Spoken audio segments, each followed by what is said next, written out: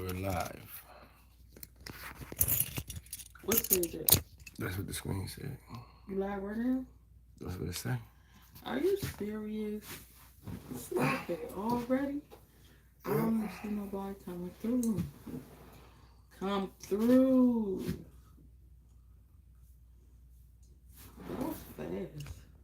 That you got up and line up that fast. Look, don't nobody show up. Don't nobody show up. I'm going to freak to bed. Somebody gave a thumbs up already. Hey, y'all. I can't see from that far. How you know how many people in there? That's what I said. I can't see. Somebody said, We be acting like some old good to heads. see y'all back. We be acting like some old heads. We don't be knowing what the hell saying, what's going on. Somebody said, hey, K&K fam. What's up, K&K? Miss y'all. Miss y'all That's Truth too. Talk. Miss y'all too. What's good, y'all? All right, so boom. I know we were supposed to go live last night, but one of my military buddies came in town. So I went out with him. Came back a little late, you know what I'm saying?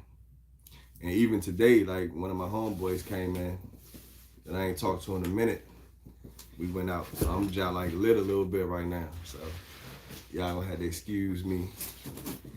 But look, me being lit is like the bottom priority of this live.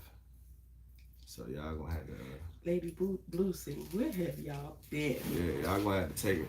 Hey, look, y'all gonna have to take a seat. We got some stuff to talk about tonight.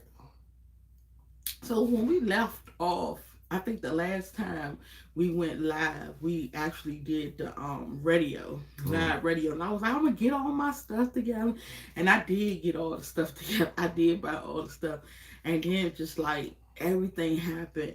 Y'all, as y'all know about the car, we had left off at trying to get the car out the port, and I think that night was like I wanted to cry because I was like, they giving me so many problems. They try to sabotage me basically. They did not want me to get that car out the port for nothing, so they kept saying you need to send the car back to Ghana. They was giving me all types of troubles. One of the officers, I don't know why she didn't like me, but she didn't like me. She ain't never met me before, but she was like, just send the car back to Ghana. We don't need to put it in the warehouse. You ain't gonna get this car. You ain't gonna get this car. And I'm determined. And I don't like rules. And I don't like people telling me no. So I was like, I'm determined to get it.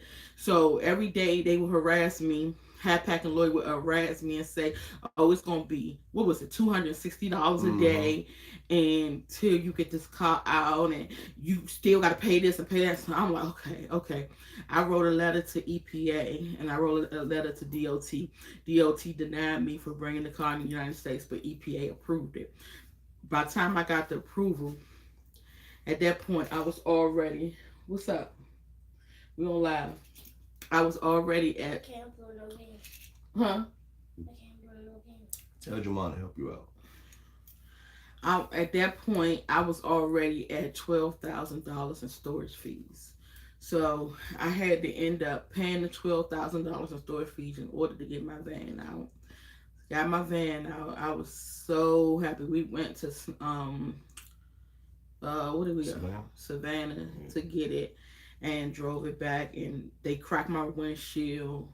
I don't think nothing in the van was missing though. Nothing. We don't know because there was so much stuff that we got over there that I don't know. Yeah, it was packed. Niggas could have snuck something from us and we wouldn't even pay attention to that shit. Yeah, so all that, I just want to get it behind me. So at this point, I'm suing her for sabotaging because she purposely made me wait to pay all those fees because actually I could have been had it in a warehouse, but she refused to put it in the warehouse, which would have only been like $100 a day. But instead she had it sitting at the port, which was $260 a day. And then so I'm suing her for that. I'm suing the guy who took my household container to the port and said he couldn't do it. He couldn't get in, so he left it. I'm suing everybody. The people, the airport, for holding my fees and never giving my $5,000 back. did they cancel my flights when COVID happened. Who else am I suing? I about to say everybody. Oh, the lady who took my money for the container. The lady who she sent my container with the cars over to Spain, and she charged me an extra $4,000 to take it off of the vessel, and end up taking it off the vessel and putting it on another vessel to go to Spain. Mm-hmm. So I think these people owe me, look good, 30-something thousand dollars. I said everybody need to get it because I'm back and I'm better. So I'm like, look, I'm about to hit everybody's head. So let's go for it. And y'all already know I got locked up. I told y'all about that because I got into the car accident and the police came and got me and took me to jail. I'm waiting to see. I'm trying to get a lawyer, waiting to see what we could do about that. They said there's three options. I mean, three things that can happen. I could get 5 years in prison. I could get community service, or I can get probation. I don't know what the hell's gonna happen with this, but I'm gonna fight that too. So that's where we at right now with all the stuff that was happening with me.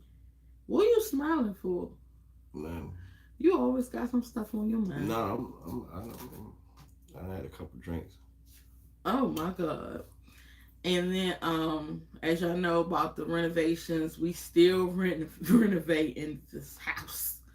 And I had decided, because I'm never consistent, I'm always changing my mind about stuff I want to do.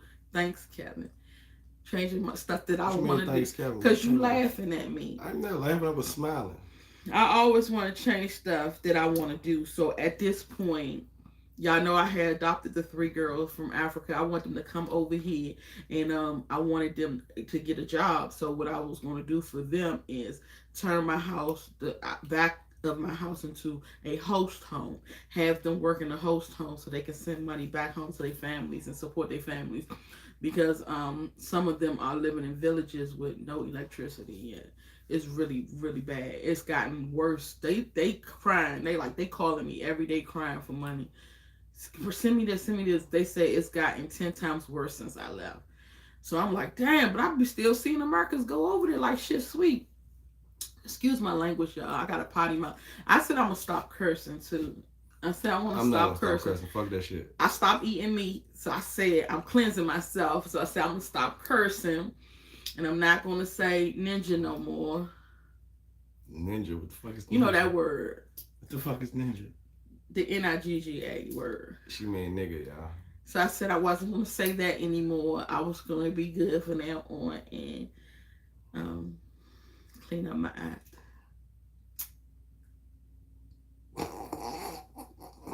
Oh, that's funny. So yeah. Thank you, Golden Heart. I appreciate you, honey. Honestly, there's been a lot of stuff going on. I don't like to be the bearer of bad news, and I just told all this bad news just now. But wait, there's more. My stomach hurts. Oh, don't get froggy now, big time. So you want me to keep talking? Yeah, keep talking. Like I told you, I'm a little bit. Somebody said growth is good. Okay, yes, growth is good, and I'm growing, and my stomach hurt, y'all. And I'm growing. Okay. I know it's not right for me to say this, y'all. Go ahead, put that shit out there. But I wanted to come here and talk. Hold up, pause. What the comments say real quick? The comments say, hey y'all, I miss y'all. Kevin is feeling really lovely right now. I'm on. But I had 12. Snacks, Kevin. Red velvet. Red velvet. Oh, that sounds good right You now. Don't even eat red velvet. I do. Care. I'm drunk enough to eat whatever the fuck is in my way right now. God, am I expecting? Nah. Are you expecting some bad news? That's the only thing we're expecting over here. She expecting we gonna all be surprised tonight. You hear me? Oh my God, Kevin, this crazy. I had to drag you in here like this. What you mean? Cause you've been messing up for the last couple days. What you mean? Cause I've been out with my boys? Yes. I ain't broke nothing. I ain't broke no laws. I don't know that. Yeah, you ain't gonna know that. I'm good out here. Ain't nobody gonna be knocking on the door. You the motherfucking outlaw right now. I'm clean. Y'all I'm know they good. say I'm a fugitive from justice Yeah. because I'm supposed to be a citizen. I'm a citizen of the United States, but a resident of Ghana. So they think that I'm a flight risk, and basically I could leave and go back to Ghana and not show up for court. And so right now I'm out on bail, She wanna be a gangster. and Kevin bailed me out. Hey, So look. he's in charge of me right now to make sure that I don't Y'all run. heard that? I'm in charge of her. Look. No, don't get it twisted now. Look. The motherfucker came to the door, right? I'm like, man, what I do? You know what I'm saying? Like, I already knew what the situation was, but I was like, what I do? Because normally I'm the motherfucker that's getting in trouble and shit, right? I was like, man, it was like, hey, we don't want you. I was like, what? That's the first time I heard that. You know what I'm saying? Then it was like, I said, hey, y'all run my warrants and shit, make sure I'm good. And he was like, man, yeah, we ran you everything. We ran everybody in the house over 18, man. You smooth. I was like, what? Man, that was an accomplishment. You know damn well you ain't had no warrants. Nah, I knew, but I just wanted to make sure. You know what I'm saying? Like, you never But know. this is not good, y'all. This is not good because I'm a business person. I can't have this stuff on my record. So now it's like I gotta try to get this off my record, making sure that I believe it's gonna go on there. But I try to get this off my record to make sure I can still get my licenses, and then turning the house into a host home. They're gonna run my background check. They already told me that. And I'm clean. Just a troublemaker, y'all. It just hurts to even talk about it. Just a troublemaker. Y'all know. Okay, no, but somebody said so. That ain't all the news. That wasn't the news. Nah, that ain't everything. We got way more. Hey, look, what time it is? It's like 11. It's 10:57. It's almost 11 o'clock. So we're going to bullshit around probably till like 11 o'clock. 11 o'clock. That's like 10, Oh, like 4 minutes. Yeah, you're right. You know what I'm saying? Like 4 minutes. Why it sound so later? I don't know. It's That's just, 11 o'clock. but once we do that, we'll get down to the, what's up, big dog? I need you. All right, well, we can't do it right now, bro. Cause they trying to make us do this opposite school to get it in Roblox. Oh, he wants to play your computer, Okay, well, Jamal know all about computers. and I don't even have my computer. No, I'm no. sorry. It's the thing. The dang. When you know when you put your thing in and they make I'm you do gonna this tell game. y'all, cause this You- boy, and this- they you do get on this my game? nerves with those games. Okay, tell Jamal Oh, all your problems. so cold. This nigga will make it happen. I promise you, he's so gonna make it happen. cold. No, I'm telling Can't him, believe you ain't had heat and on. you're not doing nothing. All right, come on. I'm on live. I'm trying to tell them something. First of all, you y'all. got your shoes on backwards. I'm trying to tell y'all something. Y'all remember we was cleaning out the container? And I said, I'm going to record the whole thing and show y'all. That container still ain't finished. That shit been sitting. Yes, and the people are Go tell harassing Jamal. me in the neighborhood talking about it looked like a homeless a shelter over here with this damn container.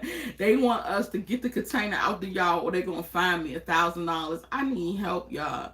I need help so You need bad. some I'm Legos just out going here. through it. I was like, I didn't want to bring this stuff in the house until I was finished with the house. No, that's what I said. I said don't move nothing in the house until we get everything situated. So they have somewhere to put the stuff so it won't just be piling all around and dirty up the house. Yeah. That was my idea. So the container's still not finished. Y'all, it's been hell. Like trying to get back on track from coming from Ghana, it's been hell. Like life's been a nightmare lately. A beautiful nightmare. Why is it beautiful?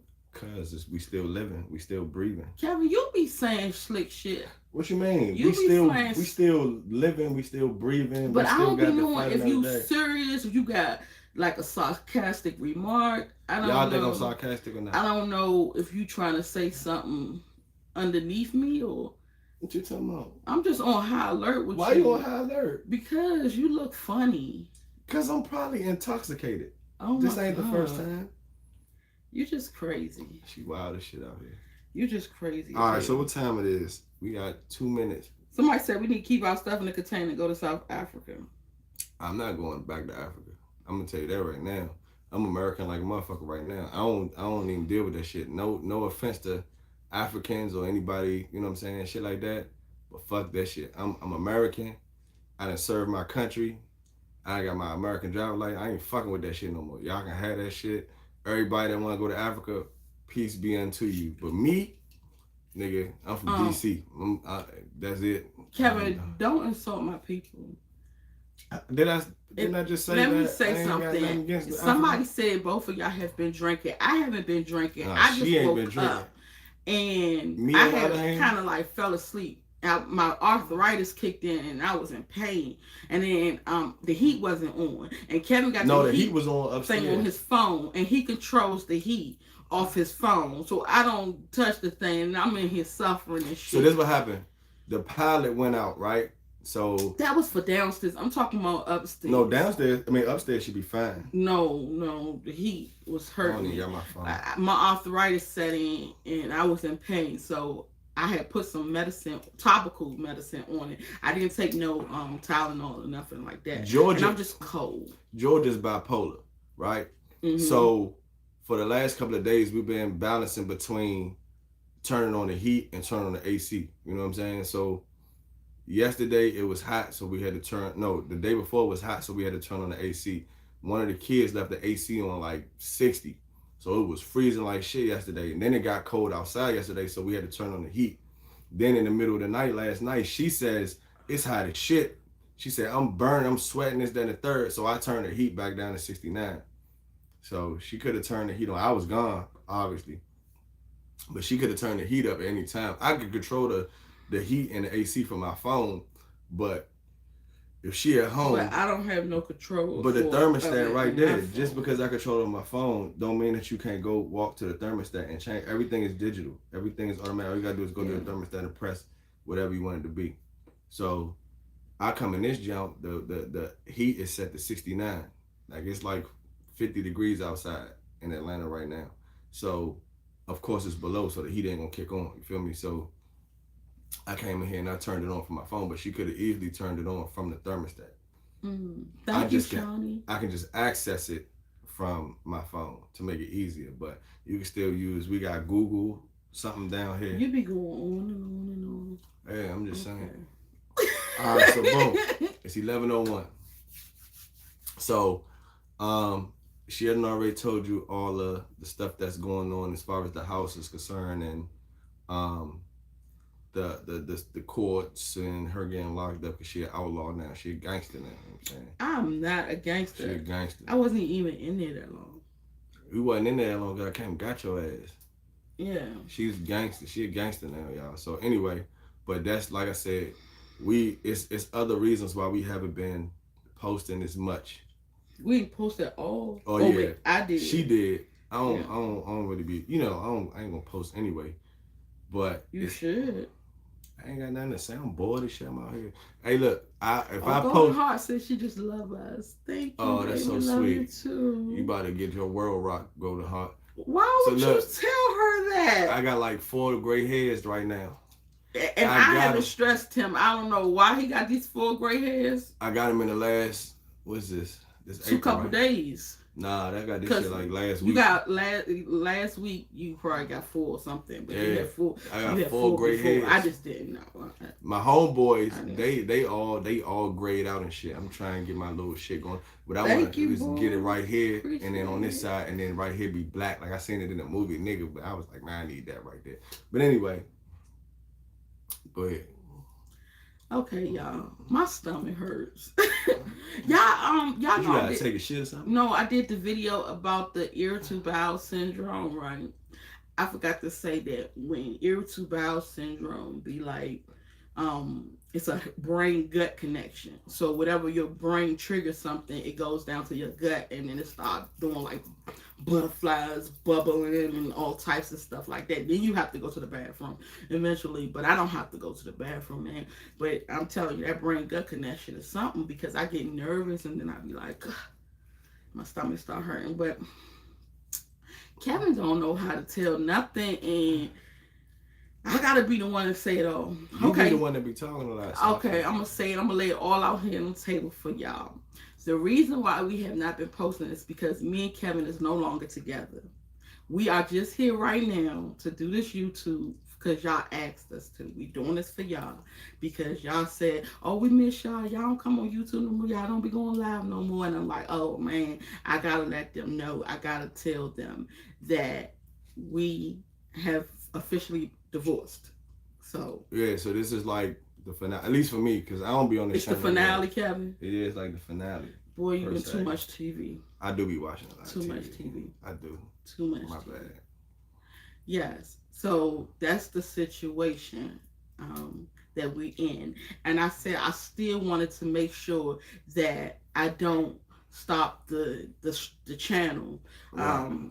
Even though the channel probably not getting no views or anything like that. I said I just wanted to make sure that y'all know, and then I know that y'all No, like that was us. my idea. I'm the one that said that if we gonna do another YouTube video, we need to explain what's going on. I know, but I'm saying as far as the channel's concerned, I didn't take down the channel or whatever, and I know it's probably not getting any views anymore. And I said I was going to keep it up because I had this channel for a long Somebody time. said April Fool. What they say? April Fool. I'm drunk. That's just April Fool? No, it's April not Fool April was Fool. Thursday. Look, somebody said April Fool's was Thursday. This shit happened way before April Fool, so. No, yeah, we actually split before Valentine's Day. Yeah, this was like. I think it was right after we did the last live, which like, was in January. Nah, it wasn't January. It was like early February, some shit. Probably 1st of February or something Some shit like that. Yeah. Yeah. So it was right after that live, though. It was right after that. Yeah, live. it was close to that. Like literally, like probably like less than a week. Yeah. It was like, yeah. Yeah. So no, it's not April Fool's, and I wish I could say it is, but it's not. And I said, damn, we be coming on here telling them relationship advice, and it's kind of like Derek J. We can't keep our own advice. So in the defense, at the end of the day, just because we know it's right don't mean that we always do what's right. That makes sense. You know what I'm saying? Like we don't ever give nobody no misleading content. You know what I'm saying? But we know it's right. We just don't do what's right. Let's put it like that. We'll put it like that. Because it's different when you got to do it yourself. That's why I don't tell. You know how when y'all was younger, or y'all probably do now, but you tell your friends, girl, I wouldn't even be with him no more. He doing me like that. Oh, hell no, I'm going to leave that nigga. But when you in your situation yourself, you don't take that same advice. And nigga be dogging you, and you be like, I'm going to still be with him because I love him. It's different when you in the situation. You could tell everybody else their situation. But when you got to go through the situation, you be like, yeah, nay, I don't know what the hell I'm going to do. Yeah, when you're on the outside looking in, it's different. It's different than when you're on the inside looking out. You know that's what anybody. You can always tell a nigga when they fighting. You can tell a nigga, man, I would have threw that left jab and I would have snuck and I would have uppercut the nigga. But once you in that fight, that shit whole different. You know what I'm saying? You can try to slump. And it's kind of like it would put me in the mind of Kevin too, because Kevin do relationship counseling. And when he do relationship counseling, he be so sad when people be breaking up, when they be divorcing. And then I be like, okay, so what about us? I don't like that shit. Like it don't be the same. All right, so look, boom. This is my whole situation on that. I do a lot of relationship counseling. You know what I'm saying? Because like I said, I know what to do. I know how to react. I know how to do shit. My main number one thing is no cheating. The first question I ask a motherfucker if they come to me about relationship is, did him or her, did they cheat? Did they step outside the relationship sexually? Texting and all that shit, I've learned to lower my standards to where as though, you know, if y'all break up or whatever, y'all on the break, y'all might interact with other people and shit like that. But one line that I don't cross and that I've never personally crossed myself is cheating. So that's my first question that I go to is if someone stepped outside the relationship sexually. If you haven't, then I always feel like it can be worked. None of my people in my family have been divorced besides my mom. You know what I'm saying? Everybody else, they have worked through all their stuff throughout their relationships. They still together, whether they happy or not, they still together and they still running their families. You know what I'm saying? So the way I grew up is y'all do y'all shit and y'all fix that shit, and that's just what it is. But however, sometimes, especially when it comes to infidelity or adultery, some shit is just not, you can't tolerate that shit because the marriage itself or the union itself is tainted. So that's my first question is, do you suspect or do you feel like this person has cheated? If they say yes, then I'm going to tell you off the top, you might well roll out. Anything else, she bashed your car, she punched you, she spent all the money, whatever the situation is, y'all can work through that shit. You know what I'm saying? We grown. But at the end of the day, that's my guideline right there. So like I said, I know what to do. I know how to conduct everything. I know how to play the forgiveness role to a certain extent, you know what I'm saying? But there's certain shit that you can't fuck with, you know what I mean? And that's one of those things. That's probably the only thing. I'd rather a motherfucker beat on me than they cheat on me. I know that sounds funny, and it's not to a shot to any women out there that may be facing abuse, physical abuse from a man, because you shouldn't have to take that shit. However, you know what I'm saying? For me being a man, I'd rather take a shot. I'd take a motherfucking hot pot of grits to the face before you step outside the marriage. You know what I'm saying? So that's just my take on the whole situation. Mm. Okay. Okay. So the situation with what do you call it? As far as us staying together, it's very difficult when you split up after so many years and you divorce after so many years. It kind of puts you in the mind of a death. You know that person gotta go. You don't want them to go, but you know that person gotta go, and you gotta let it burn eventually. And for me, the kids, I feel bad for the kids, especially the little ones. I know the older ones can take it, but the little ones cannot. The little ones know that we are divorced and we're not going to be together no more. But they don't know to the extent of it until they see it. They kids, so they don't understand it. They think that shit gonna be back to normal in no time. Because at the end of the day, to be honest, to be truthful, we've been through a lot of stuff in our marriage. We was married for like what, 16 years, 15 years, 17 years. You know what I'm saying? And we've been through a lot of ups and downs because we got married real young. So we grew up together. So all of the mistakes that we made out in the world and towards each other have always reflected on us. You know what I'm saying? And we've always carried it to the point where as though we can exercise forgiveness and consideration to a lot of things. You know what I'm saying? But like I said, everybody got their breaking point. Everybody got a line that shouldn't be crossed. You going back into the relationship counseling. We talking about the kids. Oh, okay. So yeah, so the kids at the end of the day, they think that, you know, everything gonna be back to normal because that's what they used to seeing. And it won't hit them until they don't see their dad for a while. Until he's gone. And they like, damn, they wake up and dad ain't dead. So that's like really hard for me right now. That's where it hurts the most. And I'm gonna hold back these tears, y'all. Because that's where it hurts the most, that they will have to go through that and see that. And that's what I don't want them to see. So now it's kind of like me and him gotta co-parent. And even though I can't stand your butt sometimes, the fuck I do. You be getting on my nerves.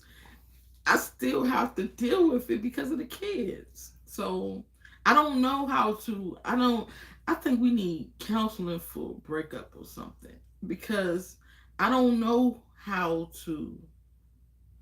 I know how to move on for myself. I don't know how to move on for them. You do. I don't know how to move on for them, and that's what I have a problem at. And we're going to be respectful. Oh, yeah, we're going to be respectful. That's conversation. That's the thing that we're working on. That, you know what I'm saying? Because like when you break up with somebody, y'all got, of course, obviously, in order for y'all to break up, y'all have an issue. You know what I'm saying? And me, like the crazy thing is we both Scorpios. So we both real passionate. We both have an anger and a jealousy streak, and that's embedded in our DNA. You know what I'm saying? So that's like one of the major things that we're trying to work on now, and at the same time remain respectful to each other, because we know that we have kids together, and we also have other things that we have to do. You know what I'm saying? We still got containers, we still got the house, we still got ties and stuff to each other. So at the end of the day, we trying to make sure that we are respectful to each other so that we don't break any of those bonds or whatever that keep us civil, because that's the main thing in a breakup, where y'all still in close proximity. And with the adult way to do stuff when you got kids is to remain civil so that your kids don't have to suffer behind anybody's mistakes. I always say, one of my main things I always say is kids suffer for their parents' mistakes. That can be if your parent was a drug addict, your parent went to jail, whatever the situation may be. You know what I'm saying? Your kids are going to be the one to suffer behind that. So at the end of the day, now we're trying to make sure that we don't make any more big mistakes to cause us to sever whatever ties that we have left, so that we can respectfully and efficiently raise these kids to the fullest of our extent, at least until we figure out what the next step is. So yeah, that's where we at this point, is trying to figure out what is the next step. What is the next step? Because to be honest, like, just being around each other and seeing each other constantly on a daily basis is holding those feelings in there. And usually when a person dies, which I like kind of like put a divorce with a death, right? Mm-hmm. So when a person dies, you don't see that person no more. It kind of helps if you don't see pictures, if you don't smell them, if you don't leave the room the same, Right. if you don't see the things that they used to do. I would actually, if a person died, want to move out the house so I wouldn't have to see their house, because I remember that person cooking in the kitchen, or the memories will hurt me. Mm-hmm. So it's like that for me, and I want to, and if he stays around, it's gonna be like this. I can't get over it. I can't move on. Mm-hmm. It's gonna be harder to move on because I'm seeing him constantly. And then he fine as fuck, y'all. I be telling him that every day, but you doing my little Dougie and shit. So I'm like, damn, I gotta hear you, smell you, feel you, like energy and all that, and I'm trying to move on with my life. So it's hard. It's not easy. It's not easy. And when a person goes through a death, they need support. I need moral support right now. I commend everybody who got a divorce and was able to pick up and leave and not look back. That's has really been a hard thing to do. What is funny? So I'm not laughing. I was waiting for you to stop so I can interject, but I was trying to wait for you to finish. Okay. What you had to say. So one thing about that I've learned from personal experience with relationships is, first of all, this is not going to be a bashing session. We're not going to bash. We're not going to play the blame game and all that other shit or whatever. We may explain what happened, depends on how far she want to go into the situation. We can explain what led up to this point, but at the end of the day, it's not going to be a bash session. It's not going to be a, Team Kevin or Team Kavisha type shit. You know what I'm saying? We're not about to do that. We just wanted to make sure that everybody that was on the YouTube page that followed us and that looked at us as something knew that what was going on. We didn't want to we didn't want to bring no lies into the situation or try to play that shit like it's something different. But what I've learned is everybody handles stuff differently. You know what I'm saying? Some people go to drinking and drugging. Some people go to family members. Some people go to friends. Some people go to other people. You know what I'm saying? Everybody handles their situation a little different. You know what I mean? I'm not saying that it's right or wrong. What I am saying is that it could be detrimental to whatever you got going on, or it can make the situation better. You know what I'm saying? And I think that in a lot of the cases with us, that it was detrimental to our relationship. So whether it was right or wrong, it was done, and it's done. And people, like I said, people handle their shit a different way. Me, I'm more relaxed. You know what I'm saying? Like, I could feel a certain way on the inside, but I can display how I feel differently on the outside. Me, I like to handle things with satire and what you always say that I am? When you be talking, you be like, I'm trying to figure out if you you know what I'm saying? A lot of things. I like to look at stuff in a funny type way. You know what I'm saying? Sarcasm. Oh, yes. So she look at me and she say, you sarcastic about a lot of things. And I am, because I done been through a lot of stuff in my life. I done been in the streets. I done been in, you know what I'm saying, in the system. I done been in the military. I done seen a lot of people come and go. So for a lot of stuff, I've learned that people gonna come and go. You know what I'm saying? I've seen a lot of people die in front of me.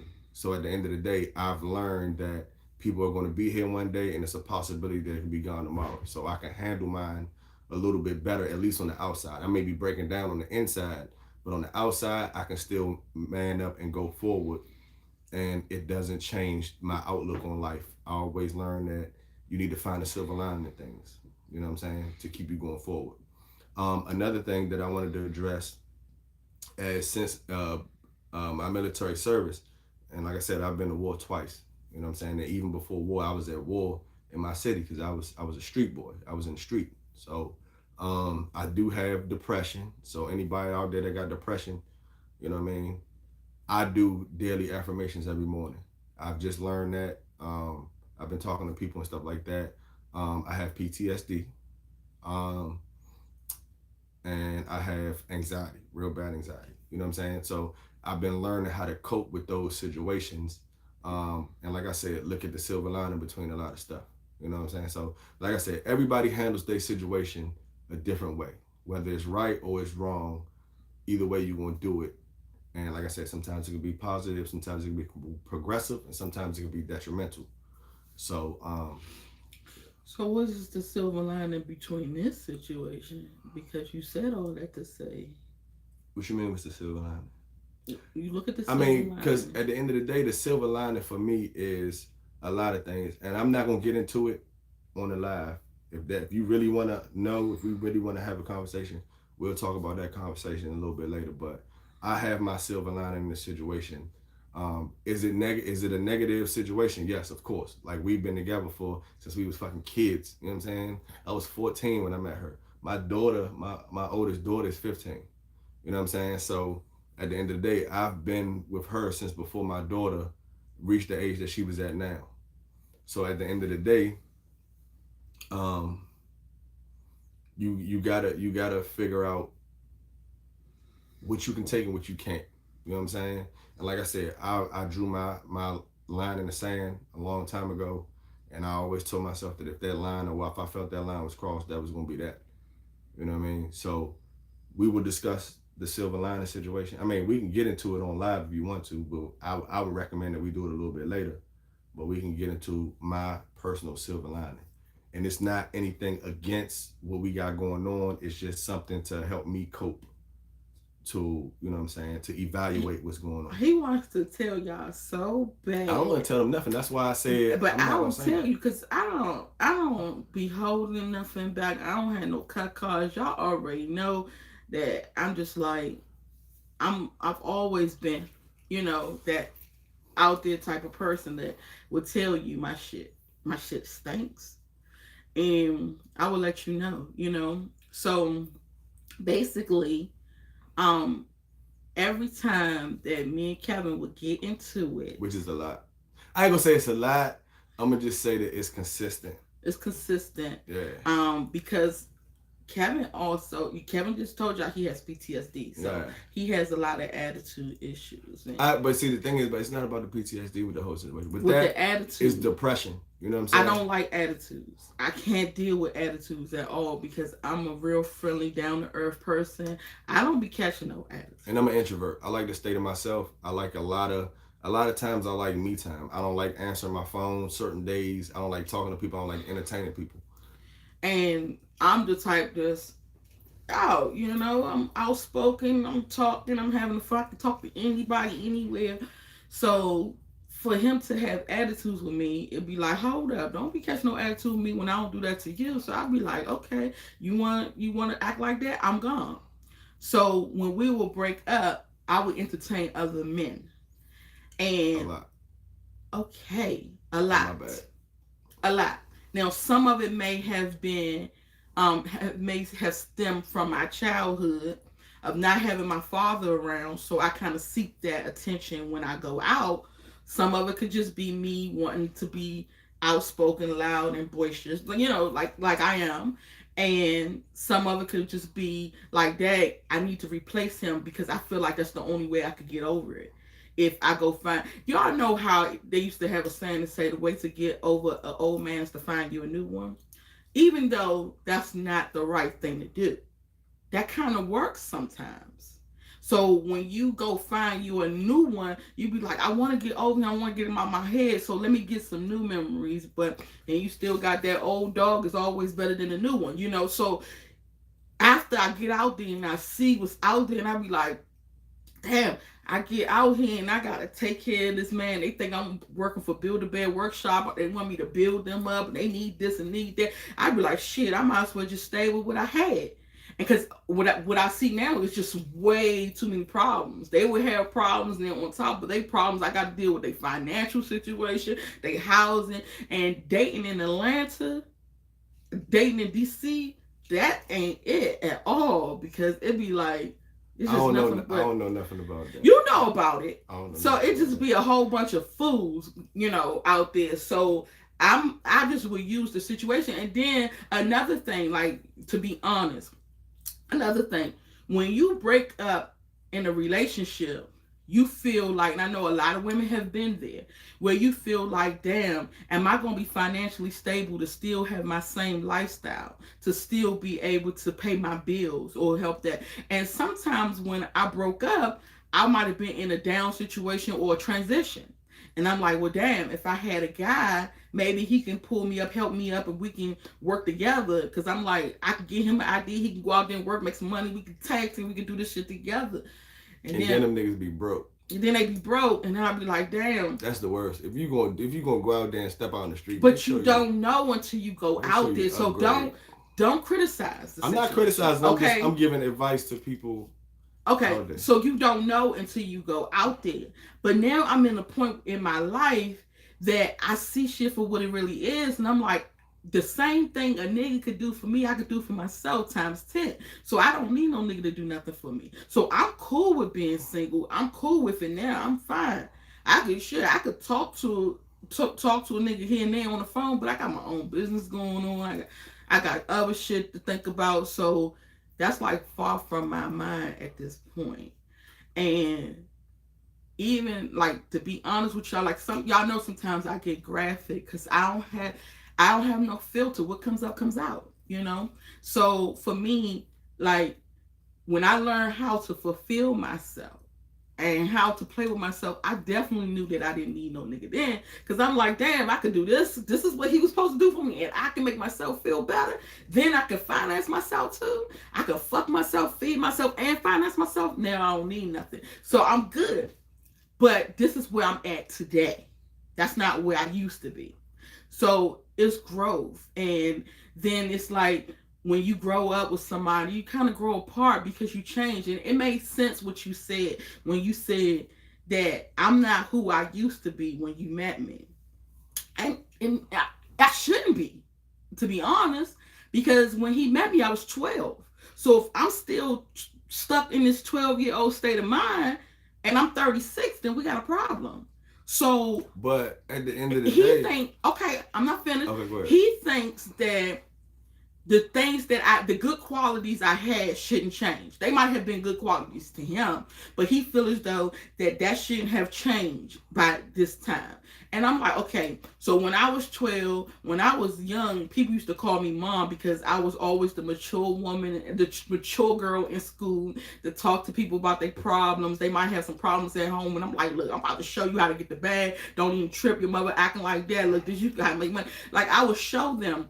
I used to wear the suits and all that. I was real nice and sweet, humble, but nice and sweet, and I knew my shit. Okay, and now it's like, he like, Dad, you want to dress like these girls out on the street? You want to act like them? You want to go outside? You want to be staying out all night? And I'm like, but this, life happened. I grew up. And I wanted to see what life was about. And don't blame me for wanting to go to a club and see what a club is like. Or don't blame me for wanting to put on my tight ass suit and, do me. Or if I wanted to look a certain way. I'm not the old lady anymore. I'm not that girl with the suit on anymore. So I want to do what makes me happy. So if making me happy is going to go get my ass done, that's what I want to do. And I want you to support it, not condemn me or talk about it, because everybody has to change. And for him, he kind of like stayed the same, like, the same old Kevin. So he was like, I don't see why you need to change, but that's growth for me. Like, whatever I went through, I had to go through. You grow through what you go through. I had to experience that. And I experienced all my fuck ups, all my setbacks, all my growth while with him. What else was I supposed to experience him? And either you're going to be there for the ride or you're not. So that's kind of like what happened along the way. And so we're here like now. And the way Kevin had treated me for what I did he's battling his own situation. Like, I don't appreciate you talking to other guys or whatever. I feel as though that's still cheating because we were still married. So when you was going out there talking to other guys, you was cheating on me even though we wasn't together. So that's a big We was situation. married though, right? We was married, but Okay. we wasn't together, and I didn't plan on being back with him. So when I moved on, I moved on to move on. So I didn't think that we was going to be back together, and then we ended up doing it. We ended up getting back together anyway, and I brought this situation back into the relationship. So like when he feel, so when he would treat me like crap, I feel like he treated me like shit because of my mistakes I made, and so I would complain about that, and we'd be back to square one. And for him, who he is today is who I wanted him to be the whole time that he wasn't. I would for sure be with the person he is today. But now I built this man to be better for somebody else, basically. Because everything I wanted, he does it now. He displays it now. He shows it now. But we're no longer together. Like, we're completely divorced. Like, it's done. So I'm like, damn, if I could have just got that, Kevin, that would have been wonderful for me, you know. That's cool. Why are you saying that's cool? I'm trying to get because I'm reading the comments and I want to reply to some of the comments. Okay, but go ahead and reply to the comments. All right, so I'm sorry for y'all. I was reading something. Somebody said start your own channel, Kevin. I may do that. I got a channel. I got a YouTube channel, but that shit is for like when I be watching shit on it. So I don't really be having no content. I was thinking, hey, look, you know that nigga Derek Jackson just got busted for cheating, right? Like that's like my number one rule. Like I told y'all before, that's one thing I don't. That's that line I don't cross. So I was thinking, right? I was thinking, nigga, I could take Derek Jackson shit and run that shit myself. Cause I don't be having no motherfucking scandals like that. You feel me? So I was like, I could do that shit. But anyway, so to piggyback on what she was saying, we got married very young. You know what I'm saying? We started having kids very young. I was in the military at the same time. So when you marry somebody, you marry that person for who they are. You see what I'm saying? When I married her, she was humble. She was business oriented. She was calm. She was this, that, and the third. You know what I'm saying? Or at least so that's what I thought at the time. So when you marry somebody and then they switch up on you, it's like you're not expecting nobody to switch up on you. That's like me saying, okay, I'm gonna be this type of person. It's like when you first start dating somebody and they put that mask on for the first 5 or so months, you know what I'm saying? And then once the 6 months is up and they start revealing who they really are, you find out that they smoke weed 24/7, they get drunk, they go out, they want to party and shit like that. You know what I'm saying? You be like, man, this not the motherfucker that I signed up for. At the end of the day, I get what she's saying. You grow, you turn into a different person and things of that nature over the years and over the time. But at the same time, that's not what I signed up for. I didn't sign up for a fucking Instagram model. I didn't sign up for a video vixen or none of that shit. I signed up for the girl that she was when I met her, which was, like she said, she used to wear old lady clothes, you know what I'm saying? She used to be real quiet and shit like that, whatever, whatever. That's what I signed up for. When I seen her in that state, that's what I liked, and that's what drew me to her. You know what I'm saying? I'm not saying that it's wrong that she changed, you grow, you see different shit, but one thing that I don't respect is people that's influenced by social media. You know what I'm saying? If you feel like, oh, I see this girl, she doing this and that and the third, so you feel like you got to do that shit. Like, I think that shit is off, especially when you got a family. One of the main issues that me and her had was we started having kids early. You know what I'm saying? By the time I had been to war twice, I've been to Iraq, I've been to Afghanistan, I've been across the world, I've seen a lot of stuff. I was ready to settle down. I was ready to be in the house. I was ready not to be in the streets no more. All I needed was somebody to take me out of the streets and show me why I need to be in the house. You see what I'm saying? So when I met her, or when we got back together, because like I said, we was off and on since we were 14 years old. That's what I did. Everything that I did, I shut that shit down. You see what I'm saying? Over the years, she started progressing to the teenage phase to where, oh, I want to go to the clubs. I want to go meet friends. I want to do this shit like that. And I'm like, bro, we got kids now. You know what I'm saying? We can't do that shit no more. If you didn't do that shit when you was a child, then that shit is over with now. Now we got kids. Now our number one priority should be our kids. We're not living for ourselves and what we consider fun anymore. We got kids now. And at the time everything started happening, I think we had what, Jamon, Heaven, and Diego at that time. Mm-hmm. So I'm like, bro, we 3 kids in right now. We are young, but we started our kids having kids when we was young. Once you have your kid, when I was out in the street, I'm talking about I was heavy out in the street. I was getting locked up. I was doing all types of shit that I'm not even gonna say on Facebook. You know what I'm saying? But when I had my daughter, I was 22, 23. I was 21 when I got out of the military. I was about 22 when I had my daughter. All that shit stopped. No more street shit, no more running shit, no more going to the clubs, none of that shit. Fuck them niggas in the street. My daughter is my number one priority. Plain and simple. At the same, so if a motherfucker not willing to be evenly yoked when it comes to that type of shit, then it's automatically gonna be problems. You see what I'm saying? And I feel like she got into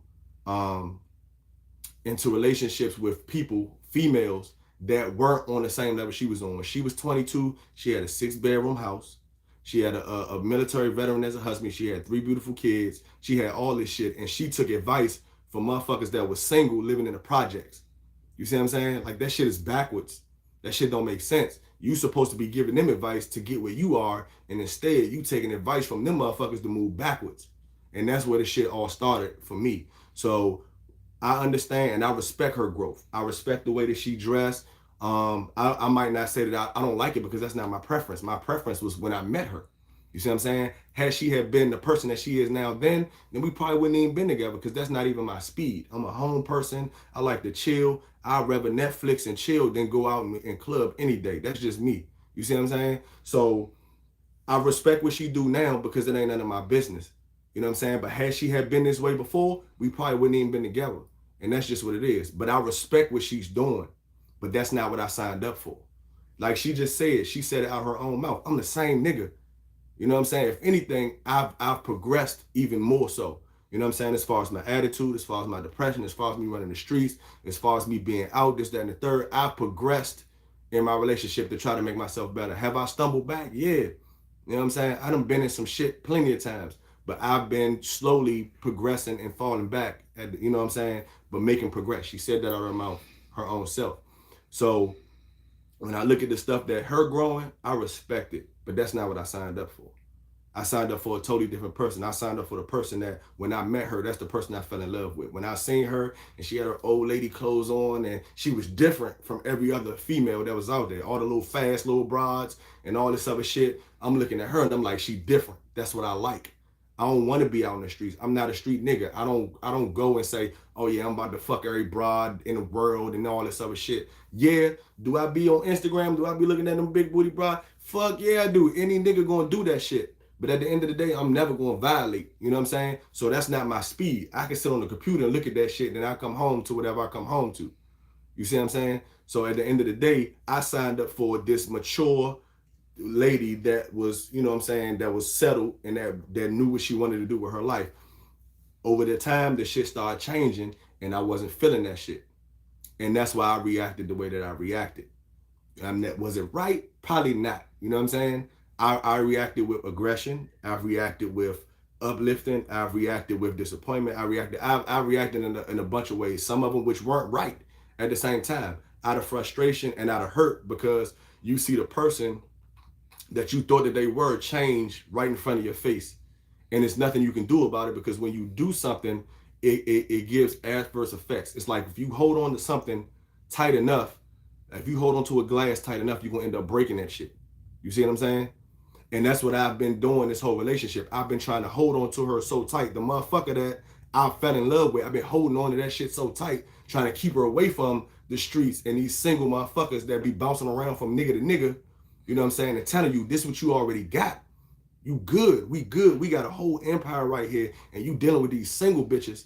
And I've been holding on to that shit so tight that it end up breaking. And it become to the fact where it look like, oh, you're controlling. Or you're trying to prevent me from living life and all that shit, which is not what I'm trying to do. I'm just trying to preserve what we got going on. You see what I'm saying? So have I been right in all of my actions? No, I have not. I'm not an angel. I don't got no motherfucking wings behind me. Like I said, I'm a street nigga first. I've been a street nigga all day. And one thing that anybody that been on the streets, the one thing that you know is that you practice fucking loyalty. And if once your loyalty is crossed, that shit is over with. You see what I'm saying? So That's my flaw. I've held on to something that was changing into we gonna put it in a positive manner. We gonna say it was changing from a centipede to a butterfly, and I kept trying to keep that centipede because that's what I liked. I like that centipede. So her trying to turn into a butterfly, I'm like, nah, fuck that shit. We good where we at, because that's where we met at. We should be good with that. And that obviously wasn't the case. So once you get to a certain extent, you like, ain't nothing I can do. You feel me? So that's my rendition of what happened. Like I said, I tell you over and over throughout the live, was I correct in all my actions? Fuck no, I wasn't. Like I said, I'm a street nigga. I ain't had no daddy. You know what I'm saying? I didn't know how to be a husband. I don't know how to be a father. The only thing I can do is to do what I'm supposed to do and do what I'm supposed to do for my kids. And that's from looking at what I didn't have and trying to supply that to whoever I'm dealing with at the end of the day. That's just what it is. You know what I'm saying? There's no book on how to be the perfect person and this, that, and the third. At the end of the day, like I said, I respect what she's doing. I look at her, I see her changes. Do I like them? Fuck no, I don't like that shit, because that's not who I signed up for. I signed up for a totally different person. But at the same, ain't nothing I can do about that shit. If you want to be out in the street, you're going to be out in the street. When my mother told me back in the day, that street ain't for you and all that shit, I still went out in the street. I still did what I did. You just said it. You still went out the street. Right. It's kind of like, but I was 15. It's kind of like your kid. If you tell your daughter, you better not have sex. You better not have sex. You be throwing that in her face all day, every day. I don't like that sex. One day she gonna go out there and have it. She's not gonna tell you shit because she know that you always saying it. You gonna make her want to have it because she want to see what is the sex all about that you keep trying to stop me from not having.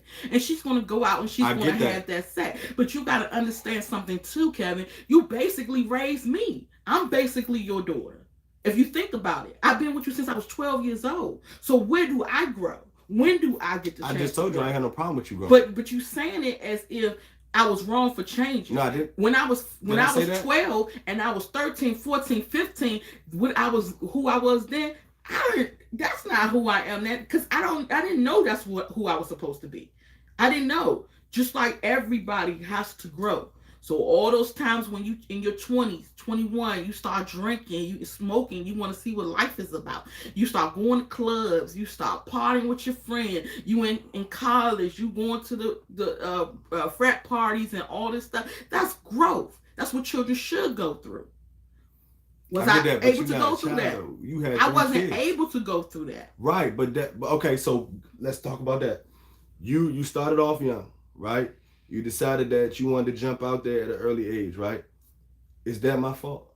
No, it's not your fault. So at the end of the day, if you have a dude that may be a little bit more mature when it comes to certain situations like that, how can you fault for him for trying to guide you the right way? Because you didn't have the childhood that you want. I had my childhood. I've been out in the creeks. You really did not. Okay, but what I'm saying is I can recollect playing with bugs. I can recollect going to the creek. I can recollect going to the swimming pool. I got into my street shit early. Yeah, I did. But at the end of the day, like I said, I was in the street shit from the age of 11 to motherfucking 17 when I joined the military. Well, at least you can say that you had the chance to play with creeks. Exactly. Because that's what I'm saying. When you was playing with bugs at the creek, I was having to work and pay bills. Right. So I raised myself since I was 5 years old. I get that. My whole entire life. I had to be a grown woman. And I had to take care of my siblings. So I didn't have that childhood that you had. You're right. But that's what I'm saying. At the end of the day, whose fault is that? Like, I can't take the brunt for that shit, because all I'm doing is I'm doing what my job is. If me and you together, I'm going to teach you things. I'm going to try to show you the right way to do stuff, whether you think it's right or wrong. Just like when we used to go over the shit, used to be like, you trying to control me. I'm like, I'm not trying to control you. I'm trying to keep you out the way. Just like with the kids, if your son start gangbanging like Diego, when Diego got into middle school, the nigga started gangbanging. I've been gangbanging for a long ass time. I know ain't shit to that. I done been stabbed. I done been shot at multiple times. I done been jumped. I done been in jail. The first thing you tell your child is, but that shit ain't it. And I can tell you from personal experience that shit ain't it. And you will hope that your child follow that, you know what I'm saying, and listen to you and respect you enough to say, yeah, let me stay out of that shit. Is it gonna happen? Probably not.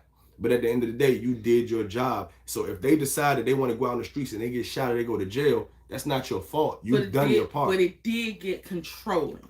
It got controlling when you said, "Oh, I don't want you wearing fake hair. I don't want you wearing fake No, nails. I that don't was want my you wearing that preference. perfume. I don't want you doing this. I don't want you going out. I don't want you like I couldn't do Why you nothing. getting I felt so- like I was still Why you getting that so kid racy? again. Calm down. I felt like I was still that kid again. That my grandmother said, you can't go outside past that gate.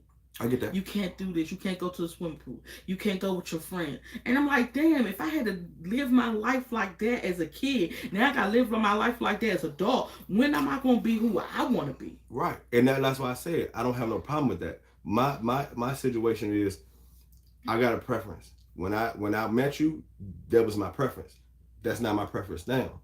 Do I have a problem with that? Crazy. No, but just like you said in your own words, you grew into a different person. I did. So at the end of the day, you can't fault me for not liking the person that you grew into. No, I fought you for not allowing me to grow. That's what I fought you for. Because even though you say, "Oh, I don't like who you become," but you still never let me be me.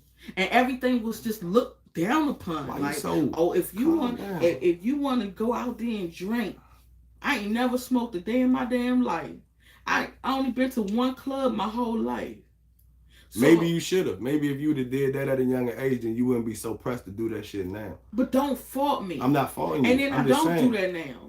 When the last time you seen me go to a club? I don't do that. I don't know where you I don't go to clubs. I don't even like loud music and hookahs. So of course I don't go to clubs. Okay, well that's what I'm saying. So just like you said. But I had to look. I had to go out there and find out if I like. Okay, so let's look at this psychological because y'all know I'm more of a psychological person. At the end of the day, I look at it like this. I seen a meme on Facebook and that shit just hit that shit. It hit it right on the nail. It said the niggas that was out running the streets when they was young, we all at home old and we chilling right now. And I looked at that shit and I was like, bro, that's me. Because all the shit that niggas is trying to do now at the age of 35, they want to be gang bangers. They want to do all this other shit. Man, I done that shit, nigga. I was 12 years old, 11 years old doing that shit. So now in my 30s, I'm like, man, fuck that shit. Boy, I done already passed that shit. However, she haven't experienced that. So now she's late and she's catching up and shit like that. You feel me? I don't have no problem with that. At the end of the day, that's just not something that I'm willing to tolerate, especially when it comes to the men situation. Here's my outlook on things. I always tell her, I'm not insecure. I'm just showing you the pattern that goes on. You see what I'm saying? It's not an insecurity. It's a pattern. So at the end of the day, if you look at somebody and you say, okay, when I met you, you was this, that, and the third. You was real calm. You was subtle, and this, that, and the third. And then you get niggas introduced into the situation. And then once the niggas get introduced to the situation, you start seeing that person change. You start seeing that person dress different. You start seeing that person do different things, you know what I'm saying, in order to attract that attention from those niggas. Then you start saying, okay, this is why you're doing it. So you can't say, oh, I'm doing this for me, because that wasn't the person that you was. Even if you are growing, if you're dealing with niggas and you're doing this shit around the same time, it's going to correlate to each other.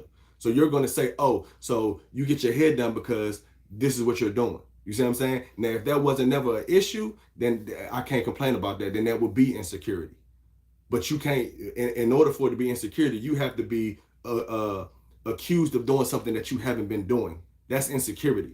But if you already have evidence and you already see a pattern, a consistent pattern, that's not insecurity. That's exposing a pattern that's going on. So when I started seeing her dress differently, it wasn't that I didn't appreciate her growing. It was already a trust factor that was already lost because even before that. You see what I'm saying?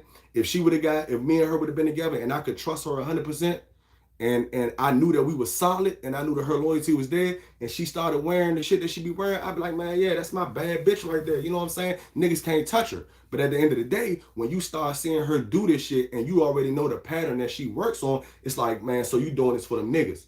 You see what I'm saying? And you're not wrong. So at the end of the day, it's not an insecurity. It's not the fact that I don't like her wearing tight stuff or I don't like her getting her ass done or whatever the situation may be. But if the trust is off, you're always going to be on the up and up. You're always going to be looking at certain shit. You know what I'm saying? Like me, for instance, like I said, I haven't changed much. You know what I'm saying? So at the end of the day, I look at shit like, if I move different, if I start wearing a different cologne, or if I start doing this, that, and the third, whatever, and you know that I have a consistent pattern that every time I do that, it's a broad involved somewhere, whether I'm talking to her, whether I'm meeting up with her and stuff like that, then I can't get away from that shit. That's just me. You know what I'm saying? But if you've never seen a pattern of me dealing with females and I grow and I say, oh, I want to start wearing cologne and I want to start wearing suits, or I want to start wearing you know what I'm saying, dress clothes instead of street clothes and shit like that, but you don't have no background of me doing nothing wrong, then you can't correlate the two. That's the problem that I have. It's not that you want to grow. It's not that you want to be pretty and shit like that. It's the history that goes behind it that corresponds with the two. If we would have had a trust factor in between that, I'd be like, man, yeah, it's all good, because can't no nigga touch that. That's my shit.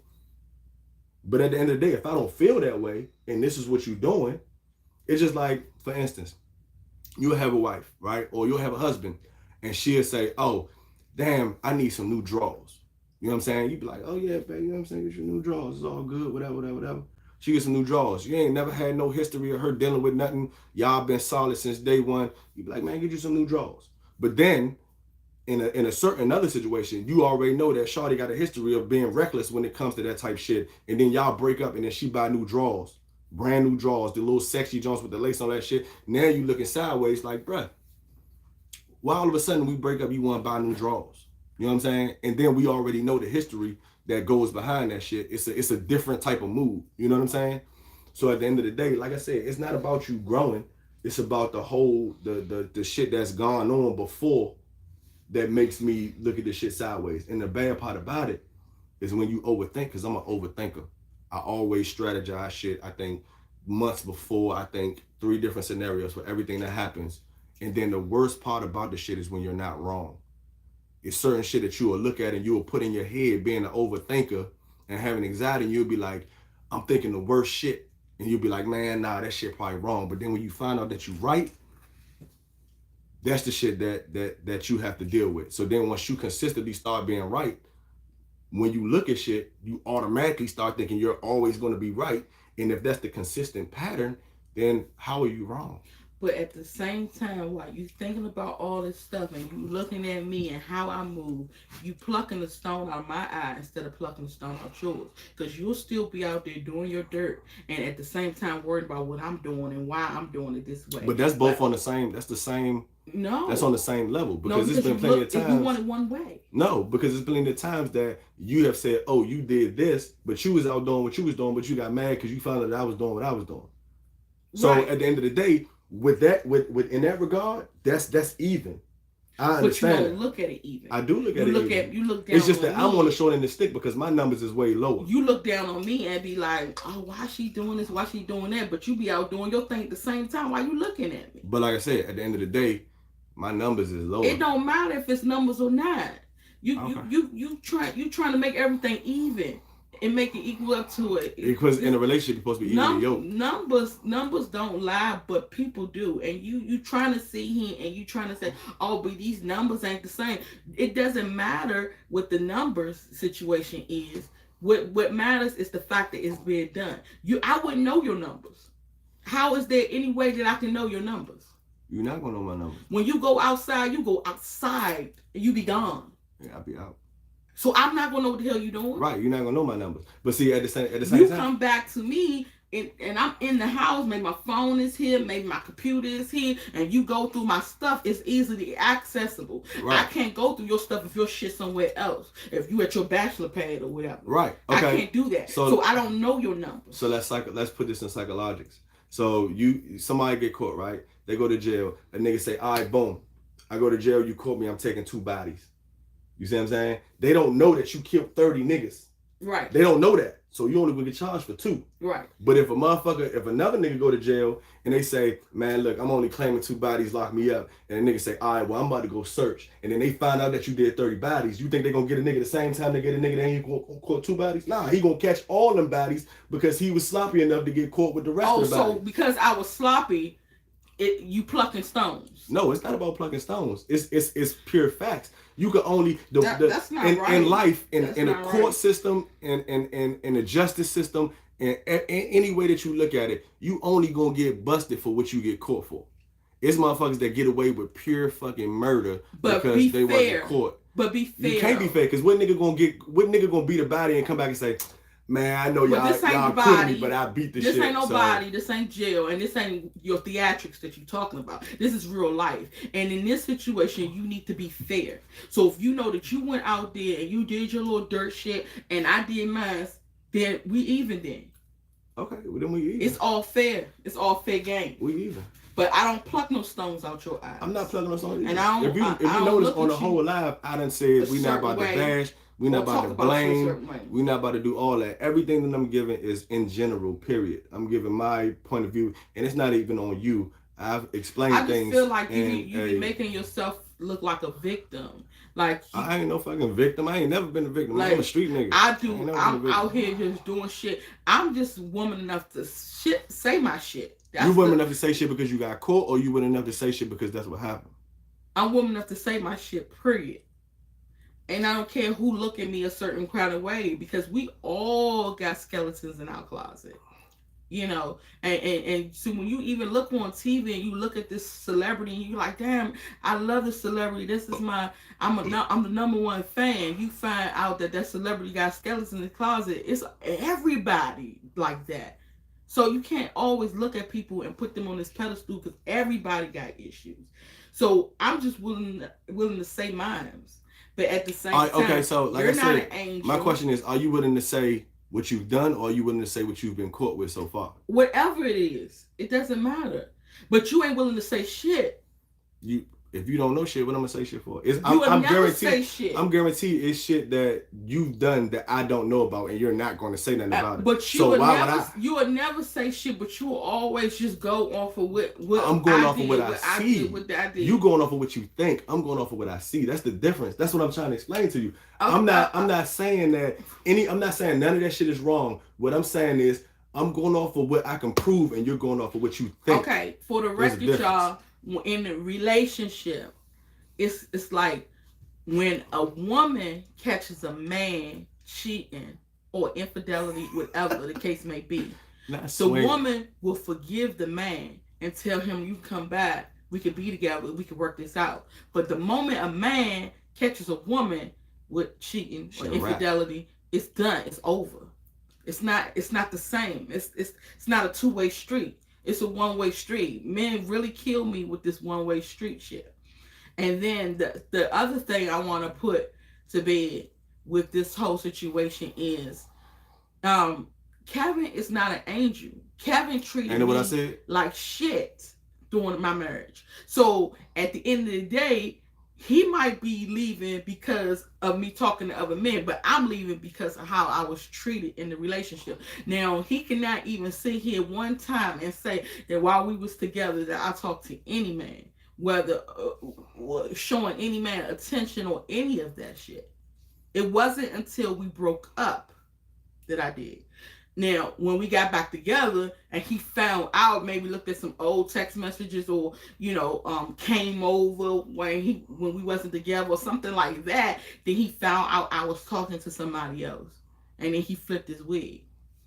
But I didn't do that while we was together. So I want to definitely set that record straight. It wasn't until we was broke up and I thought we was not getting back together.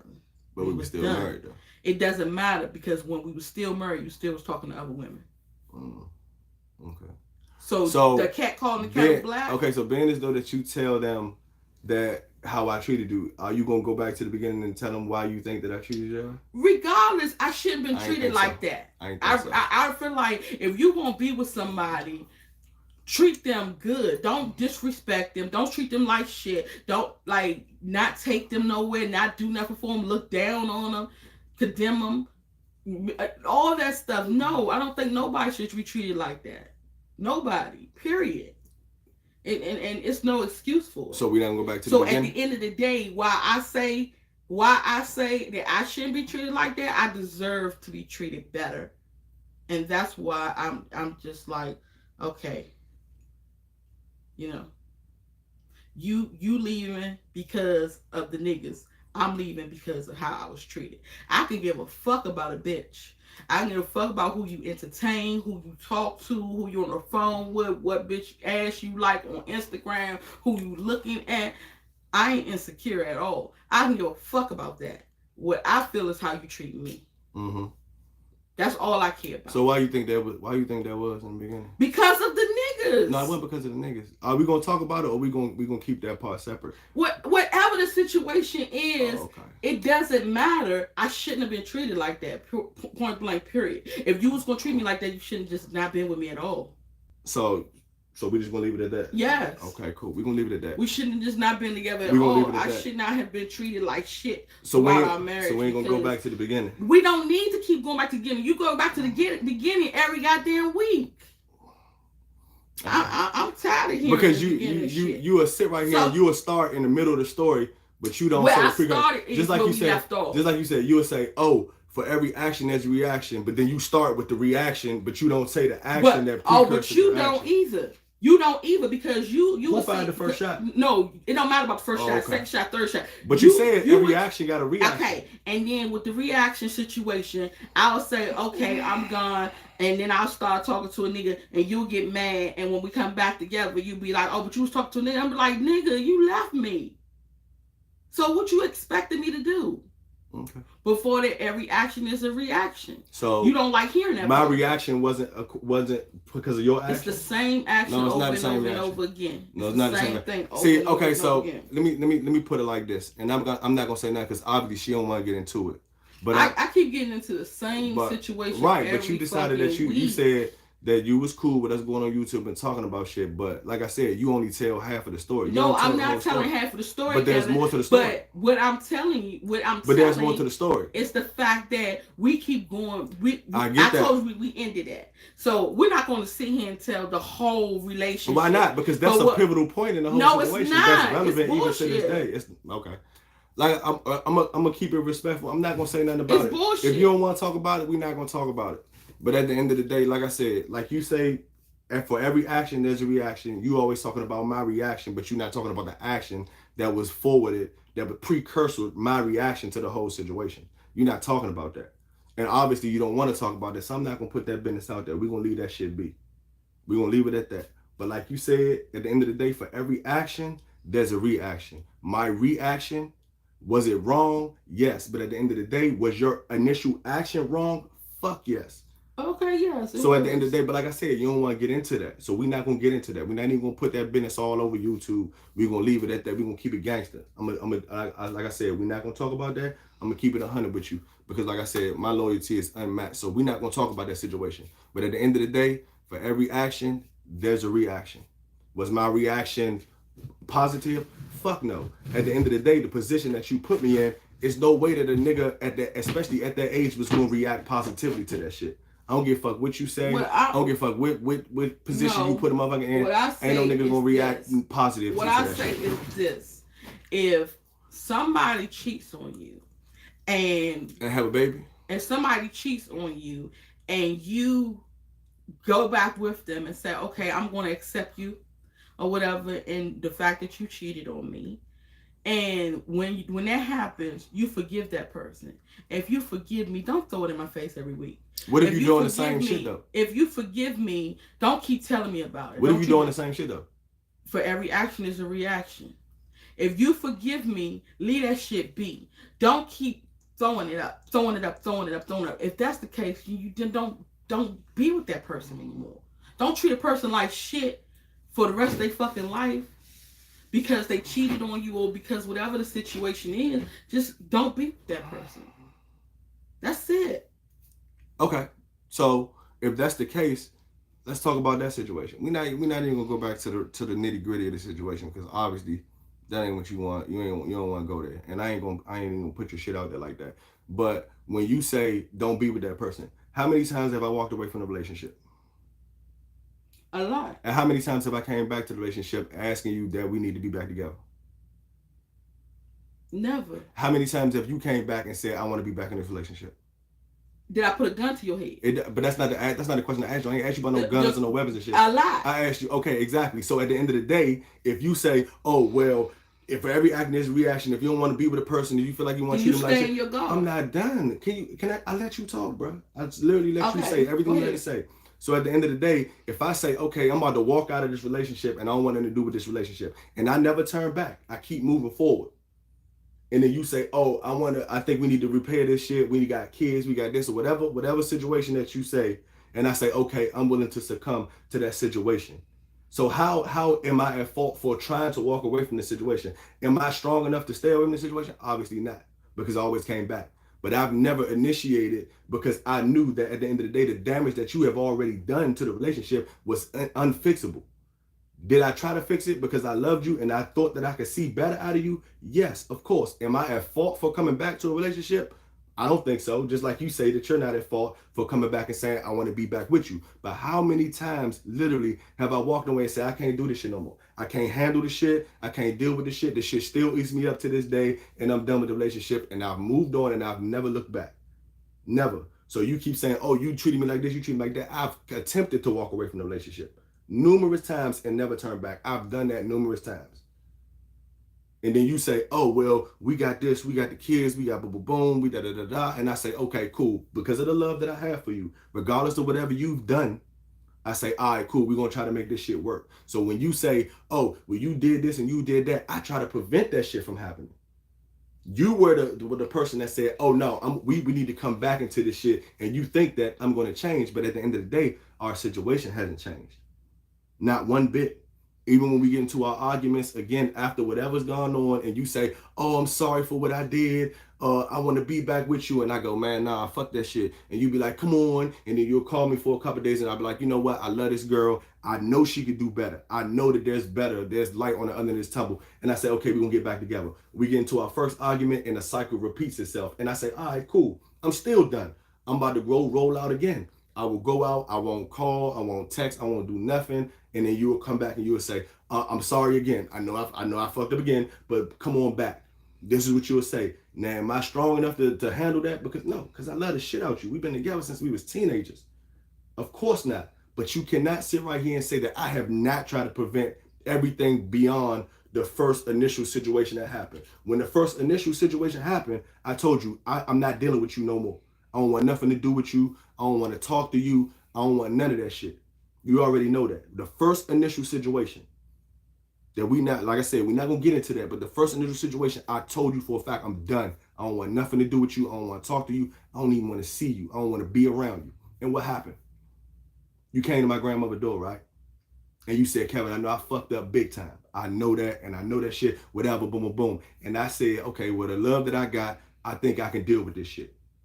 And then once I realized I couldn't, and then we started arguing, and you started repeating the same cycle, I was like, man, all right, I'm going to walk out now. And every time I tried to walk out, not only would you repeat the same cycle that put us in the position in the first place, then once you do that, you would say, all right, I done fucked up again. Come on back. I'm sorry. We're going to work this shit out. And I go, all right, cool. We're gonna fix this shit. It's going to be different this time. But that's not the problem. The problem is, like I said, I'm still harboring shit from the first initial action. The reason I'm harboring shit from the first initial action is because it's an action that I have to deal with every day of my life. It doesn't go away. It's not going to go away. And that's an action that you don't have to deal with. You don't have to worry about nobody calling you saying, oh, this Kevin need to come pick up his son, or Kevin need to pick it. You ain't got to worry about that shit. You ain't got to see that shit. You ain't got to hear that shit. You ain't got to worry about none of that shit. So at the end of the day, did I think that I can deal with this shit? Did I think that I can man my way through this shit? Yeah, I was 19 years old, bro. I just started living my life. I was in the military. I had money. I had this. I had that and the third. Yeah, I thought I could handle that shit because I loved you. And I loved the person that you was. And I understood that people make mistakes.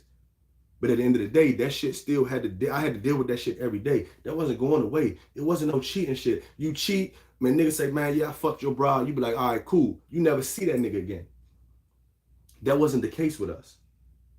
So at the end of the day, like I said, even still to this day, I still got to deal with that shit. I still got to man up. Every time I get a phone call, I still got to pick up the phone and say, bruh, you good? Man, yeah, I love you. I still got to deal with that shit every day. And I've been dealing with that shit since I was fucking 18, 19 years old. Been dealing with that shit. So at the end of the day, yeah, did I think that I can handle that shit? Yeah. Did I try to handle that shit? Yeah, I don't get no credit for that though. I don't get no credit for none of the shit that I did do, the hard times that I did go through. I don't get no credit for that. All I get is, oh, well, you acted this way towards me because of this situation. But it's a situation that I still got to deal with every day. So while you think that you get a free pass, oh yeah, well I did it and you got to deal with it, but I don't have to deal with it. So that's like saying you're going to have to suffer through the pain for the rest of your life, but I shouldn't have to. That's not fucking fair. I got to deal with that shit every day. I never said So at the end of the day, now that's basically what you're saying, because you're saying that I treated you a certain way and that shit should stop. But at the end of the day, that shit don't stop for me. It'll never stop until either I die or they die. This shit will never stop. So you say, so at the end of the day, you want a free pass. To treat you like shit. No, that's not what I said. Life. How many times have I tried to walk away though? Because you mean to tell me it would have ended right there? You mean to tell me it's either one or the other? It's either you walk away or you treat me like shit. No in betweens. Is that what you telling me? Do I got to deal with it every day? I'm asking you that. Yeah, that's why I walked away. Or you treat me like shit. That's why I walked away. And that's why we are where we are. No, that's not why we are. That's why I walked away. We are where we are of how you treat me. Okay, but like I said, the back. Let me explain to you the worst part about this shit. We could walk away today, never see each other again. Guess what? I'm still gonna get a call. Right. Hey, Dad. I understand. How you doing? I understand. And I'm still gonna have to look at him and say, "Hey, Diego, how you doing? You good? Oh man, yeah, I just wanted to make sure you were straight." Blah blah blah blah. So regardless of whatever goes on, you can go marry a whole nother motherfucker. I can go marry another bride. I still cannot turn my back. I can't do it. Even if I try to, I could be 50 years old. This man could be 27 years old. I still gotta answer the phone and man the fuck up and say, "How you doing? You good? Okay, yeah, you got a girlfriend? Oh yeah, I want to come over there and see you. I want to see her. I want to see your kids. I want to be your kids' grandfather." You know what I'm saying? I still got to do that. Now, could I be a petty ass nigga and be like, "Man, I'm cutting everything off. If I ain't fucking with you, I'm not fucking with nobody." I could do that. But like I said, I'm a street nigga first. So my loyalty comes first. So I'm not going to do that. So at the end of the day, while you get a free pass to go fuck whoever you want to fuck, this nigga still going to call me and he going to address me as dad. And I'm going to go, "Yes, son. How you doing? What's your problem? Oh, you going through this? All right, come see me." That's what I'm going to do. And that's what I've been doing. So while you been out philandering, doing whatever the fuck you want to do, at the end of the day, guess who still called my phone? Guess who still called my phone? And I got to deal with that every day for the rest of my life until I fucking die. I got to deal with that shit. I got to look at this nigga square in his eyes every day. Whether you married to, you done went and had your own little shit, did whatever do, I can have a whole nother wife. I'm still going to have to man up every day, dry my face, beat my chest, and answer the phone and say, "Oh, what's up, bro? You good? Yeah, all right, yeah, I just want to check on you. You know I still fuck with you, though. We still good." That's what I got to do. So if I got to deal with that shit for the rest of my life, why shouldn't you? Why should you get a free pass? Why should you do that? Did I say it's right? Nah. But did you do what's right? No, it wasn't. I got to suffer through that shit. But you want a free pass. You say, "Oh, yeah, well, you should be able to get over that shit over a certain time." Yeah, you probably right. I should, but I can't. And I still got to deal with it. And I'm not going to be a petty enough nigga to cut everything off and be like, "Man, I'm not fucking with son no more." You know what I'm saying? I did this when I was 19 years old. I done raised a person to a grown-ass adult. I'm not going to cut this nigga off. No, I'm not going to cut this nigga off just because I feel a certain way, but that's what you expect me to do. You expect me to cut my feelings off for you, but you don't expect me to cut my feelings off nowhere else, because if I did, you'll be like, "You a petty ass nigga." You expect me to say, "Oh, I'm going to forget everything that you did and I'm going to be nice to you," and you want me to eject my emotions for you, but still keep my emotions over here. Because I guarantee you, if I say, "Man, I ain't talking to son no more, I ain't fucking with son no more, I done did my job," you'll be like, "You a petty ass nigga. You all that nigga know, and you gonna do that shit to him? You want it one way. You want me to do it the way you want me to do it, both ways. It don't work like that. No. It don't. That's basically what you're saying. Felt as though you treated me like shit. Exactly. Whole marriage. But just like I said, I suffered. So but you don't want to. Right. But you treating me like shit. But this is something that you brought on yourself, though. I didn't do that. No. That's not how that goes. If you forgive a motherfucker, you forgive it and you move on. You don't forgive them and say, "But I'm going to treat you like shit or I'm going to dog you out." You don't want nobody. If you get caught up in some charges and shit, and then you're a changed person, you want to go or move on with your life, and you grow older. You 40-something years old now. You want to get a job as the police officer. You don't want the police looking at your background check, telling them, "Damn, when you were 16, you got locked up." Correct, but what if you still committing crimes? The same way you committing crimes, cat called the kettle black. But what if you, like I said, The cat called the kettle black. okay, so look, so check even this out. if you ejected all of that, the crimes that we both was committing, you don't want nobody talking about a crime. The first thing you gonna say, even if you had No, I'm not crime gonna do that. when you was Like I 15 said, years I'm not a old, petty nigga like that. and I'm never gonna do that. who?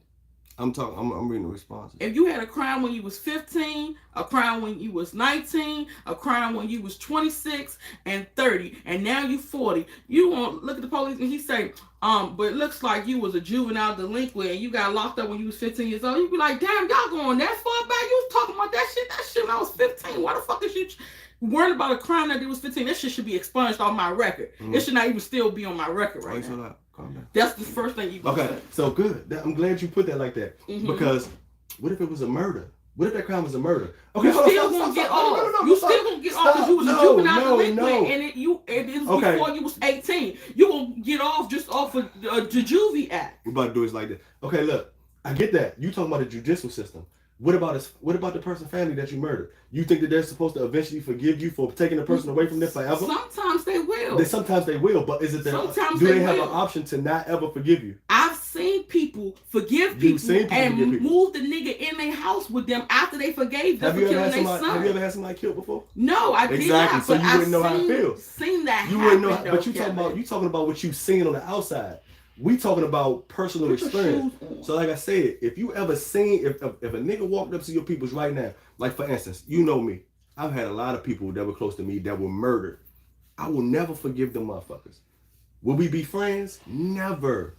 Will I want to be around them? Never. I would never want to be around them. And if I ever do have the chance to be around them, it's either gonna be some smoke or it's definitely gonna be no motherfucking buddy shit. That shit ain't about to happen.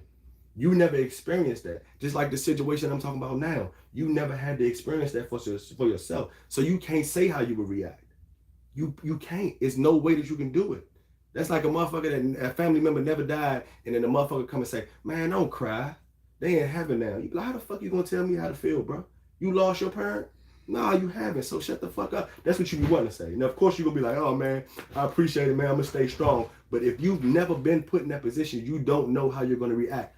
You, my dear, have never been put in that situation. So you can't tell me or anybody else for that matter how to react to that situation until it happens to you. Fortunately, you've never had that happen to you. And I hope that it doesn't ever happen to you. Because at the end of the day, that shit crushes people. That shit changes people. That shit, especially when it happens at a young age to a person that you feel like you trusted and you respected and that you love, when they do that shit, it crushes you. It changes your personality. It makes you not trust people. It makes you not want to love people. You've never been through that. So you can't tell me how to react to that situation. It's impossible for you to do. So at the end of the day, I get what you're saying. I understand your frustration. But at the same time, you have to understand my frustration as well. You have to get that. And you don't get it because you've never been through that situation. And I understand that. And that's where we have a disconnect. That's why I said, at the end of the day, it's not about you wearing certain clothes. It's not about you changing into a butterfly. It's not about that. It's the history. It's things that are not being told. It's things that are not being settled. It's things that will never be settled. It's stuff that can't be undone. It's stuff that, like I said, I'm not going to ever be a petty nigga like that, bro. I can't do it. I can't do it. I will never be a petty nigga like that. But at the end of the day, if I got to go through some shit, the motherfucker that caused me to go through that shit should have to bear the brunt of that shit as well. And if not, if they don't want to bear the brunt of that, then we will separate and go our separate ways. And I have attempted to do that over 100 times. I have done it. I have tried. I've said, you know what? I'm done. I can't deal with this shit. I will leave. I don't give a fuck if I'm sleeping on my mother's couch. I'll be like, bro, I'm out. I'm not going back because I can't deal with it. She's not going to understand because she's never been through this situation before. And I respect that. Do I like it? No. Do I hope it would ever happen to you? I wouldn't wish that shit on my worst enemy. Like I said, I'd rather a nigga shoot me before the shit that happened to somebody. That shit changes a motherfucker mentally. That shit is some like psychological shit, especially when it comes from somebody that you trust or that you love or that you've, you know what I'm saying, spent time with. You feel like, man, they better than that. And then you got to deal with that shit for the rest of your life. You're like, damn, bro, And sometimes I'd be like, man, just fuck the nigga already. But when you bring extra shit into the situation that y'all both got to deal with for the rest of y'all lives, it become a little bit too much for you to handle. You don't understand that. I respect that. That's cool. But you cannot tell me how to react to some shit that you've never had to react to. You have that luxury. When you go out and you talk to your friends, you have the luxury of saying, this nigga got one baby mother. That's it. I ain't got to worry about no bitches calling my house. I ain't got to worry about him going to visit no other kids. I ain't got to worry about no bras popping up in the background. I ain't got to worry about that shit. So you can't tell somebody how to react to that shit. That's all I'm saying. I get what you're saying, and I respect that shit. That's why I said I ain't got no wings on my back.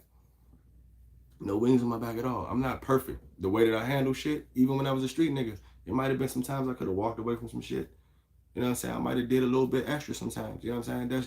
That's just the person in you. Sometimes you get emotional. You do certain shit that you be sitting around. You be like, damn, bro, I shouldn't even went that far with that situation. I get that. And for that, maybe I was wrong. But at the end of the day, what the fuck am I supposed to do? How would you react? You don't know because it never happened to you. The closest thing you had was some random motherfucker in your inbox talking about something. Is so-and-so Kevin baby father?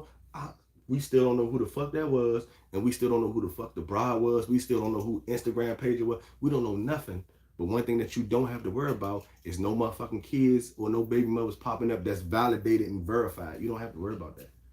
You will never have to worry about it. Not for me. I'm almost 40 now, bro. That shit ain't even happening. You know what I'm saying? You don't have to worry about that.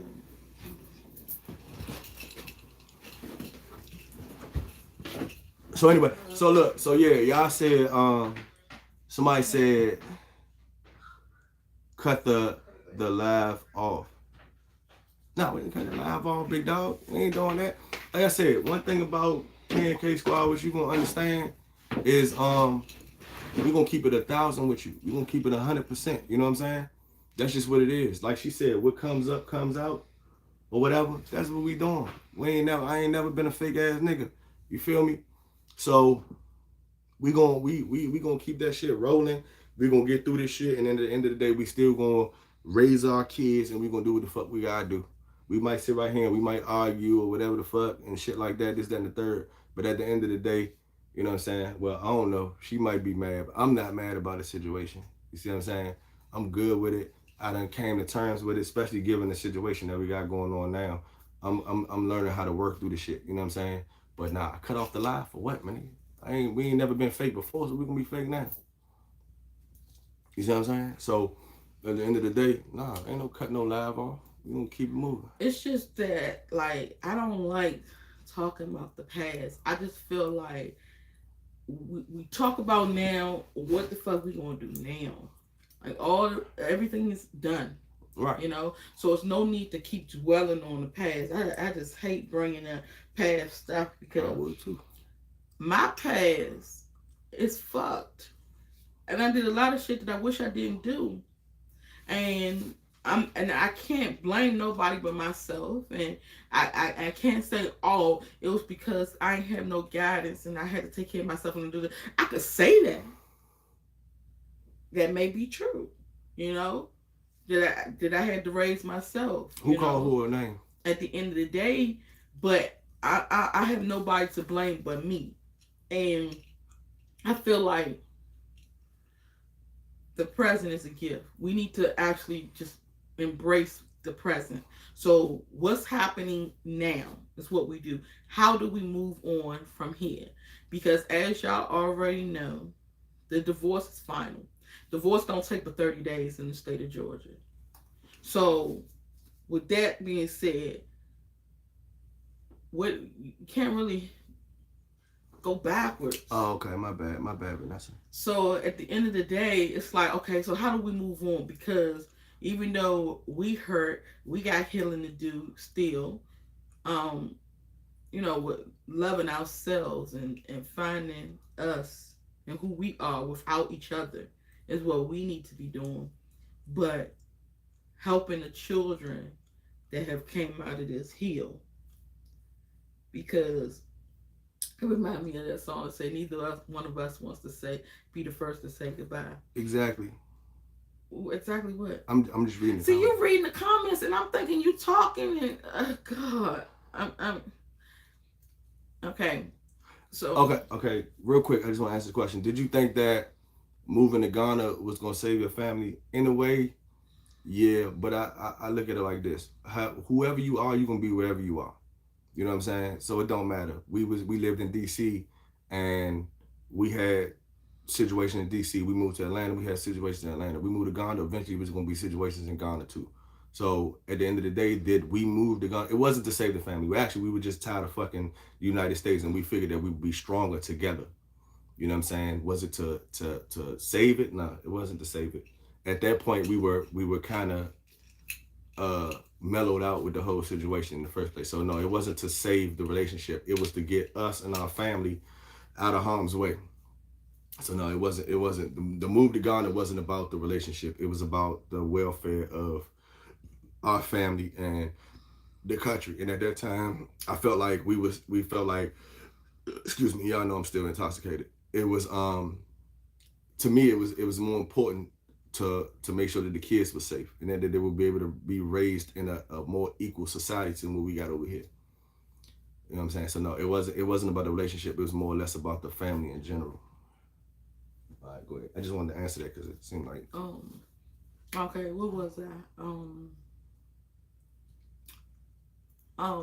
Even though, okay, I was talking about where we are today and moving on, and for the sake of the kids, so that we can do this nice and smooth. This is not going to be a nice and smooth transition, but we want to try to make it as smooth as possible for them. You know, they are very smart children. They understand, but they don't deserve to be put in a situation like this at such a young, impressionable age. And that's what my main concern is, because everything that's done is done. You can't change none of that. So I don't even dwell on the past of what happened, this, that, and the third. I just want to move on, and I want to know how to fix this situation here so we can move on, you know, for them. For them. We miss y'all niggas. But even man, shout out to whoever said this shit. Even with that being said, Kevin and I are still friends, and we still talk every day. Oh, So the communication is not, it's not a bad situation. But it's crazy because it seems like if you're going through a divorce, not talking to that person is better than talking to that person. But then you got kids, so it's better to talk to that person than not talking to that person. So it's a whole confusing situation. Like, how do we keep moving if we always talking? I don't know. Maybe y'all can help me out in the comments. Like, for the people who have gotten a divorce, who've been in a toxic relationship and it's over and they left, and how do you just let it go to its done and it's no more? If you get my drift.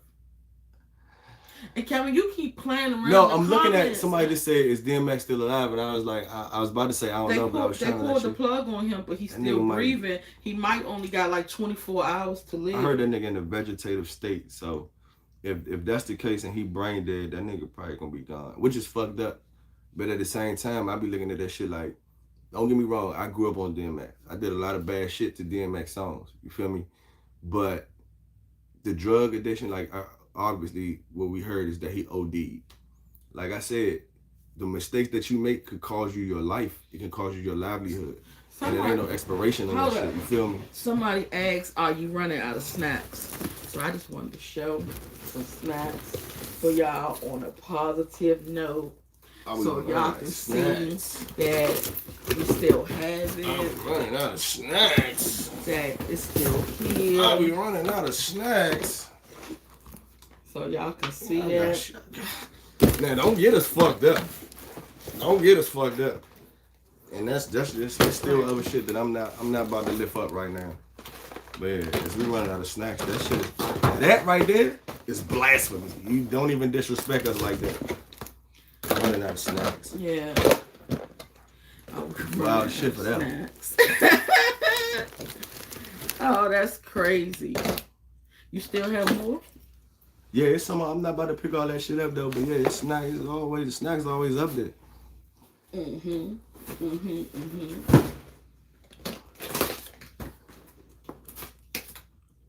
They probably said there ain't no damn snacks.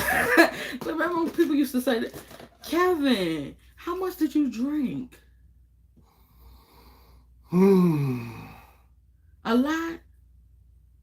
Nah, cause I was still I probably had about like 2 or 3 cups, but I had What enough. was it? I had enough. I don't know what the fuck it was. Neurologist was giving me shit, bro. I You was should like, not drink and drive. that's what I'm saying. I cut it off at 3, so I can get back to the house because I knew I had like an hour ride and shit. So I cut it off at that time, so I wouldn't be on no wild shit. But I still got nice. Somebody said I don't give a fuck about your gangster past. That's cool.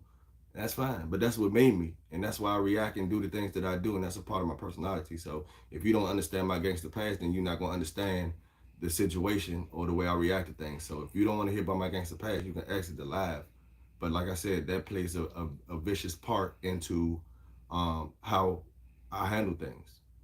So if you don't understand that, then obviously you're not intellectual enough to get that psychology and psychiatry all goes back to the way you was raised. Okay, forget that person. So Vanessa says that I have been divorced for 10 years but stayed connected because of our daughter, and now we are remarried. Oh my God, that is so beautiful. Yeah, that's cute. That is wonderful. Yes, congratulations, girl. Nigga said snacks with United people. Report this said, yeah, that nigga gone, man. That nigga gone. And like I said, bro, that was my man and shit, but I'm sad about this shit, but that nigga made his own choice. You know what I'm saying? I ain't saying that drugs is easy to get off because I done been around a lot of fiends and shit like that, but you know what I'm saying? DMX, he an OG now, or he was an OG, you know what I'm saying? Sometimes you gotta snap out of that shit. You gotta start moving positive. You gotta start protecting yourself. And this ain't the first time DMX done fought with drugs. You know what I'm saying? This not the first time. So if he wanna let drugs be the shit that take him out, man, look. Man, shout out to that nigga, but that's what you did. You let the drugs take you out. Like I told her when you texted me when I was on my way to the house, you was like, damn, that's fucked up. They took DMX off life support. I said, man, I want the nigga to survive because I don't want to be the drugs to be the shit that took him out. Hey, yo.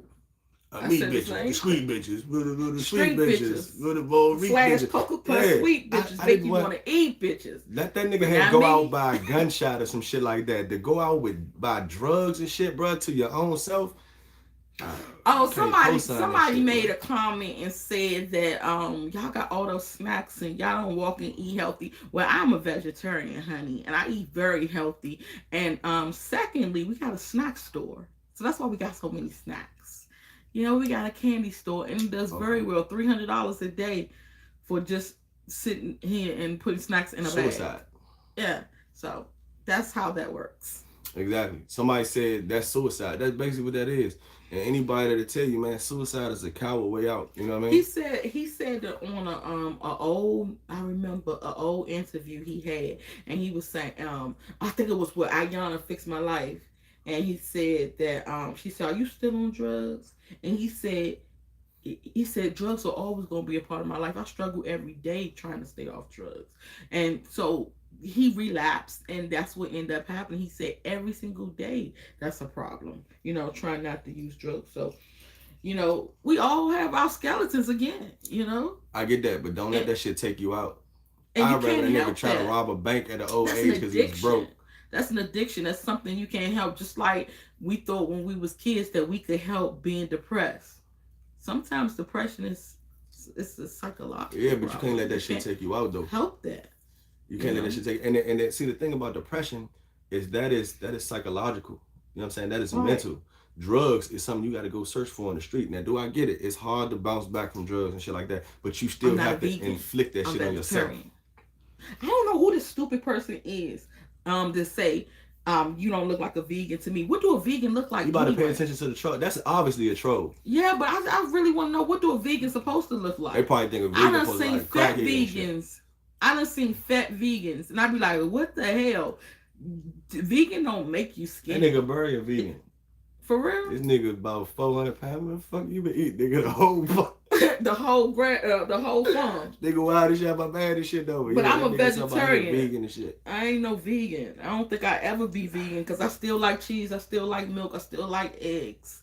I still like butter, and I'm gonna do me. Maya, what do you keep talking about? Every time we say something, you got a rebuttal for that shit. Ain't nobody slandering DMX. What I'm saying is, I will hope that this nigga survive, because if anything take him out, it should be old age from his success. It should not be self-inflicted drugs.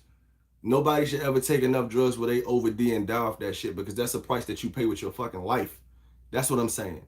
Ain't nobody slandering DMX. Like I said, DMX, I grew up off of DMX. I respect DMX. But at the end of the day, bro, I'm looking at that shit like, bro, you gonna let that shit take you out, bro? Ah, man. You do better than that. That's my main thing in life, period. I tell people, do better. I get that you make mistakes. Don't make the same mistakes, and don't let them mistakes fuck up your whole life. That's just what it is. You know what I'm saying? And if it get to the point where it take your life or it cost somebody else's life, then we got a fucking problem. That's what I said. I never slandered DMX. So I'm gonna stop replying to you because you on some right. You want some other shit. But yeah, I don't fuck with that shit. I'd rather, like I said, I'd rather DMX run into a store because he done ran out of money and try to rob that shit and get shot by the cops, rather than he self-inflict himself and he kill himself and he cause his own life by his own control. That's his own control. Whether it be hard or not, that's something that he can control. But it's an addiction again. That's cool. And sometimes we can't control the addiction. I put it like that. You can control whatever's worth you controlling. Yeah, it's easy said and done though. Well, I don't know, because I ain't never been addicted to those drugs. And say, oh, he shouldn't do this or he shouldn't do that. He could have been suffering from depression, and his only way out was to drugs. That's cool. You know, when you find something that works, you continuously go to that. I get that, but check this out. DMX is a dude that been rapping. He has been a millionaire at one point in time, right? And none of that matters. I'm not saying that matters, but look at the life that he has afforded himself. Mm-hmm. Now you look at my life. I have grown up in the gutter. I've barely left the guy. I'm not a millionaire. For my country, I suffer with PTSD, depression. I'm not about to let that shit take me out. I'm not about to go out here and drink and drug all day. It's easy for me to go out and say, man, I'm about to go smoke a pound of weed and all this other shit, and I'm about to just let myself just dissolve into this fucking piece of mush and eventually kill myself. But at the end of the day, I got fucking kids. You can't compare yourself to him. I'm not comparing myself. Y'all both got different circumstances and different situations at different times in life, different ages, all of that. It's a lot of differences. But DMX been doing this shit since he was my age. But you cannot compare yourself to him because y'all are not the same. The circumstances are different. I don't gotta compare myself. So what I'm saying is, like what you saying, this shit just cost this nigga his life. It, you shouldn't do it. No, that's not what I'm saying. What I'm saying is it shouldn't cost you your life. So at the end of the day, regardless of whatever your ailment is, whatever your vice, like Jay-Z called it a vice, right? Whatever your vice is, it should not cost your kids or it should not cost your life. It should, even if you do. Like that's instance, an opinion. My father was a drug addict, but that nigga, what he called himself, a functioning drug addict. That nigga knew how much to do. That nigga still can function and get his shit done. When you get to the point where you start doing shit to where you killing yourself.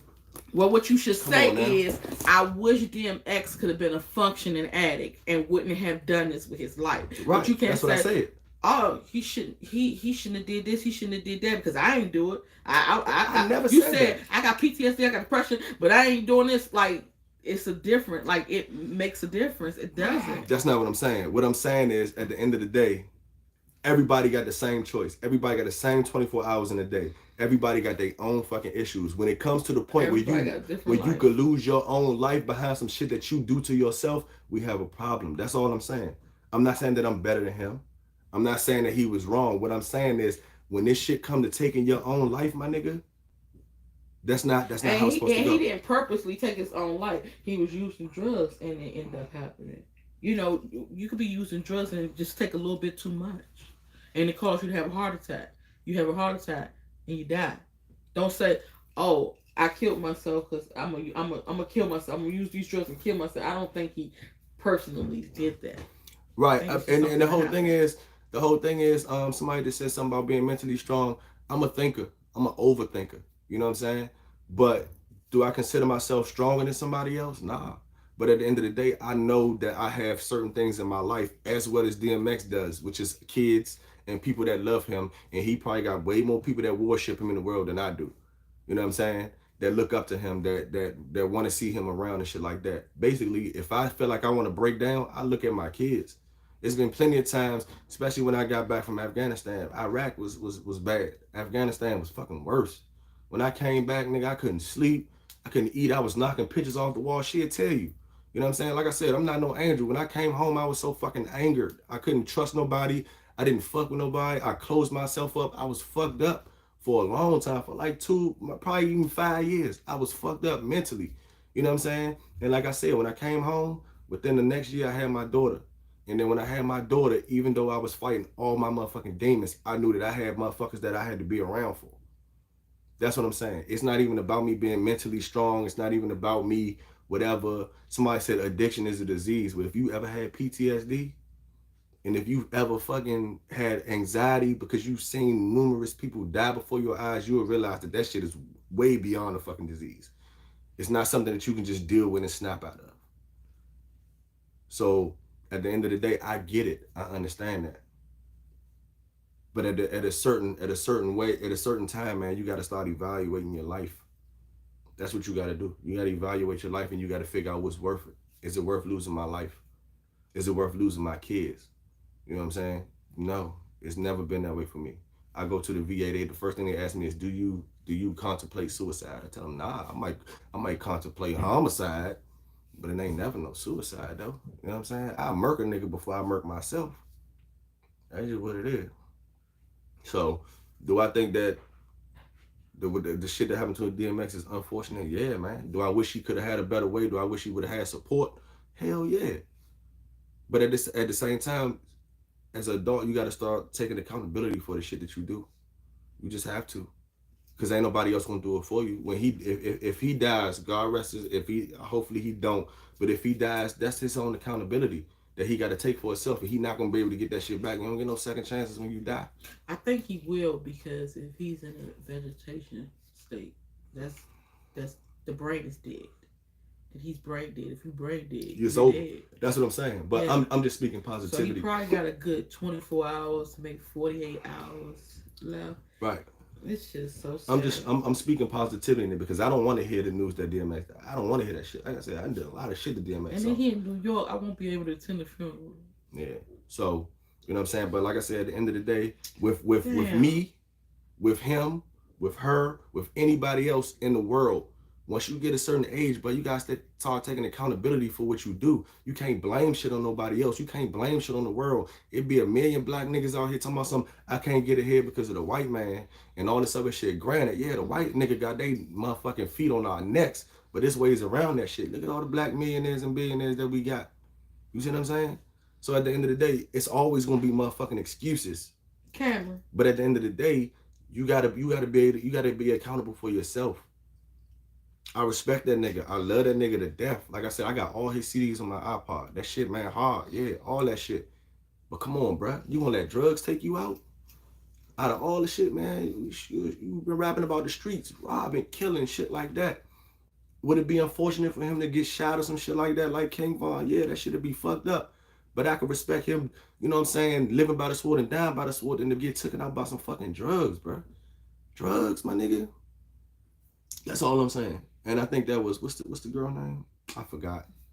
But yeah, it wasn't no slander to DMX name. It's just it's a disappointment. Maya, yeah. It's not slander. It's a disappointment. You look up to somebody and you feel like, man, you can do better. You know what I'm saying? And when they don't, it's a disappointment. You get frustrated. You might get heartbroken, whatever the situation may be. But overall, for me, it's a disappointment. That's it. And obviously, I've faced a lot of disappointment in my life, but it's never going to change. You're always going to be disappointed when somebody takes shit into their own hands and they fuck that shit up, especially when they're grown and they're adults. Like, come on now. I could be in jail right now if I decide I want to relapse and go back into the street because the lack of money or lack of love or emotions or whatever the situation may be. But I look at other shit and I be like, man, I can't do that dumb shit no more. For what? I got kids out here. You know what I'm saying? I got motherfuckers that love me. I got motherfuckers that ride for me. I can't be doing that shit. I could have been took the easy way out. I'm in PTSD groups on Facebook. You know what I'm saying? And that's the first thing they say is, oh man, I smoke weed every day to cure my anxiety and this, that, and the third, blah, blah, blah, blah. I ain't fucking with that shit. For what? So my kids can see me high, sedated, looking like a fucking zombie because I gotta smoke weed to cope? Nah, bro, I'm gonna figure out another way. Wherever, how hard it's gonna be for me from now on to how hard it's been over the last 20 years since I've been out the military, I'm gonna figure out a way to get that shit done without causing my kids harm and causing myself harm. If anything y'all see me do, y'all might see me eat snacks. But that's it. You're not about to see me, motherfucker. And I don't even eat snacks. That's what I'm saying. But I'm for the representative where they think that we eating all this shit. You know what I'm saying? They don't think that we moving product. They think that we eating the shit because that's what our cliche is. But even if that was the case, like I said, I'd rather do that than to self-inject myself with drugs or whatever the situation may be to where I end up killing myself and leaving this world behind some drugs, nigga. Ain't nobody do that shit to you. You did that shit to yourself. That's what it's all about, man. At the end of the day, it's all about accountability. And I really get frustrated when people don't take accountability for their actions and end up fucking up everybody around them. This nigga's an icon. And he let fucking drugs take him out. Out of all the things that could have took this nigga out, you let drugs do it. And you did it to yourself. Nobody put that shit in you. You did that shit to yourself, bro. So that's how I look at it. So nah, Maya, it wasn't no slander, no shit like that. It's pure disappointment. It's sadness. Because he had options. This nigga got money. You know what I'm saying? If not lie, he had more than me. He could have went to motherfucking rehab and if the rehab didn't work, go back again, my nigga. Go back again. Go back until you get that shit right. That's the problem with black people these days, especially black men. Black men think that they can handle everything themselves. They think that they strong enough because we are a powerful race of people that we can handle everything ourselves. We can't, bro. That's what I used to tell her all the time. It was a point in time I used to be like, bro, we need to go to counseling. We need to see if we can fix this shit for real. And she was like, nah, I don't want to go to counseling. We smart enough. We can do this shit ourselves. And I was like, bro, we can't fix everything ourselves. We can't do it. That's the flaw of black people right now. We think that we so invincible that we can work everything out ourselves, and we can't. So at the end of the day, this nigga had enough money, or should have had enough money or enough support from the industry or rappers and all this other shit that respected him that they could have put this nigga in rehab, just like they did the other nigga. What's his name? Famous Dex or whatever. That nigga was zooted. They sent that nigga right to rehab. That nigga came out looking pretty as a motherfucker. No homo. You know what I'm saying? He looked good. DMX could have had that same thing, but he chose that he wanted to fight them demons by himself, and he lost. So at the end of the day, he gotta hold this. He gotta hold that shit. He gotta hold that L.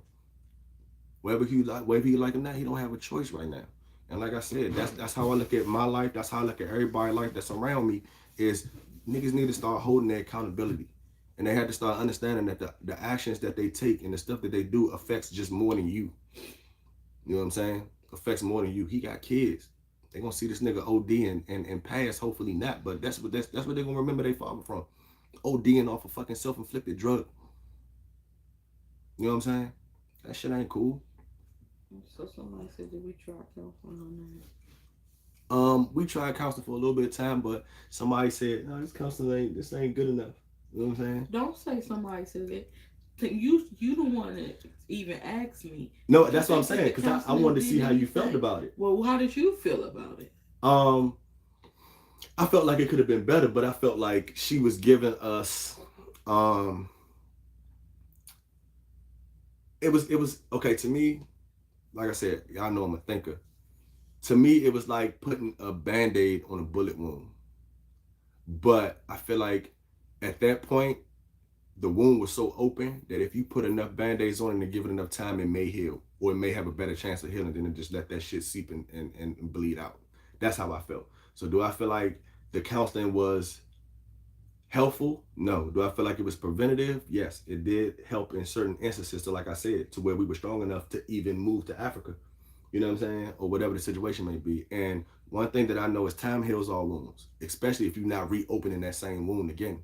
And like I said, that was a problem that we had. The wounds was kept being reopened, have been reopened over and over and over and over again. But if you stop that penetration and you put the Band-Aid on it and you continue to put cold packs on and shit like that, then eventually that wound may heal. And I feel like she was that Band-Aid. Did she patch it up and stitch it up and shit like that? Did she fix it? Nah.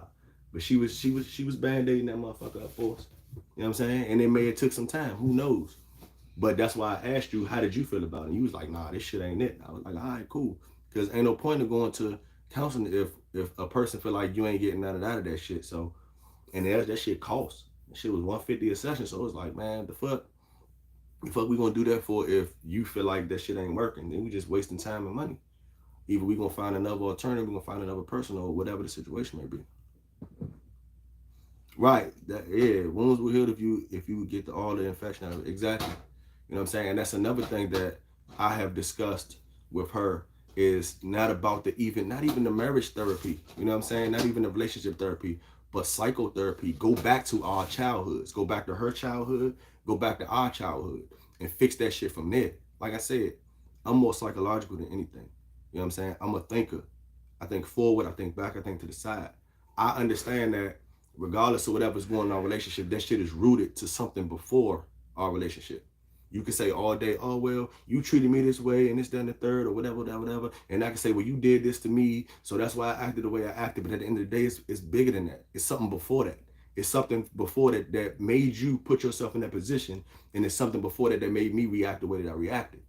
Like I said, I know for me, I was a street nigga. So I react to shit aggressively. Is it right? Fuck no. I'd be the first nigga to tell you it's not right. But that's how I've learned to react to shit, because in the streets, that's how you had to react. You couldn't turn the other cheek. You couldn't say, man, look, you crossed me, but I trust you, because the next time they could cross you, you're going to die. You know what I'm saying? Mostly everything stems from your childhood. It's just like if you was molested when you was a kid, you could either turn to be a freak, or you could be very shy and not wanting to have sex. Exactly. Or you could just be very sexual, period. You know, all from your childhood. Right. And that's why I consistently told you. Well, I can say that from my childhood, I do know there was a lot of abandonment. So abandonment played a big role, because when you abandon, you looking for that person to love you. And then after the childhood, I still didn't find the love. So when we broke up, I would look for somebody else to love me. That is a part of it. Right. But when I say something about it, you get defensive. Like I'm trying to just say that you do be judgmental. No, I don't be judgmental. I tell you, Visha, you need to start from the childhood. You actually have to figure out that you have a problem. I can admit I got PTSD. I can admit that I got depression. I can admit that I got anxiety. But when I say, Visha, you need to admit that you have a problem, and we need to go back and try to fix that shit. You be like, you always talking about me. You always this, that, and the third, blah, blah, blah, blah, blah. No, I'm trying to help. Even if it ain't for me, it's like for you. bashing. Because at most of the time when we talk about it, we already be heated, so that it's the defensive. When you start an argument, no matter how much of a good point that you say, once you start arguing, nothing matters after that. Yeah, because you close up your ears. Exactly. So that's what I'm saying. But at the end of the day, sometimes you can't shoot the messenger. You got to listen to the message. That's what I'm saying. So at the end of the day, you got to go back to your childhood. You got to figure out what the fuck is going on, and you got to figure out how to change that shit before you can be anything better than what you want to be. Even, like I said, for somebody else, for your future, for whatever, for the kids, whatever situation may be, you yourself have to go back into your childhood and fix that shit first. That's what you have to do. Mm-hmm. And that's just me speaking from the heart. As a fucking friend, as a family member, as the father of your kids, that's something that you have to do for yourself. Is to go back into your childhood and finally patch that shit up and fix that shit, bro. Because you tried that shit and that shit don't work. And whenever times get hard or whatever shit, you relapse. You regress. You go back into the same shit that you used to. That's your comfort zone. And I get that. But until you acknowledge that shit need to be fixed, and you put more time instead of searching for the quick solution with another nigga to say, let me find a solution long term with myself, then you can fix your issue. That's just what it is. It's easier said than done, but because you don't realize that you run back to your mother, that could be a back to your childhood. You want mama's love, so you run back to your mother every time something goes wrong. I might run to a nigga when something goes wrong. We both run into something. Right, I get that, and that's why I say it. I know, and both of them. At the end of the day, I got issues within myself. I can admit that. I've never not said that. You've already seen all my diagnoses. You already know that, and you know why I have those diagnoses. I didn't never come to you and say, "Oh, I got anxiety." And you go, "Why?" You know why. You was with me. when the shit happened. You was there when I came home and I was completely distraught. And I was breaking shit and I didn't know what the fuck to do with myself. You was there. You know why. I know why you have the problems that you have. So when I go to the VA and they say, we're going to dope you up, we're going to put you on this medicine, you're going to talk to your psychologist, and I say, I don't want to do that. Anything that I do after that towards you, my kids, or anybody on the street, that's my fault. I can't go and claim PTSD if I go out here and smoke a nigga right now and they say, well, was this nigga getting treatment? Nah, he said, fuck that shit. I'm accountable for that shit now.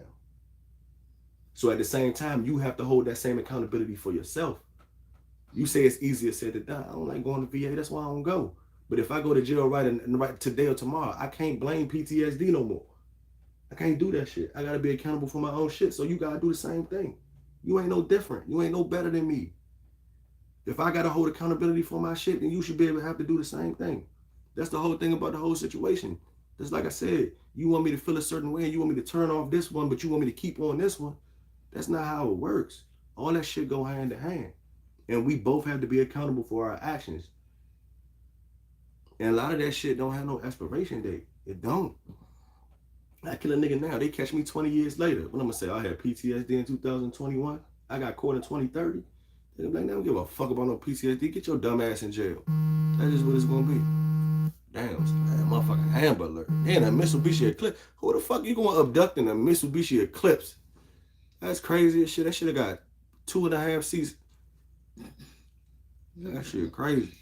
But yeah, so like I said, my biggest thing in life, because I done been through so much shit and I done fucked up so much when it comes to a lot of stuff in my life, I learned that one thing that you have to do is hold yourself accountable.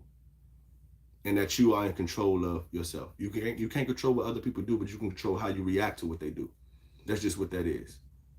So at the end of the day, you may say, oh, well, I did this because you did this. You can't control what I do, but you can control how you react to it. Vice versa for me.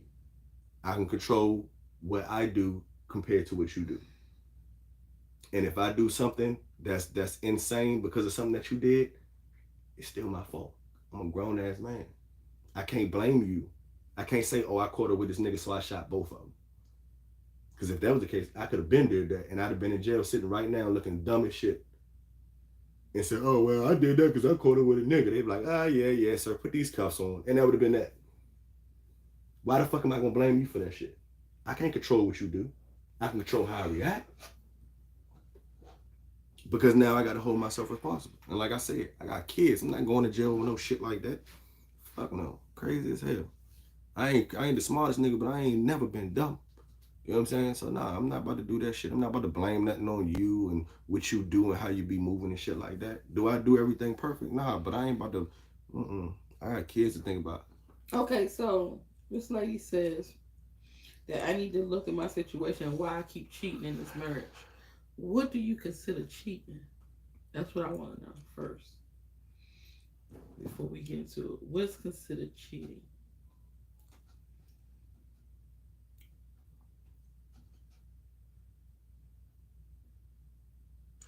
Harmony. We that's what I'm saying. We get that part. We understand that part. The what she said, the other men fulfill the childhood abandonment. Yeah, we understand that. But that's why I said my whole thing in the relationship is that I wanted her to get help for that shit. Because the only way that you gonna fix going forward is you gotta fix in your past first. So we understand that. But you talk about me getting help for that shit, but you don't talk about where you will get help for your shit. Because you talk to other broads. So are you gonna get help for that shit? I don't mind doing that shit. I'd be the like first to say. We can't pluck a stone on somebody's eye unless you pluck it out yours first. Right, but that's what I said. Every time I say something about it, you get defensive. I'm not defensive about it. Because if you say make I it did look like this, it's one way. If you say I did this, I'd be like, yeah, you're right. Just like I said, if you see me on Instagram and I'm looking at big booty bras, you know what I'm saying? That's all like day. That's like I'm in a man group, and these niggas, everybody in the man group is married. You know what I'm saying? We look at bras, we talk about sports, and we look at fights all day.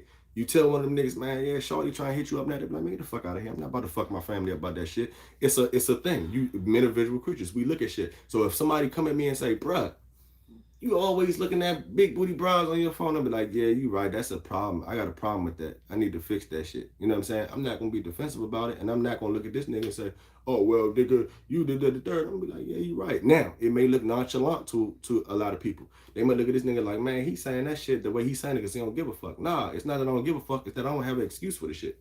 I have no excuse because, like I said again, accountability. I have to be accountable for my own actions. And you gotta stop plucking stones out people's eyes too. I'm not plucking stones out of people's eyes, but at the end of the day, if we having a conversation, a two-way conversation, and it's only going one way, it's pointing the finger. But whenever you point the finger, you got one pointing back at you. And I don't never verse that though. Now, what he considers cheating, I don't consider cheating. He consider talking to a guy on the phone is cheating. He consider going out on a date is cheating. He consider going over a nigga house is cheating. Anything dealing with another man is cheating. Even if we're not together, it's cheating. It's always cheating, cheating, cheating. Everything is cheating. I don't look at it like that. I look at it once we are done and we're not together no more, whatever you do ain't my business. Okay, so that's a valid point. So right now, everybody that's looking, if you are in a marriage, not a boyfriend-girlfriend situation, you are in a marriage and y'all break up or y'all not talking or this, that, and the third, y'all haven't filed for separation, but y'all just going through y'all little ups and downs, and you decide that you want to go meet another nigga or you want to sleep with a nigga or you want to kiss a nigga, vice versa, the third, and all that other shit. Is that considered cheating or not? Even if you file for separation, even if you file for separation, if you're still divorced and you decide that you want to be in a relationship with somebody else, is that considered cheating or is that not? I'm completely neutral. I just want to know. Entertaining other people and you are married is cheating. Yes, cheating. If you're not together, it's not cheating. Somebody said yes. Yes, it's cheating. Yes, yes, yes. Can I get a snap? Where's snap at? Over there. Go ahead. So, yes, another yes.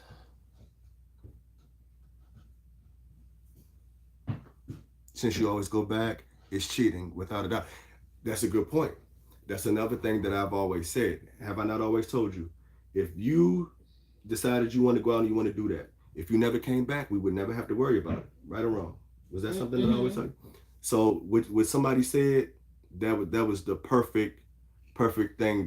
That's one of my biggest things that I always say. I always tell her, we break up, we still married. You know what I'm saying? But if she decides that she want to go talk to somebody, whatever the situation may be, and we never come back from it, then that's fine.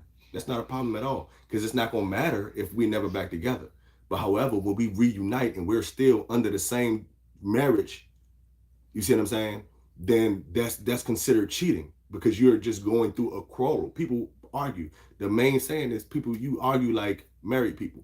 So married people are going to go through ups and downs. But until that divorce paper is signed and turned in, then that's cheating, especially if you get back together. So my point, guys, is I can't talk about what Kevin did when we wasn't together if I was doing my thing. And that's where I want him to also hold himself accountable.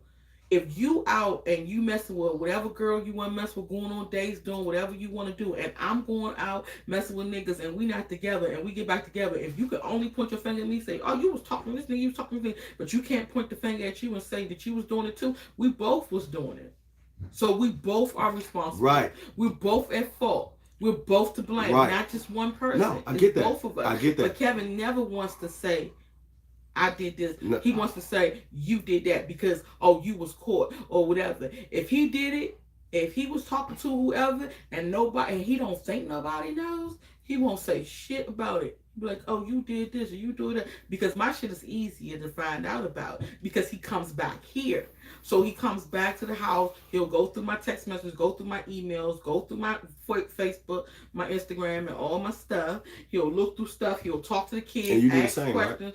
No. So I can't go and find your shit. So you ain't never found nothing for me? I did when you was here, but I can't go and find shit at your mother's house when we not together. No. Okay. So can I say something real quick? Can I interject real quick? Somebody said, own it, Kevin. She's right. She's absolutely right. Like I said, if I ever decide when we leave the relationship, the first thing that comes up is most likely I'm an introvert. So she's a little bit more social than I am. So she's a little bit quicker. Now, if I figure that I find something out, or if I know something, yes, I will go and I will sedate myself by talking to somebody else. However, when I decide to take that step, I don't turn back. Like I said, I don't call her. I don't tell her I want to be back together. I don't reminisce. I don't do none of that. I don't see her. I completely separate myself from whatever's going on, because I figure if I decide that I'm big enough to move on to another person, I'm completely done with that relationship. The problem that I have is that she will do that, and then she will be the initiator to say we need to get back together. That's when I consider it cheating. Like I said, if I decide to step out, I'm done. You're not gonna hear from me no more. You're not gonna hear nothing. And you can and that's say, usually how it goes. I cheated, but I'm still gonna come back because you asked me to. Right. And that's what I'm saying. So at the end of the day, so when I come to you and I say come back, you should say, no, Visha, I was cheating, so I can't come back. But you said, okay, I'll come back, because you wanted to come back just as much as because, I did. like I you said, had the balls to say it. But if I figure if I did something and I already know you did something, then we cool. Then we even. But at the end of the day, I'm not going to initiate the shit. I feel like the reason why you don't say I want to be back with you, because you want to hold yourself to this gangster shit. It ain't about gangster shit. You don't want to look soft. It ain't about you don't gangster want to shit. look like you giving in. So you won't say nothing at all. I'm just like, what the fuck ever. What I feel is what I feel. So I'll come back to you and say, Kevin, look, this is what I feel. And you be like, I feel the same way too. So we'll end up getting back together because you feel the same way. You're just not gonna be mad at us. No, that's not the case. The case is that I love you. I love you to death. Okay, and so, I love you. And so when I say let's come back, I we can't come even talk. back. I just let you talk, and now it's and like that's what it whenever is. I say something. Okay, so now, like I was saying, if I decide to move on, that's what I do. It ain't got nothing to do with my pride or none of that shit. It got to do with I'm a thinker, so I'm going to evaluate. What do I get out of not being with her anymore? Like I said, whenever we break up, and we break up for a long time, I'll go through my face like, damn, I wonder what she doing. And I always figured out, okay, yeah, so she doing this, that, and the third. I go and I say, well, I'm gonna start doing what I'm doing. Once I do that, once I set that plan in motion, that's it. I'm done. It ain't got nothing to do with pride. So you saying that you don't do nothing until I do it?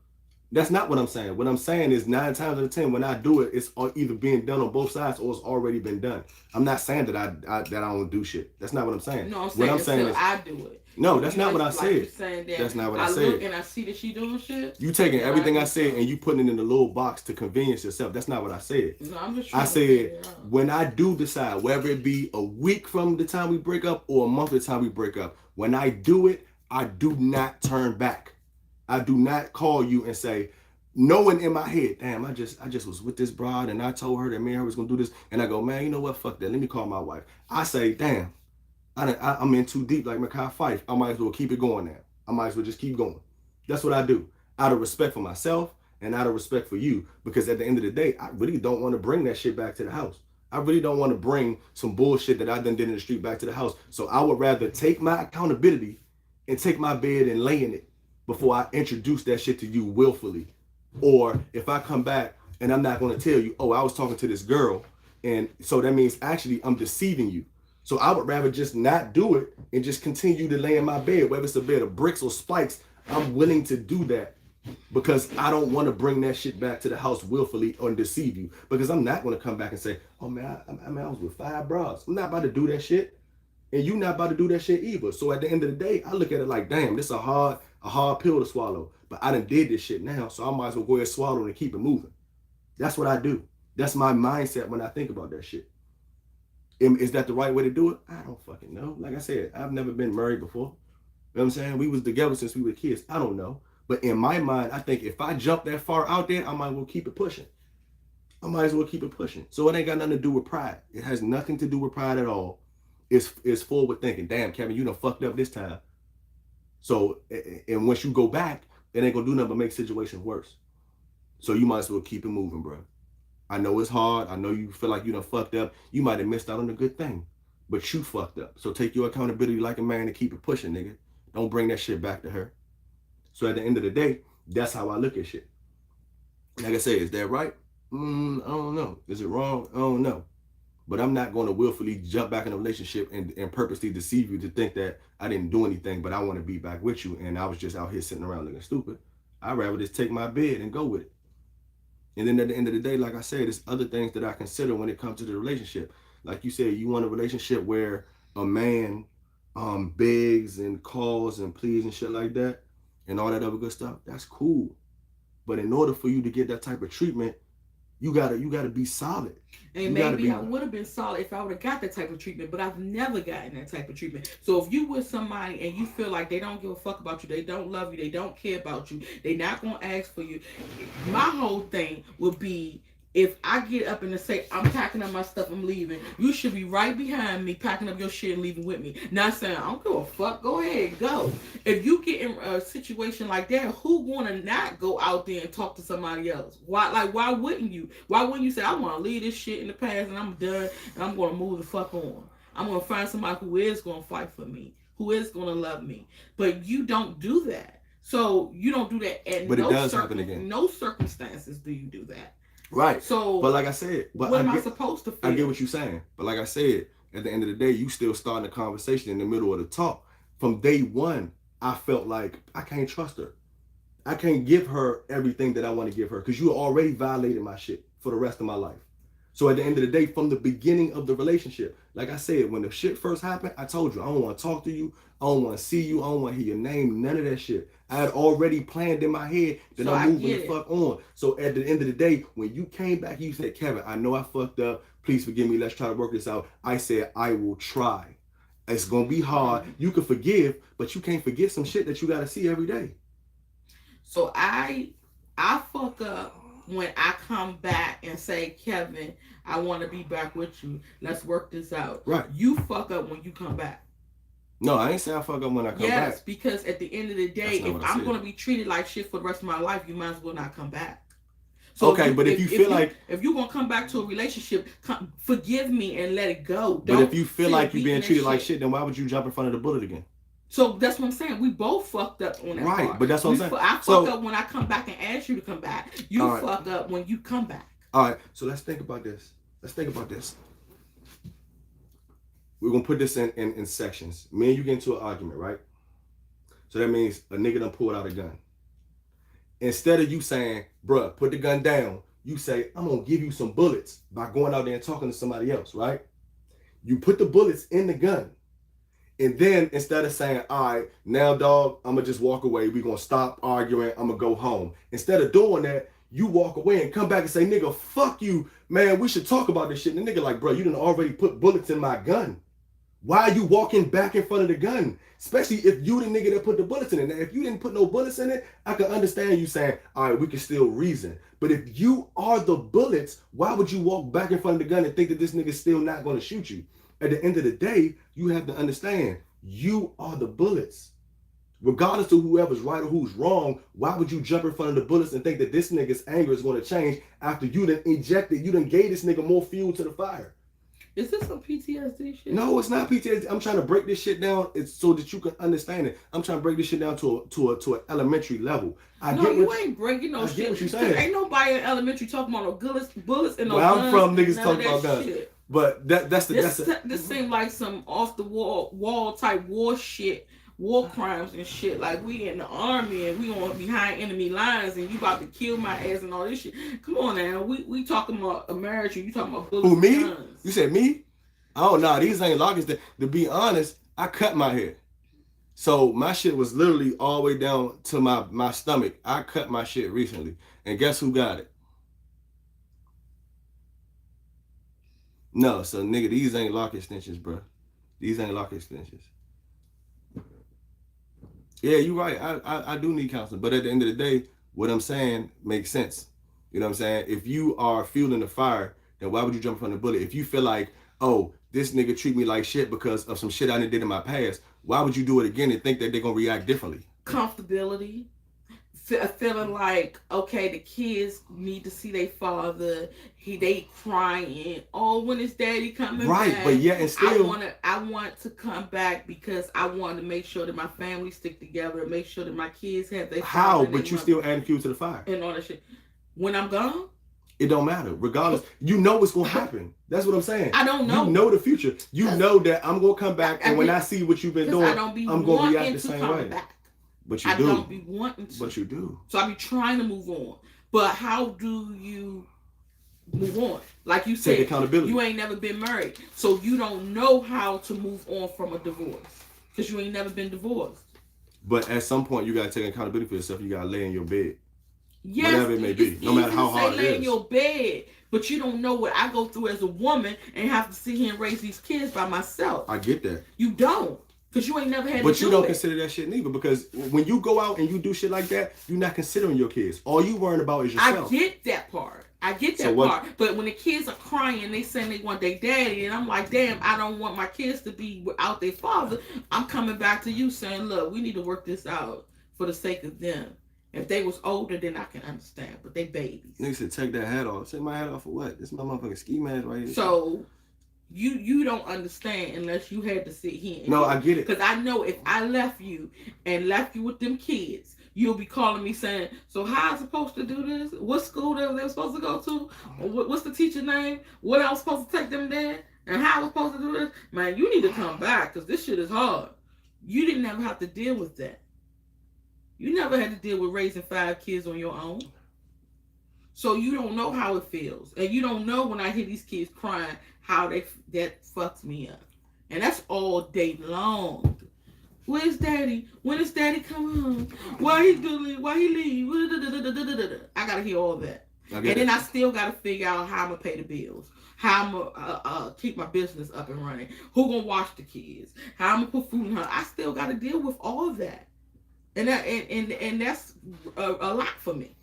So when I say, okay, Kevin, you need to come back, it's because it's the responsibility here that I shouldn't just have to deal with by myself. So, of course, I think about, oh, damn, I was just talking to this nigga on the phone. This other nigga. Of course I think about that. But at the end of the day, I still got these problems, too, that I think about. So, it's not like once I say, oh, I want you to come back home, I'm still talking to the nigga. All that's be over and done with. I'm already hip to that. I mean, but that's a part of divorce. You know what I'm saying? That's something that you can't. One day, it's going to be another female around my kids, too. So at the end of the day, if I have to adjust to another man being around my kids, she gonna have to adjust to another woman being around the kids as well. And that's something that we obviously are both willing to deal with. It's not just one way, it's both ways. So at the end of the day, if I expect her to appreciate who I bring home to the kids, I have to do the same thing for her. So that's a beef that that's inadequate right now. That's not even, first of all, for me, that's not even on the forefront, because I'm not even tripping off no girls at this point. You know what I'm saying? But in the future, whenever it does happen, it's going to be both ways. And the main thing is that we need to have respect for each other. So a man being in my kid's life, that's imminent. That's what's going to happen when you get a divorce. But at the end of the day, how you handle it is going to be if you're going to be an adult or not. And if I have another woman in my life that are being around my kids, then who am I to tell her that she can't handle a man around? That's what happens. And that's why I said, kids pay for your parents' mistakes. So that's very well understood. But like I said, it goes both ways. If it's gonna be another man around my kids, it's gonna be another female around my kids as well. So that's not even the beef, especially not right now. So I appreciate you bringing that up. But at the same time, I mean, that's life. When you get a divorce, when y'all decide y'all want to fuck over each other, and that's the position you're gonna put your kids in, and y'all got to deal with that shit accordingly. Simple as that. Like I said, do you like it? No. But at the end of the day, like I said, my whole judgment is about responsibility and accountability for your own actions. You know what I'm saying? I could put up with the shit, and I can say, oh, I don't want no nigga around my kids. But what is that gonna do for me and her? You know what I'm saying? What the fuck is that gonna do for me and her? At the end of the day, at this point, it's best that we move on. And if she finds somebody that make her happy, as long as they treat my kids right, we good. And it should be vice versa for her. If I bring a bride in the house that, you know what I'm saying, that's disrespecting the kids, she got every right to jump in her ass. I'm gonna be right with her. Because like I said, we've been 20 some years deep into this shit. You know what I'm saying? I ain't gonna never let nobody new that I ain't got no history with come in and disrespect her or my motherfucking kids at that point. And the same thing with her. If a nigga decide he want to wreck on my kids, then guarantee I'm gonna beat his motherfucking ass. It's going up. So at the end of the day, as long as we have that respect for each other and our kids are well taken care of by whoever our significant others are at the same time, that's all that matters. The nigga and the girl in the picture in the future is imminent. That's not even a topic of discussion. So I get your comment and shit like that, but you making it seem like it's gonna be a problem. It's not gonna be a problem if we both adults about the shit, and if we are focusing on the best interests of our kids. You know what I'm saying? I'm not going to bring no female around my kids that's drinking and drugging, that may be abusive, whether physically, emotionally, or what's the other word when you talk to somebody fucked up? Mentally, emotionally, physically, and when you know what I'm saying, when you talk to somebody a certain socially? way, not socially, What? whatever the fuck it is. What are you saying? The point is, you know what I'm saying? That's what's gonna happen. So as long as our kids are safe with whoever we're around in the future, then that's all that matters. That shit is imminent. Verbally, that's what it is. Verbally abusing. You know what I'm saying? As long as my girl ain't cussing out the kids and shit, you know what I'm saying, and stuff like that, I'm gonna be on her ass first. She ain't even gonna have to get over it. You know what I'm saying? But if the kids come in and they say, Mommy, every time we go see daddy, his new girl or wife or whatever be talking shit to us, and she call me and say, Kim, man, this was going on with Shawty, and I don't handle that shit, then she got every right to. Them are our kids, and vice versa. If my kids say, man, daddy, this nigga put his hands on me, or this nigga said something out the way to heaven, and I call her and I say, man, you better check that nigga before I do it. You know what I'm saying? I'm in there, I'm 2 feet deep in his ass. But that's just life. Like I said, we made this bed, we gotta lay in it. The bad part about it is that the kids gonna have to suffer through that shit as well. But like I said, accountability. We both need to be held accountable for what we did. The kids are just collateral damage at that point. You know what I'm saying? Which is fucked up. But these are the things that we did willfully. Like, we knew that shit. We not retarded. We not stupid. We very smart people. Both of us are. You know what I'm saying? We're both very versed when it comes to a lot of shit in the world. So at the end of the day, whatever we did, we were fully aware of it. We don't do drugs. We barely drink. Like, I rarely drink. The only reason I was tipsy tonight is because my military buddy came in town. I ain't seen this motherfucker in 17 years. He just retired from the military, 20 years in. You know what I'm saying? We had a couple drinks or whatever. But we don't drink like that. We don't smoke. We don't do drugs. So everything that happened in our relationship was willfully done. We knew that shit. You know what I'm saying? So at the end of the day, we have to be held accountable for that shit. So yeah, I mean, like I said, that's an imminent thing. That's what's going to happen. As long as we keep the lines of communication open and the respect, and overall the safety of our kids is our most important, then that's all we need to worry about. So yeah, that's that. Anything else? Because I mean, we already know what the situation is with the kids, and it's already understood that, you know, the kids may not vibe with the next motherfucker. You know what I'm saying? And that's why I said I'm not in a rush to introduce no new girl to my kids, because I know they ain't about to accept that shit. You know what I'm saying? But at the end of the day, it's gonna happen. As long as they good, it's gonna be what it's gonna be. But you best believe I'm stepping on anything about my kids. Exactly. The children are most important. I'm stepping on anything about my kids. I cut a motherfucker off about my kids. It's a million girls out here. That motherfucker, we in Atlanta. Females are goddamn 8-1 out this motherfucker.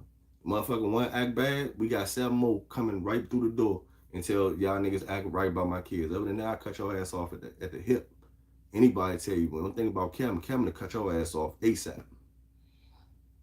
Somebody said, who keeping the bird? The bird is mine. Yeah, I don't. The dog is mine, of course. I don't do animals. You know what I'm saying? Everything that we got was basically for her. I don't do all that shit. I got enough shit in my life to worry about other than animals. So that's gonna be all her. I may get me a pit bull sometime in the future, but it ain't gonna be no time soon. Like I said, I got other shit to be worried about besides motherfucking animals and shit. You know what I'm saying? Animals ain't nothing but another kid to feed. You said, why would you go back if you didn't want to be there? That's a good question. Like I said, at the end of the day, it was love.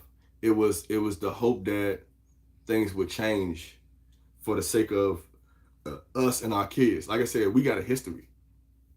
We ain't just meeting our 20s. We ain't just meeting our 30s. Like, we've been riding, and then even before us, we started messing with each other. I was 14 years old. You know what I'm saying? Even before that, her family knows my family like this. Her uncle and my uncle was like this. Me and her brother was like this. You see what I'm saying? So even before I even knew her, me and her brother was like this. Her brother named Kevin, my name Kevin.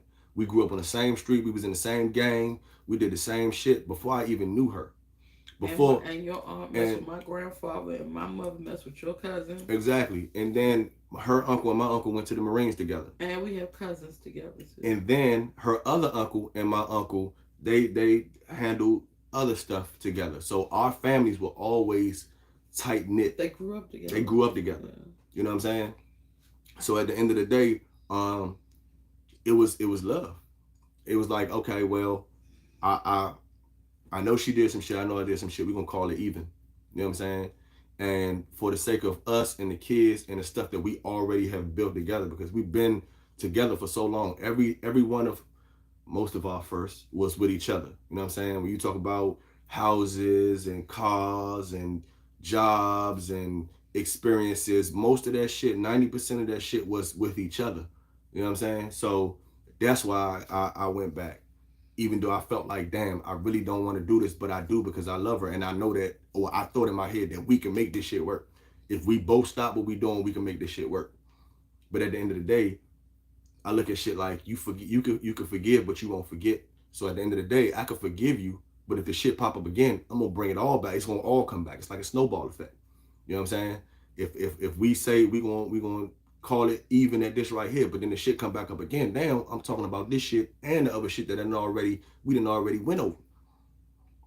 So at the end of the day, to answer your question, it was love. And naturally, I'm a forgiving person. I forgive people all types of stuff these people have done to me in the world. People steal $1,500, $6,000 from me. I'll be friends with them again. I've just always been forgiving like that. So whatever he has done to me, I forgave it and I left it alone. Never to bring it back up again or anything. I didn't care anymore. Like, if I forgive you, I'm gonna let it go. I forgive and let it go. Now, in the back of my head, it'll always still be there that, damn, this nigga stole my car. This nigga stole money. Not me. This nigga did this. Shit she's saying is not I'm me. just saying normally, because most of the people that I know have done something to me, stole money from me, stole a car from me, did something.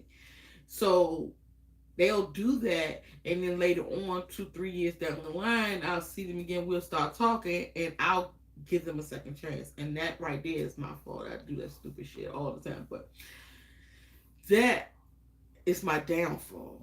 And I will forgive Kevin no matter what he has done to me.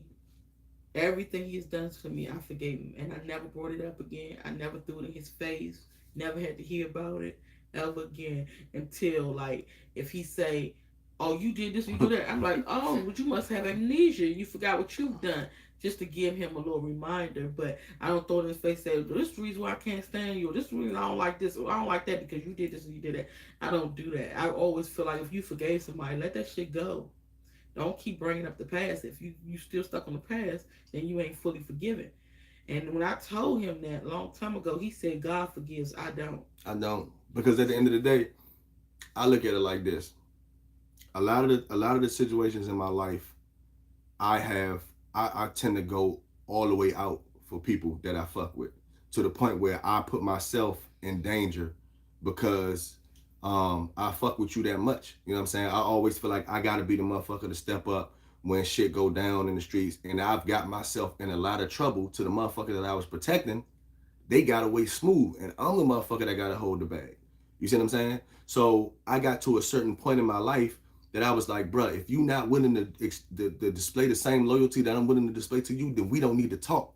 So at the end of the day, if you cross me once, I'm not fucking with you no more. So yeah, God forgives. I don't. Because if I fuck with you, I fuck with you all the way. It'd have been times that I didn't risk myself going to jail that she'd have actually stopped me and said, well, you can't do that. You can't do this. What if you get caught and go to jail? You got motherfucking kids. And I'm like, yeah, you right. But that's how far my loyalty goes. So if you're not willing to display that same thing to me, I can't fuck with you. And you cross me one time and it's over with, because it's certain shit that I wouldn't do to you. And that's just how it is. So if you do something to me that I wouldn't do to you, then it's over with. It's over with. And even if I do forgive you, I'm not going to forget it. So we might never be friends again if you cross me. And all it's going to take is one, because I done seen niggas forgive and they get crossed again, or even worse. I've seen motherfuckers that sat right here and a nigga they done got the beefing with be their best friend. And then they say, all right, well, we gonna be cool because we best friends. And next thing you know, the nigga backdoor him and he gets shot. I just seen that shit on Murder Mayhem in DC. The motherfucker, they dapped each other up in the train station, gave each other a hug. Soon as he did that shit, the nigga shot him. Point blank range, shot him 2 times. If you think I'm lying, go on IG, look up Murder and Mayhem, and look at the train station murder that just happened in DC like 2 weeks ago. He just gave his man a 5. They was arguing, fussing.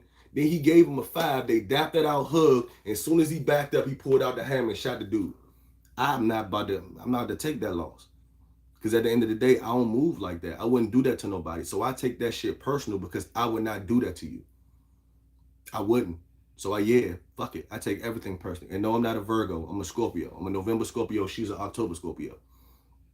So at the end of the day, I take my shit very personal because it'd be shit that I wouldn't do to you. That's just that. So I can forgive you all day. I might not want to smoke your ass no more, but we ain't gonna be cool. We ain't gonna be friends. I'm not gonna call you no more. We not about to have no late night chats and shit. I'm not about to pull up to your house. We ain't about to play mad no more. Nah. I fuck with you hard enough to like man, we done. Can't do nothing. We good with that bit, dog. I ain't trying to die behind your shit. You know what I'm saying? That's funny. Yeah, I'm a Scorpio. November the 4th. Die hard, you know what I mean? And you can see the traits when they come down. The jealousy, the anger, the passion, and all that shit. Like everything I do, I put a whole bunch of passion into that shit. So when people cross me a certain way, I'm like, bro, I would never do that shit to you, bro. Like, and I guess that's a November Scorpio, because October Scorpios aren't like that. Because I'm not jealous, no anger, no none of that stuff. I ain't jealous of what? When do you see me jealous? I'm not even about to go there. What do you see me jealous of? Tell me. I'm not even about to go there.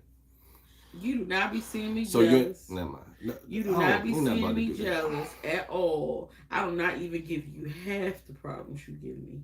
Half them. But like I said, this is the thing too. Okay, so let's talk about this subject real quick. What we on? I don't even know what the phone on, or we gonna have to charge it motherfucker in a minute. But okay, so let's look at this. Like I said, I'm a thinker like a motherfucker. Y'all know I be thinking some shit up. So I look at it like this. People always say men can't handle the hurt that they give women, especially when it comes to cheating, right? So you look at it like this. A nigga will cheat on a girl, right? The nigga could cheat on a broad, won't even know her name. Won't even know her name. Don't even remember what she looked like. Don't have no emotions, no feelings, no nothing. They just be like, man, this is a new pussy. I'm gonna hit that junk real quick. And I'm gonna go home to my wife. This nigga don't give a fuck about shawty. You know what I'm saying? The difference is when a woman cheat, 90% of the time, it's emotional. So when this nigga dick into her, now she's emotionally connected to this nigga because women are emotional. So when a broad let a nigga fuck them, it's because they looking for something.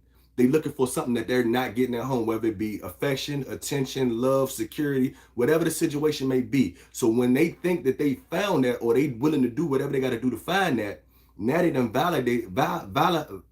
violated themselves and their relationship with their significant other because they're looking for better. Men don't do that 9 times out of 10. 9 times out of 10 when a nigga cheat, he just fucking just to be fucking. And then he'll be stupid as shit. And he'll admit, I was dumb as a motherfucker. I was stupid as shit. Motherfucker girl be like, how you gonna cheat on me with a girl that's uglier than me? You be like, man, she gave some bomb ass head. I mean, I don't know what to tell you. So do you love her? Fuck no, I'm coming home tonight. What you talking about? Baby, look, I'm sorry. I don't even know what the fuck I was thinking about. That's just what it is. But when the women do it, her mind gone, bro. A nigga do it, his dick gone for 5 minutes, if that. You know what I'm saying? Depending on if he drunk. You know what I'm saying? Nigga might last you, give you a good 15 minutes and shit like that. And then he don't even know her no more. He don't give a fuck. Like Wayne said, soon as I come to my senses. And that shit is over with. But when a woman do that shit, it's emotional. They searching for something. They looking for something. They trying to find that shit. You know what I'm saying? So 9 times out of 10, if you lose your bride to a nigga, it's because she wanted to be gone. A nigga just do it just because he's stupid. And I'm not trying to label all men as stupid, but men don't think with the right head. You know what I'm saying? They don't. And like I said, me being a man, and I talk to a lot of other men that have cheated and have had sex with other women in their relationship, they don't even give a fuck about the broad.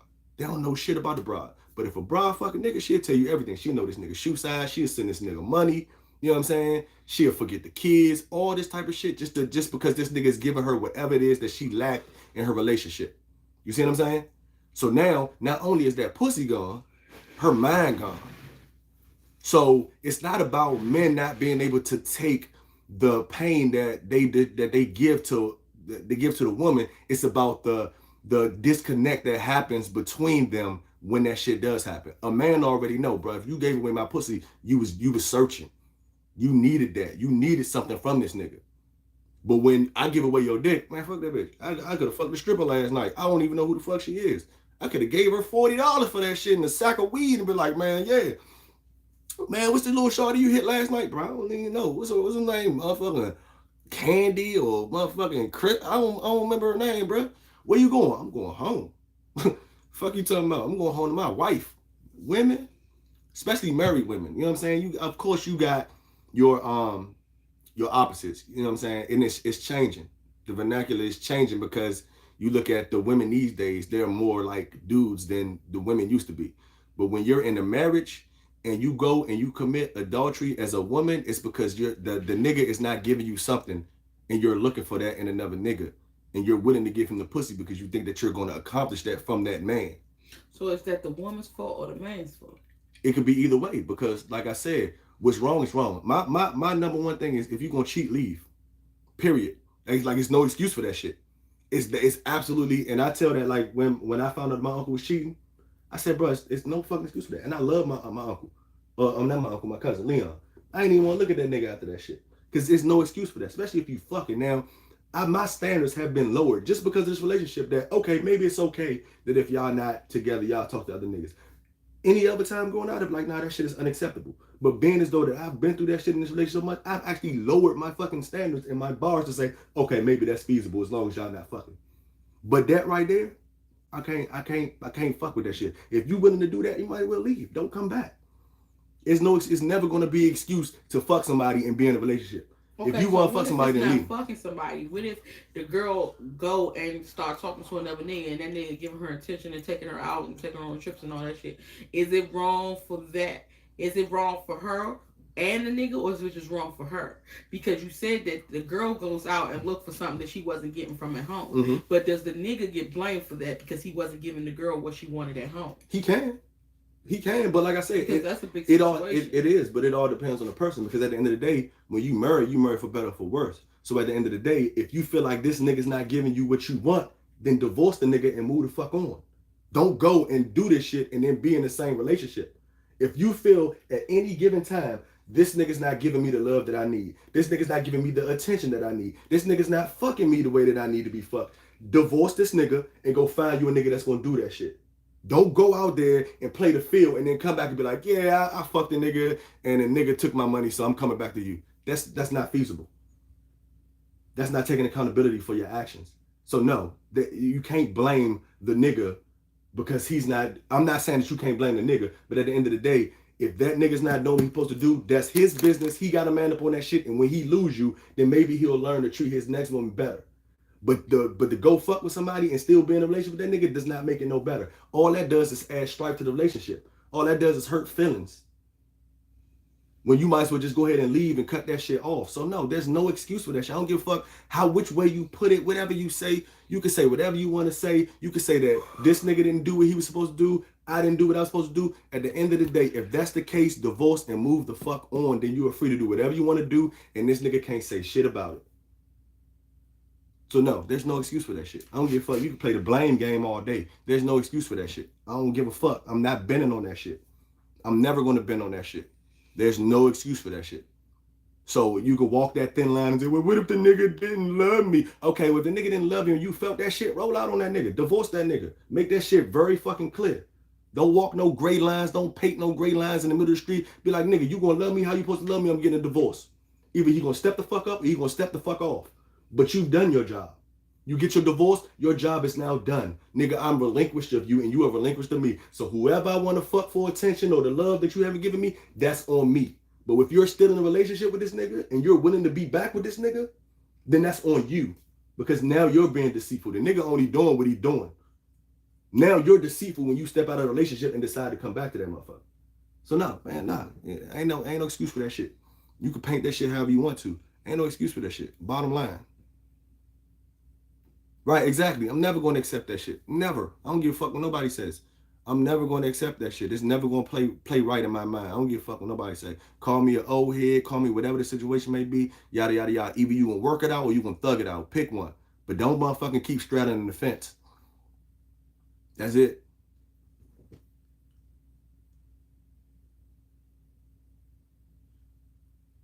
Who was that? I can't see who that was. Somebody was talking about being mean. Like I said, it's easy to look at shit when you on the outside. It's easy to look at shit when you don't know everything.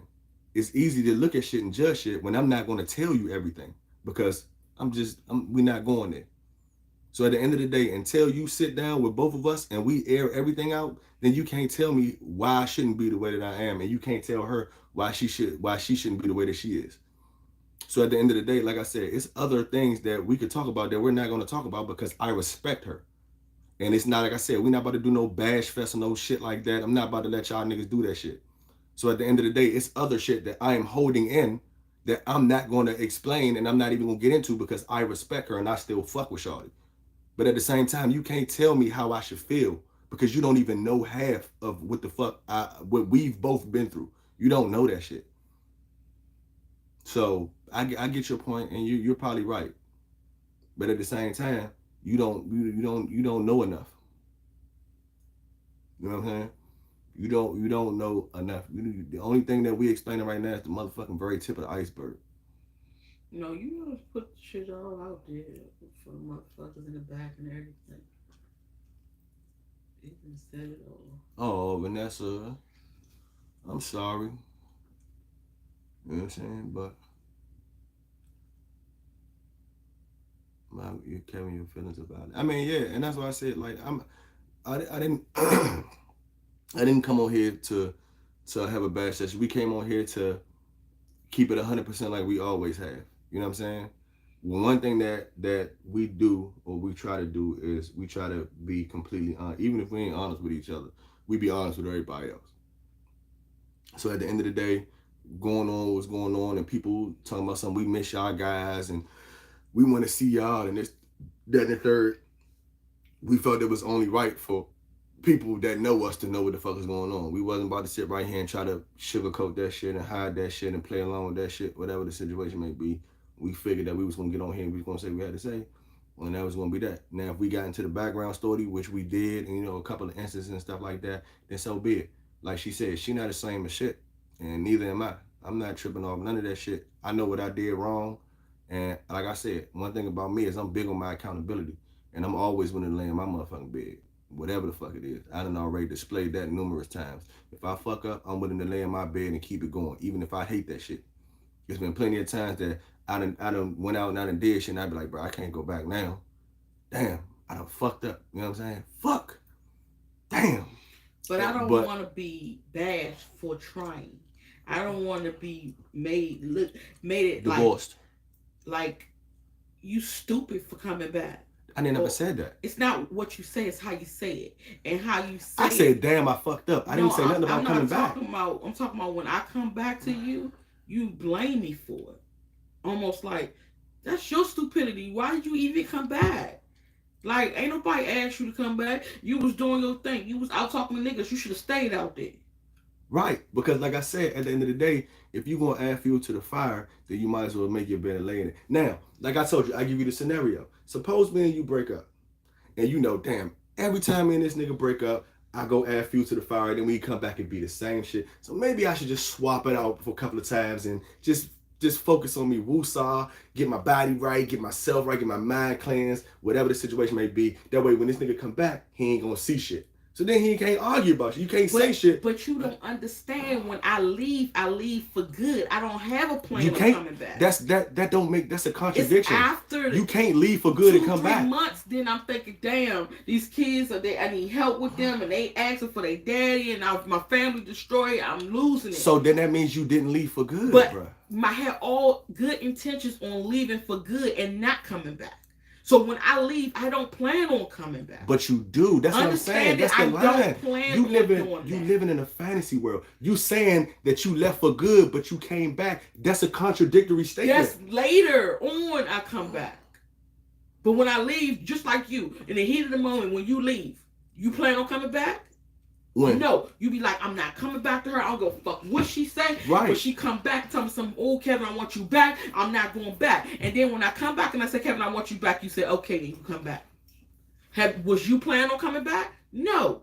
When you left, you said, I'm leaving for good. Okay. I'm not fucking with her no more. I'm not Perfect. going back. That's what Perfect. I say. Okay, so answer this So question. don't act like Listen, you better than me. Listen, anybody say nothing about being better? No. Because we all be the same person. But why you? So the same you situation keep making is up happening. shit that I'm not even saying. Because like, I bruh, want you to understand we your literally situation. on live and you making up stories Because I of want shit you that I to said that I didn't understand even your say. situation and understand mine. When you said that when I come, you don't ask me to come back. You don't come back to me. You don't beg me to come back. You be gone out there. You do your thing. And you don't plan on coming back.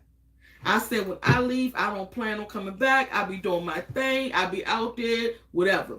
Then later on, I'll come and say, Kevin, these kids getting on my nerves, shit happening to the house. I need your help. I want you to come back. We need to work it out. And do you say yes? Right. After you done did all your shit you done did in the street Cool. that you said you wasn't gonna come back to. Cool. You say yes and you come back. Okay, so let's do it this way. First of all, let's clear this whole situation up. I said when I go out in the streets, if I decide to fuck up, I make my bed and lay in it. Mm-hmm. I never said that you was wrong. I never blamed anything on you, nothing like this. So you always say I didn't ask you to come back. Did I just say that though? So you bringing up shit that I ain't even said. That's blaming me. That's saying. But I never even talked about. I was talking about laying in my own bed. But you talked about me too, though. You don't remember that? You don't remember you said that? But you're not listening. That's not even what the topic was about. But did you not say that? Yes, but you went left field on shit that I wasn't. I was talking about me accepting accountability for my actions. How do we because get to you need to see things two ways, Kevin, not just your way. Oh my God. Okay, so we're gonna leave that alone. Let's do this. You said, oh well, if this and the third, you be going to do your thing, and I'm not asking you to come back, you come back. So let's do this. If we broke up, I did my thing, and you never ever call me back. Based on the ratio of right now, will we be together now? If I didn't come back? Yes. No. Exactly. That's my whole point. But that's not the point because you still came back. That's my whole point. You didn't stand on it. You say it, but you don't stand on that shit. You don't stand on it. So if I say, Kevin, I want you back, you say, okay, and you come back. So is it my fault or your fault or both of our fault? I never blamed it on anybody. Yeah, you were blaming on me and say, I ain't call you, you called me. That's not what I said. You always say that. I said that is the reasoning behind it because you just said out of your own mouth. Based on the situation, 100% of the time, when we get back together, you 100% initiate it. So if you take yourself out of the equation and you say, I'm not going to call this nigga ever, do you think we would have been together? No, but exactly. Kevin, that's not a good look. That just goes and falls on the point the fact that you don't give a fuck about no, me. that's not what that means. Me, you would even try to come back. That's not what that means. You would even call me back. You would even say I want my marriage to work or I want to work this out with you. Regardless, because I have to be the one who comes back to you. So when I come back to you, you say, okay, I was missing you too. I feel like I want to be with you too, but you couldn't be the one who say that to me. Now you don't see why I feel like you don't give a fuck. No, I get exactly why you feel that way. And that's why I said when I leave with a purpose to not come back. That's exactly why I said that. And you come back anyway. So if you're going to come back anyway, why can't you come back to me and say, I'm sorry for what happened. I want to be with you. I mean, even if you have to fucking apologize for a crime you didn't even commit, you don't say shit. Right. But that's why I said, if you take yourself out of the equation, then we wouldn't be together. So I'm the only thing holding this together. And that's not right. But you the one that's complaining about the way you was treated. So like I said, we go back again to you jumping back in front of the gun. So you basically saying, you asked for, so I'm going to treat you like the fuck. No, that's not what I'm saying. I'm saying you can't expect me to change if you're not going to change. You doing the same shit, I'm doing the same shit. So why would you walk back in front of the bullet? If I say... Now it's like you blaming me for walking back in front of it. You should be happy that I'm walking back in front of it. Because if I didn't walk back in front of it, we wouldn't be together. Right. So, okay, so let's look at this. You said I shouldn't blame you for walking back in front of the bullet, right? Yes. So that means that when we were in our 20s, say you never walked back in front of the bullet. It's 20 years later, almost 20 years later. How far could we have gotten without each other right now? Because basically all we did for the last 17 years was waste time. Neither one of us changed. So at the end of the day, yeah, I get it. I get what you're saying.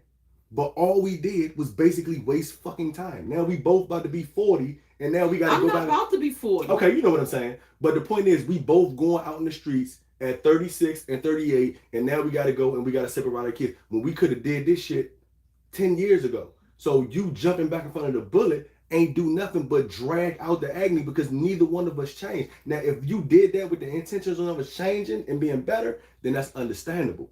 If we did do it, then we'd be a fucking success story right now. But that's not the case. So how you know we'd be a success story right now?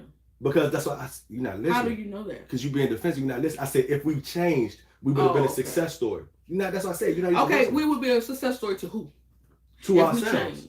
To ourselves. Because nobody else Because matters. you don't feel like you did anything wrong. So who would you be a success story to? Oh my to? God. How? I said if we both changed. But change so in how what does that, way? how does because that translate you to me not doing everybody else good. You don't treat me good. Everybody else in the street you treat good. So how would that have been a success story for you? You're not listening to what I'm saying. It's not like that's your demeanor. The way you treat me is not who you are. You treat me like shit because you just treat me like shit because of what happened to us. But when you go outside in the street, you treat everybody else good. You treat everybody else normal. Like somebody's supposed to be. But treated. like I already so how explained to you, it's a success story for you. At the end of the day, if a motherfucker cross me once, they're not getting not treated gonna talk good. to him no more. Right, we're not being treated good, and I don't have to be around them. So at the end of the day, of course, if you have a hard day at work, you come home, guess who got to pay for that hard day at work? Everybody that's around you, right? Mm-hmm. So that's the same thing. Especially if you are the reason for the hard day, then of course we're going to bounce shit off of each other. That's understandable. But you talking about something, I'm blaming shit, this and the third. I said if we both change, that means if I stop doing what I'm doing and you stop doing what you're doing, by this time we would have been a success story. We wouldn't even be worrying about this shit. But what I'm saying is, we wouldn't be together because the shit that's happening is happening for us to exactly. So that's what I'm saying. You commending some shit that we still haven't fixed. I can see if you fixed it, you could be like, well, if it wasn't for me, we wouldn't even made it. No. The first thing I said when I got on here, I said who you are today towards me is who I would have wanted you to be for the last 20-something years. Mm-hmm. But I never got that out of you until I get a divorce. Somebody said Kevin has a hard time taking ownership. And now you take I confess my sins like Usher. No, not all the time you don't. Now that we're divorced, now you want to say, okay, I'm changed because I'm at mature, peace. I'm at peace now. I'm this, that, and the third. And I'm like, damn, why the hell you couldn't do that shit the whole time because we were together? I'm at peace now. Like I said, at the end of the day, in our relationship, I was so busy trying to stop you from fucking up that I wasn't even focused on myself. How many times have I told you in a relationship, I was so worried about you, about what's going on with you, and if you happy or if you gonna go out and do this, that I lost the fuck myself. I don't even know what the fuck I like no more. I don't even know what I like no more. Now that we've already established that this is what it is and this is the end, now I can focus on myself and making myself better. I don't have to worry about what you going out there and doing no more. I ain't got to worry about you fucking up the marriage no more. I ain't got to worry about if you're happy when you go out. I ain't got to worry about that shit no more. So now I can focus on myself and what makes me happy. That's why you see a change in me. That's why you see me happier. That's why you see me being more positive. Because now I don't have those adverse shit that I got to worry about every day by being in a relationship with you. Because at the end of the day, before all things, everything is trust and it's love. We already know that there's love there. But the trust was gone a long time ago. So at the end of the day, you battling that shit. Now that that's not an obstacle for me, now I can focus on myself and I can be happy. I don't have to be mad when you do this or you do that. Because that's none of my business no more. When it was my business, it was a problem. Now that it's not my business, now I can be happy. I can be positive. You know what I'm saying? I don't have expectations anymore. When you were my wife, I expected certain things just as well as you did. Now, that's not the case. So now I don't have no expectations. So whatever happens, I'm not surprised anymore. But I don't have to worry about the shit. I don't have to go to sleep tripping off that shit no more. I don't. So you see a positive, you see a new, refreshed Kevin, you see a different way in this and the third is because at the end of the day, I done made peace with the fact that that shit is done. Whatever's done was done on both sides and that shit is over with. In a relationship, I was still holding on saying, bro, we could do this shit. Man, look, I need you not to fuck up. I need you not to do this. And I'm going to try my best not to fuck up and we're going to try to fix this shit.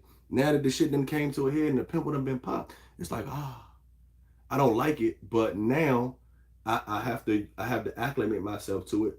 And now I don't have to worry about certain things. I don't have to go and say, damn, it's 2 o'clock in the morning and she ain't coming home.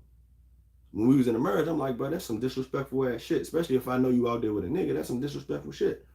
But now, I'm like, man, she gonna do what she gonna do. I'm going to sleep. You know what I'm saying? So that's why you see the more peaceful, more happy me. Because it's a lot of stuff that I've come to terms with that I couldn't come to terms with when I was supposed to be in a relationship with somebody.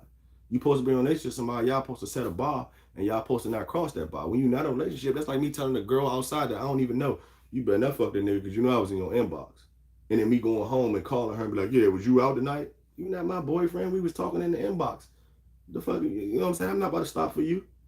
You know what I'm saying? So that's at this point, that's where we at right now. But if I was in a relationship with her and she said, I'm going out with a nigga, I'm be like, hold up, shawty, what you talking about? You going out with a nigga? Nah, that's you violating.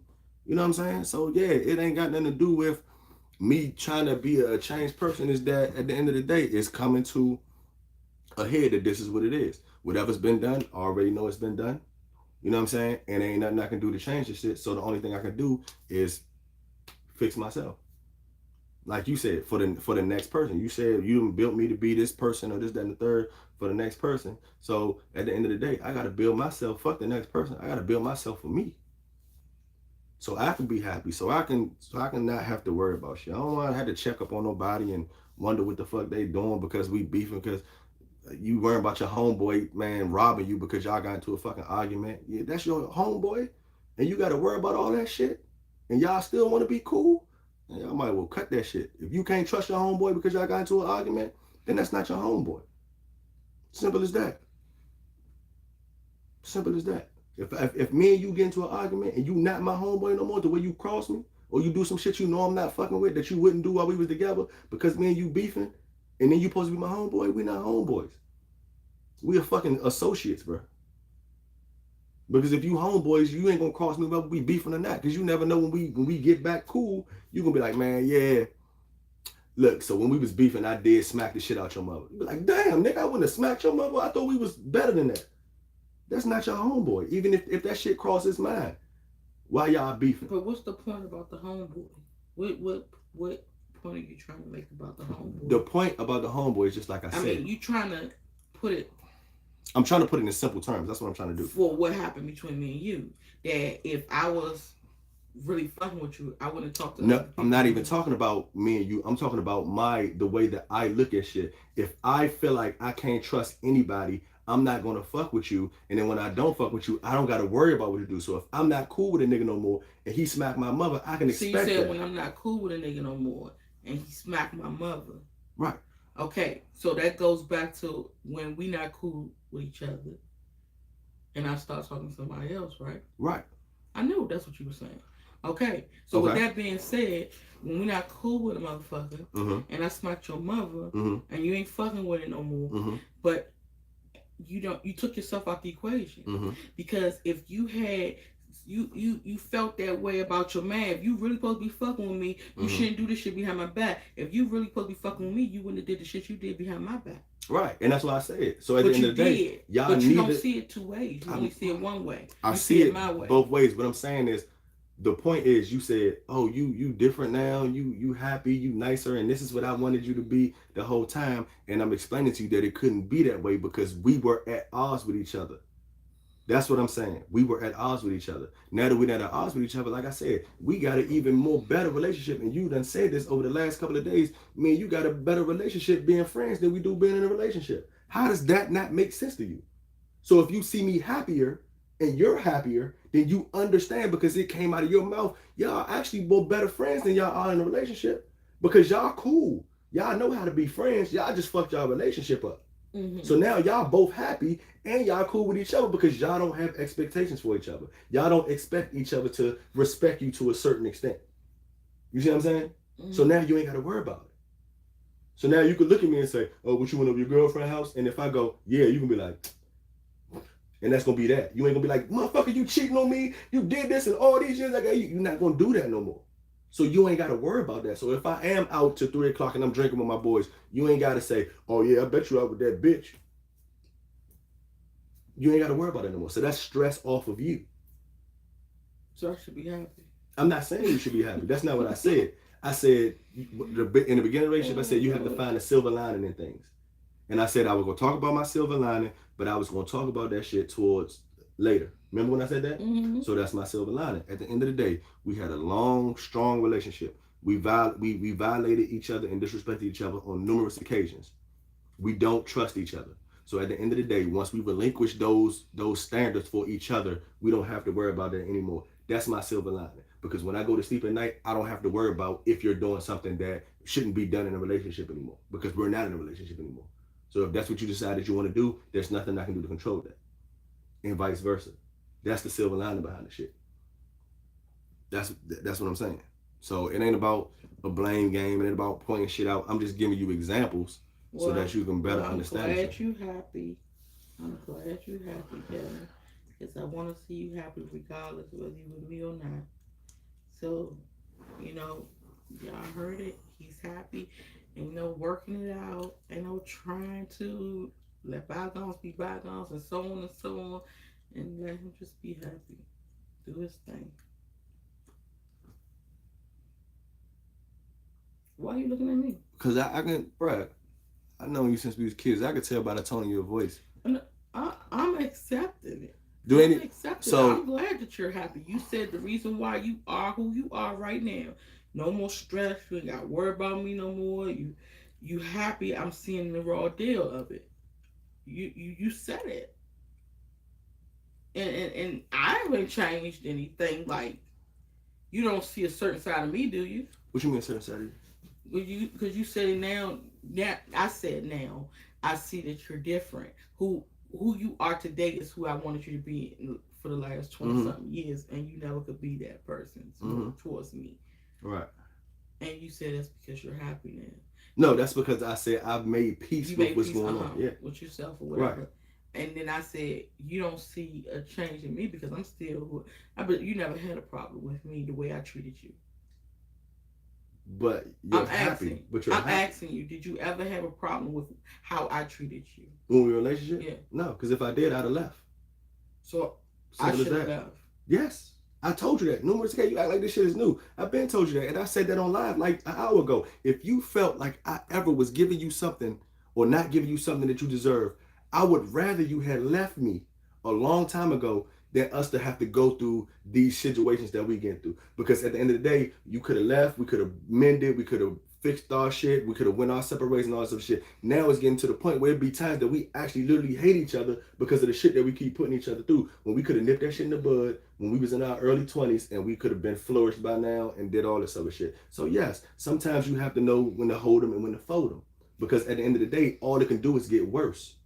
That's a hard pill to swallow. It is a hard pill to swallow. Tell somebody that I know I fucked over you so bad. If I was you, I would have left me a long time ago. No, I never said that. I that's said if you what feel, you're saying. Because you're saying that I didn't do anything to you.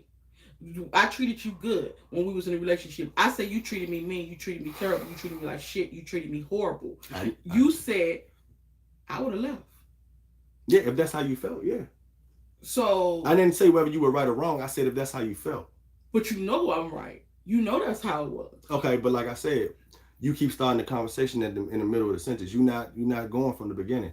Because at the end of the day, that's like saying when you did what you did in the beginning, I shouldn't have never came back in the first place. Then we would have nipped all that shit in the bud from the beginning. So do you agree that I shouldn't have never took you back? Yes, exactly. That's all I'm saying. Shit, that's all I'm saying. So now, who wants to be treated like? I didn't ask you that. Life? I said that's not what I said. If you could have treated me like I was supposed to be treated after that, yeah. Okay, no. If you would have treated me good after that, okay, or treated me like your wife, I'll say it like that. If you would have treated me like a wife's supposed to be treated after that, yeah, you should have took me after back. that. Okay, but if you're gonna treat me like shit for the rest of my life, I don't know. So at the end of the day, like I said, let's put the shoe on the other foot. If I would have did that same thing, would you think that I would not understand if you wouldn't want to be? No, you wouldn't understand, because at the end of the day, you don't even understand the fact that when we break up and I go talk to niggas and you go talk to bitches, all you see is the niggas. You don't see the bitches. So of course you don't understand because it ain't you. Okay. You don't understand like shit when it's on your side. You not understand what I'm saying. See, that's the problem. You don't take accountability for your actions. Because listen, what I asked you, I said the shit that you did, would it be right for me to never have been with you again and you start adding extra shit into the sentence? I didn't ask you about past that. I asked you if we should have nipped that shit in the bud right there when you did what you did, would you have understood that I did that shit and never talked to you again and kept my word and stayed the fuck away with you? You could not just say that shit without adding some extra shit into the bunch. We wasn't talking about past that. We was talking about nipping the shit in the bud right there. You did what you did. I wasn't going to accept that shit. I went my way. Did we not talking about past that? So I asked you. Shit, like, right. So at the end of the day, I think yes. You think that I should have accepted that shit? You should have accepted me because I would have accepted you. You wouldn't accept me. Yes, I would. You don't know that because you never been in that position. I forgive people for all types of shit that they do to me. Why wouldn't I accept because you never been in that position before. Have you ever been shot? With all the stuff that you have done to me, have you ever been shot? I still come back to you and ask you to come back home. Have you ever been shot? So why wouldn't I? Have you ever been shot? I have never been shot. So how you gonna tell somebody that been shot? Why would you ask me a question if I ain't never had that problem happen to me? Because I'm thinking that because I'm thinking you're gonna use accountability and you to say, just like I say, I make my bed and I lay in it even whether I like it or not. I wanted you to once in your life say, no, I made my bed. Right. I want you to make. That's not how I feel. Right, because you're not worrying about me. You worrying about yourself. Because at the end of the day, if you was worrying about me, you would be like, man, I fucked this nigga over real bad, like real bad, and I respected him, don't want to be with me no more. But you can't think like that. The only thing you say is, I fucked this nigga over real bad, but I still think he should take me back because I want him. That's basically what you're saying. That's it. That's just the whole roundabout situation of it. It's just that it doesn't matter anything about what the other person feels. It's all about what you feel. So you could say, I did probably the worst thing to a person that I could ever do to a person besides kill them physically. But this nigga should have took me back because I loved him even though I did this. Because it doesn't matter. As long as you're happy, as long as you're satisfied, yeah, this nigga should take me back. He should accept everything that I did. Because that's gonna make me happy. Now, what is he gonna have to deal with beyond that? I don't give a fuck. As long as he ignore that shit and keep me right, I don't give a fuck about his emotions. I want to make sure that I'm straight. So even though I fucked up real bad, he should have still took me back. That's a lot of people's mindset. And that's something I can't get into. That's why I said when I fuck up, I just be like, bro, I might well it's the type of person the type of person you are, because everybody's look at shit different. They do. So you might have one man say, if my wife cheat on me, I'll take her back because I love her. Right. You might have another man say, if my girl cheat on me, fuck that shit, I'm killing that bitch. So you gonna fault the nigga for saying fuck that shit? You might have another nigga to say, if my girl cheat on me, I'm just gonna pray for her and give it to God. Everybody values stuff and look at stuff differently. Okay, so my question to you is, which one of them is wrong? Which one of them is wrong? None of them are wrong. That's but what you do after it is what matters. And you treated me like shit. Okay, and what you did afterwards was what? Basically the same shit, right? You did it too. You don't take accountability for you. You don't say what the fuck you did. Okay, so action, reaction, right? So what was the action before the action that you gave me? The reaction of what the hell? No, we're not talking about reaction. We're going back to action. How I'm treated. Now you start in the middle of the sentence again. Because we're gonna go to something. You said that you would leave if I treated. You said if I said I wouldn't be mad at you. I would understand you like that, you should have left. And I asked you if the shit that you did, if I would have done, would you know, would you care, would you understood that I left? And you said no. I'm accepting my accountability. I'm saying if I fucked up, I understand that you leave. You still have not accepted your accountability at all because you're still telling me, nah, you should have stayed. Because that's what everybody else might have did. You gave me 3 scenarios and you told me none of them were wrong. But I'm telling you, I accept my responsibility. You asked me what I was saying, and I said yes. Right. That's what I'm saying. Yes. So, but you just said. I said that if you stayed, then forgive me and move the fuck on. Don't keep throwing the shit up in my face every day. Don't make me. This conversation getting me wrong. Don't make me suffer for some shit that happened when I was 15 years old till I'm 36. No. Every single day, I gotta be treated like shit every single day for some shit I did when I was a kid. Oh hell no. That's crazy. That's double jeopardy, triple jeopardy, quadruple jeopardy. I get punished for the same crime over and over and over and over and over again. Okay, so bottom line is, because somebody said we talking in circles, and we actually are, because like I said, it's still other facets of the shit that I don't feel like that should be said out of respect. I'm not gonna do it, even though it it would drive my point home, but I'm not willing to compromise that shit at You this point. already said what you So said. at the end of the day, we're talking in circles. So the bottom line is this. We know where we at now. We wanted to put that out. And to be honest, regardless of how counterproductive it looked on screen to a lot of people, I think that a lot of the stuff needed to be aired out between us, because a lot of the times when we talk about it and it's just us, it doesn't go anywhere. And it's probably not going anywhere now. But at the end of the day, I feel like we've kind of counseled the situation a little bit. You know what I'm saying? So it's not a happy ending. It's not the ending that you all expected, and especially out of K Squad and stuff like that. But at the end of the day, it is what it is. We still gonna remain where we are, who we are. We still gonna be cool. I think she pissed right now. But as far as on my part, I feel like we're gonna remain to be cool, and I think that we're gonna build a stronger friendship, because we were friends first. We were friends a while before we even decided we were gonna do this shit. So at the end of the day, I think that we need to work on rebuilding our friendship, rebuilding our trust, our respect, and everything else will fall in place. That's just what I think. A lot of shit is damaged, you know. And if you know about marriage, and if y'all believe in church and shit like that, you know you got like 3 or 4 strands that have to all be tangled together to be successful in a marriage. 2 of them shits are severed. So we need to work on that first. We need to work on the trust and the respect.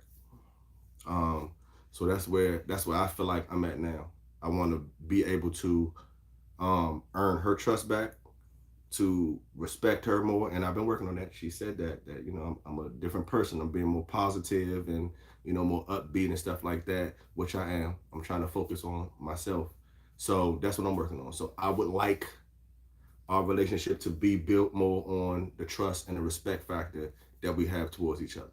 That's just what it is. And then we'll go from there. I'm not saying that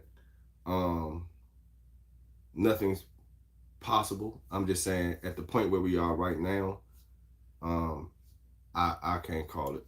I wouldn't even be able to play the lottery right now if it came down to it. So that's just my outtake on the situation. I don't know how many. Okay, we only been on here for 1 hour and 34 minutes. Damn, we've been arguing for 1 hour and 30 minutes on this motherfucker. And we could go on for 48 hours. So you know it can. That's just the whole situation with that. I feel like we just got a lot of stuff, not even relationship issues to work on, but friendship issues, because we've been around each other and we've been in each other's mix for so long that I think the friendship part is still repairable. Also paired with the fact that we still have kids that need to be raised. We still got kids that don't need to see certain shit, that don't need to know certain shit or whatever. So I think that me and her both need to be more focused on the kids and their well-being, and limit the things that they see from us as far as anything, especially the outside world. And then we can come back and we can figure out what the next steps will be. That's just my perception. That's my priority line. And my priority line is the kids, and then the friendship line that we gotta have as being co-parents and raising kids. Because the last thing that I want to see is my kids be torn emotionally between having to choose a parent. You know what I'm saying? I want everything to be neutral. That's how I want it to be. So that's my main priority right now, is the kids. A lot of the times, if we do get into discussions, I'll be like, man, I'll go in the room. You know what I'm saying? Or go do something else, because they done seen enough, they done heard enough. So at the end of the day, that's what I think need to be worked on. The whole respect, the trust, the kids, and whatever else endeavors that we already are linked together with that we got to do. Because we still got stuff around the house that we need to do. We still got business affairs, and we still got containers and cars. We still got stuff. So it's things that we need to do, and we ain't going to be able to do that if we at odds with each other about shit that we can't change. No matter how bad or how good it is, it's shit that just, it can't be changed. It can't be reversed. So we just need to focus on being better people to each other. That's what I think. What you gotta say? You said it all. Uh, I'm just still trying to figure out how to let go of everything that we built. That's the main focus for me. I don't think you really worry about stuff like that, but I do because I put a lot of time and effort into all this shit. So I'm like, damn, what the hell we supposed to do about all this? And then when you do leave, I got all the burden of everything on my shoulders. Well, that's why I said once we get to the So- point where we have completely got past all that shit and come to peace with the whole situation, then we can start making more rational decisions on everything else that goes forward. If you live in a relationship and y'all still beefing and arguing and hooping and hollering and shit like that, of course you're not gonna get nothing done because y'all hate each other. Y'all don't want to be around each other, so y'all not gonna be able to have an adult conversation about stuff that needs to be done. That's why I said the priorities is the kids first because they don't have nothing to do with this. But the trust and the respect that we have for each other. Once we do that, then we will be able to more adultly talk about what else needs to be done. You know what I'm saying? Mm-hmm. That's why I said that's why I put everything in the specific order that I put it in. Because right now, anybody that's watching us can see that we still have circumstances that we're dealing with. Yes, we've been together for a very long time. It's not easy to walk away. You know what I'm saying? Like I said, the only reason that I look at it the way I look at it is because I have to take accountability that I know that I fucked up as well, and I have to lay in my big ass bed of bricks, so I understand that. You know what I'm saying? Do I like this situation? Hell no. When I got married, I didn't get married to get divorced. I didn't get married to go through none of this shit, to be exact. But it is what it is, and now that it's happened, it can't be undone. So at the end of the day, no, I don't like it. A lot of y'all may look at it and say, "Oh, he don't give a fuck," and this, that, and the third. I do. I do. It's fucked up. But what can I do about it? The only thing I can do is pray that I can continue to move forward with whatever situation that we got going on and be a better father for my kids and a better overall person and a friend and a confidant to her, because that's still gonna be the mother of my kids regardless. So that's my positivity. That's where my new positivity and all that shit is coming from. But yes, you can already tell we still got remnants of stuff that's going on, stuff that seemed like it hasn't been rectified and stuff. And yeah, we probably do. We got fucking 25 years of a relationship wrapped up into an hour and 39 minutes, bro. No, it's been longer than there's something wrong with the phone. Okay. We got 25 years of being in a relationship wrapped up into however long we've been on live. So it had to be on his like 11. okay, yeah. So at the end of the day, yeah, we still got situations that we need to work out between us, and then once we do that, I feel like we'll be able to do everything right, do everything better by each other. Because if you at wit's ends with each other, you're not gonna give a fuck what happened to the other person. You're not gonna care what happened to the house, what happened to the car, what happened to the person and shit like that. You ain't gonna give a fuck about that shit. So we got to get that shit together. That's just how I feel. But yeah, there are still emotions of anger and sadness and all that stuff. Whatever. We both display it a different way. I can tell. Oh, I've been able to tell that shit. But like you said, it's no wrong way and it's no right way. That's just how I think about it. So. It's a right and a wrong way to love somebody. That is very true. But as far as the channel, he has the channel on his phone. I have the channel on my phone. We can both upload our own videos or whatever the case may be. I do plan on going to Africa. I've been getting a lot of invites from Tanzania. I got a friend that just moved to Tanzania, guys.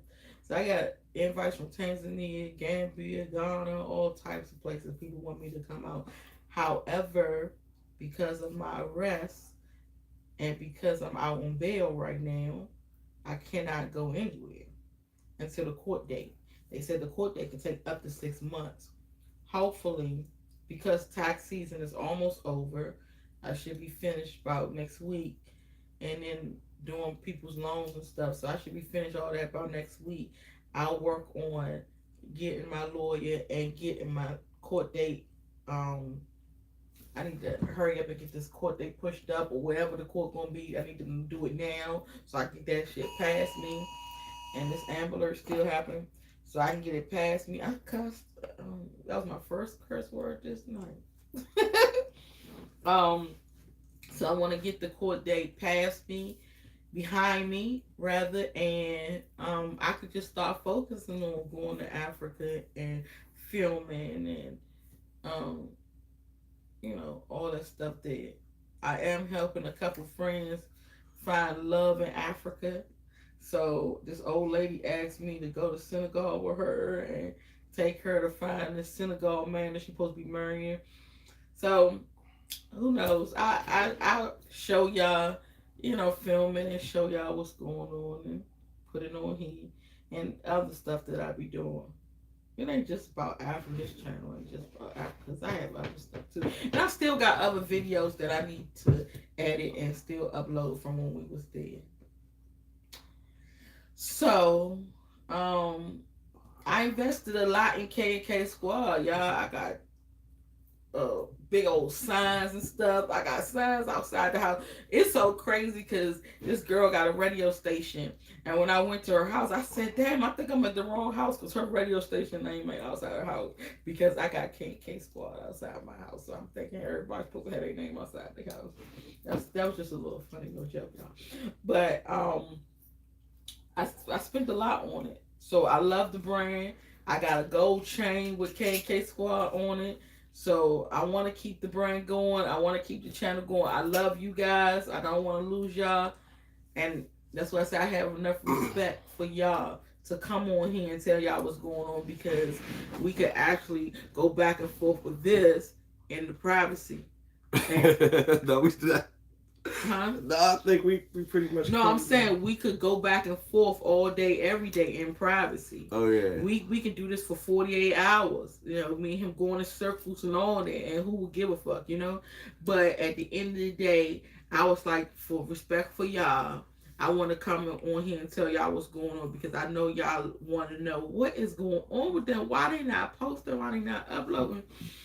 So, and then I seen a couple people in the street too that was subscribers to us. So I had talked to them, so I said, you know what, I might as well talk to everybody at once. So that's where we at with this. Kevin, you could still post too. You could still go in there and talk your shit too. So I think that in the next couple of months I will make a video and it's probably just gonna be me. In the next couple months? Yeah. Why a couple months? Because I'm still getting stuff together. But in the next couple months, I would say maybe hopefully the next 3 months or so, I'm gonna make a video and it's probably gonna be short, but it's gonna be to the point. But like I said, I'm still rearranging things and stuff like that. Still getting a little bit of stuff together. Just tying up and buttoning some stuff. But it's gonna be a very good video. So be looking out for that. I don't know what I'm gonna make the title yet because I really don't even. Like I said, it's just be looking for a video from me within the next couple of months or so. Let me get everything together. Let me get my affairs together, and then I'm gonna make a video. But I promise you, you will not be disappointed. I promise you. You be going all on it. I don't like when you do that. What are you talking about? You talk in codes and shit instead of just saying straight out, point blank to period to the point. You go in codes like, y'all, next week there's gonna be some shit that's gonna make it hard to smile. But whatever you see, like tell what the fuck is I'm not trying to tell them about? because I don't like telling people what's going on because then it's gonna fuck up what I got going on. I like just like my little channel that I want to do, my little verses against Derek Jackson and shit. I haven't told nobody on Facebook that I wanted to make that video because I still got to get my shit together. I still got to get my mental together before I post that shit. So you the only person. Well, now they know, but No, you the you only just person say, that know. look, y'all, I'm gonna do some relationship videos, and I'm gonna get it together. As soon as I get my shit together, y'all gonna have some relationship videos coming from me. Like that, you make motherfuckers want to guess, want to call the pastor, say, what was Kevin talking about on the video? That's all good. This shit. Okay, so that's like a movie giving you a to be continued. Suspense. People gonna look for that shit. They gonna go to it. They gonna flock to it. So it's advertisement. What the fuck is you talking about? Right. Just be straight with me. That's advertisement though. So I guarantee you that people, when the video posts, they're gonna go straight to it. It's advertisement. It's a to be continued type shit. That's what it's about. It's about advertisement. It's about selling your video and stuff like that. This ain't no advertisement. This is a channel. It's a monetized channel. People are on here to talk to you and they love you for you, and you want to advertise and shit. Kevin, Kim K, I would not dare. Kim K is nowhere near my speed, bro. I would say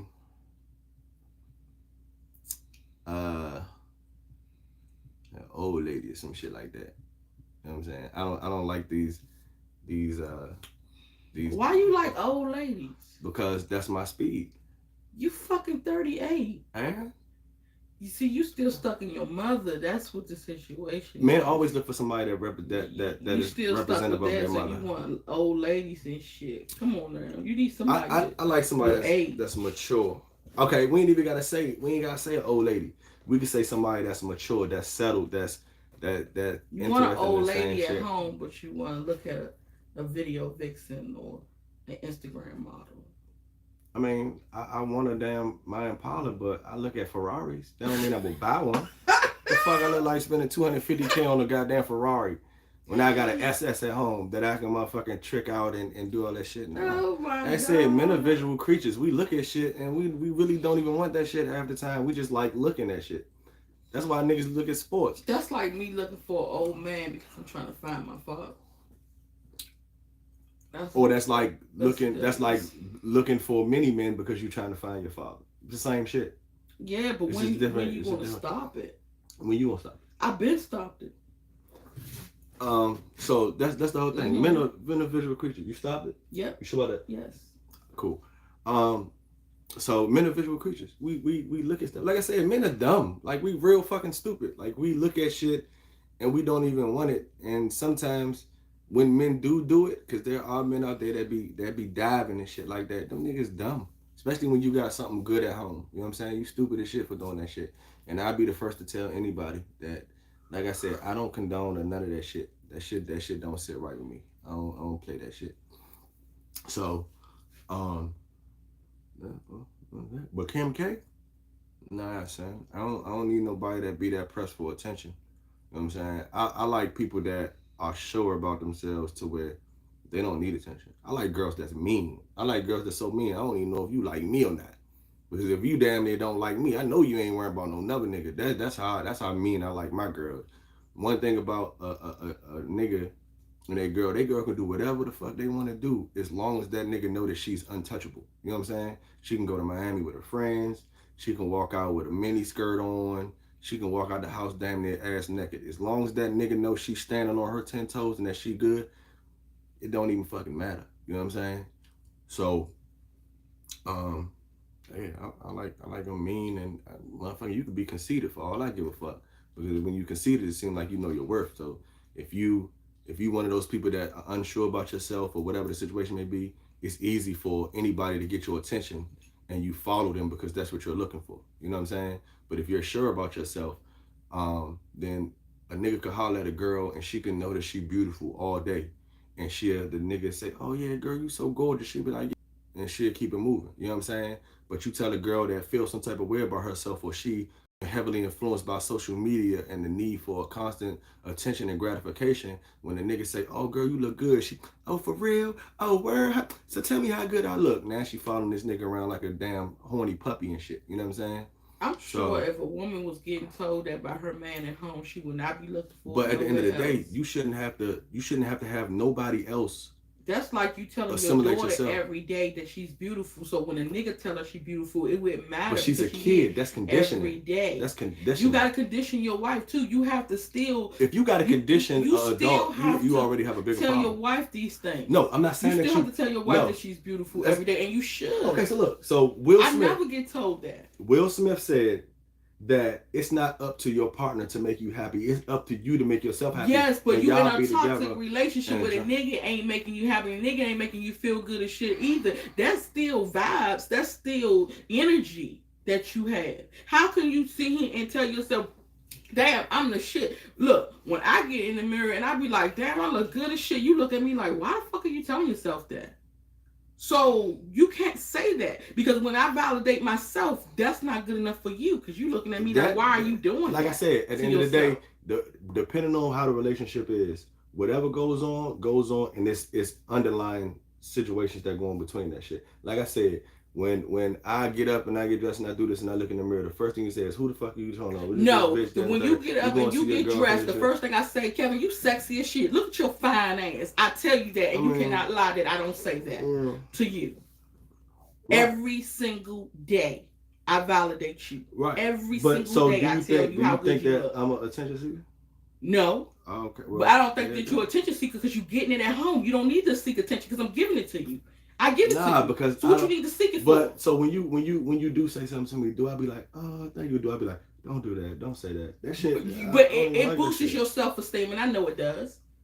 It boosts your self-esteem when I tell you, damn, you look good as shit. Now put this on, boo. Oh, damn, you smelling good. You be dressing me up like I dress you good as like a motherfucker. I've been dressing you all your life. You be all your life. I've been dressing you. will talk about my hockey jersey, but you'll be that shit that you had on. You was 13, Kevin. No, I was 13. I was in the military when I had my. No, you was 14, 13 my hockey jersey? Yes, when I met you, and I talked about that. I bought my first hockey jersey when I was in the military. No, that's the jersey I didn't even know walking about down the street hockey. with, and I said I something didn't about even know about hockey But until since we've been together, I've been dressing you. Since we've been together, and I make sure that you look sharp as shit, good as a motherfucker. I make sure your shit is clean, and I tell you, Kevin, you fine as fuck. You look good as a motherfucker. Look at this, look at that. You ain't gotta get nobody to validate you because you getting it from home. But if you don't validate your wife and tell her she's beautiful, she's gonna look for another nigga to do so. That's a weakness. You have to understand that now. So when you get into your relationship, you will validate your wife. You will tell your wife how beautiful she is. You will dress your wife. Why are you getting all emotional and shit? You breathing because hard you need to understand that. Because I've been trying to tell you civil that. conversation. And obviously you haven't gotten it yet. You keep getting all. Because I've been telling you this shit for years, and obviously you still haven't got it because you still set up here and say, but we not talking about that no more. A girl shouldn't want no nigga to say nothing to her when she get outside. She shouldn't need that because she knows she. As I said, I didn't say she don't have to want it, but she shouldn't need that. How does she not herself. need it if you're not doing it for her? It ain't about. Even if she's single, she should not need no nigga to validate who she is. Okay, and she's no gonna woman should validate depend herself. on another person to validate She's themselves. gonna validate herself. Never. She gonna look in that mirror and she gonna say she good as shit, but she not gonna have nobody when she's single looking at her like, no, the fuck you not. No, why are you saying it about yourself? You don't look that good. She's not gonna have nobody saying that because things that come out your mouth become experiences. What you say out your mouth, you gotta be careful the words you speak into people's lives. Because when you say that, they start feeling that way. So if every day I look in the mirror at myself and I say, damn, I look good as shit, and you look at me and say, no, the fuck you don't, I want to start believing that. So it's me and you battling each other, and I'm going to start believing what you said, even though I think I look good. So then when I go outside and the nigga say, damn, you look good, I'm be like, damn, I thought so. Somebody just got banned. But Kevin told me I didn't look good. Well, Kevin didn't compliment me. Okay, so like I said, at the end of the day, today, if you, let's put it like this: if you cook somebody some food, right? Like say we first get into a relationship, and I say I like pizza, I love pizza to death, and you say, okay, I'm gonna cook you pizza, and you cook me pizza, and then you say, all right, well with this pizza, I'm gonna mix a couple of peas into it, and I go, I don't like peas, and you say, well I made it, so eat them, and I say, okay, I'll try it. But I'm not gonna like it because I don't like peas. That's just not my thing. And then every night after that, you still cooking peas, knowing I don't like it because you want me to change to start liking peas. That makes no sense. So at the end of the day, like I said, I don't have no problem with you growing. But at the end of the day, if that's not my preference, then not my preference. It's like, for instance, when I met you, you were a certain size. I remember one time you had got down, so you was like probably 160. And I was like, oh my God. Just like when I went down to 185, you said, oh, you look like a crackhead. I don't like that. I like you better, bigger. That's your preference. Mm-hmm. So at the end of the day, I can't get mad at you. I remember the first time I cut my hair when we was on 50th place. The first time I cut my hair, he was like, oh my God, I don't know why you cut my hair. I'm about to leave. I don't know. We was already broke up. I get that, but that's not the point. The point is, that was not your preference. You didn't like that. But I still got back with you, though. I still called you back home, regardless if I liked it or not. After what? It was like 2 or 3 months we was broke up. And what you was doing? And I still called you back home. Every nigga with dreads in DC. Regardless if I liked it or not, I still said, Kevin, come back home. And I grew my hair back by that time. No, you did not know 3 months. And I still said, I want to be with you regardless of the fact. And I still told you. Okay, and when you were skinny, wasn't I still there? Nice clothes. When you cut your hair, wasn't I still there? Yes, exactly. But you still ain't tell me that I was beautiful. You still ain't validate me at all. I validated you by being there. Yeah, just by being there, Kevin. People still need to hear it. Okay, like I said, they still need to hear it. I'm just trying to teach you. You don't gotta teach me. Like I said, I already understand. Like I said, based on the situation that was going on, of course, shit wasn't gonna line up anyway. That's not the point. Just like I said, how you know shit wasn't gonna line up? Because it didn't. Because if it was gonna line up, then it would have lined up. You know it wouldn't, because you didn't get the shit to chance to line up. You didn't put the efforts in for it to line up. You just sat here and said that a nigga, I should not go out on the street looking for validation. I say you shouldn't need that. That's what I shouldn't need that. So I should never need nobody to tell me that I'm beautiful.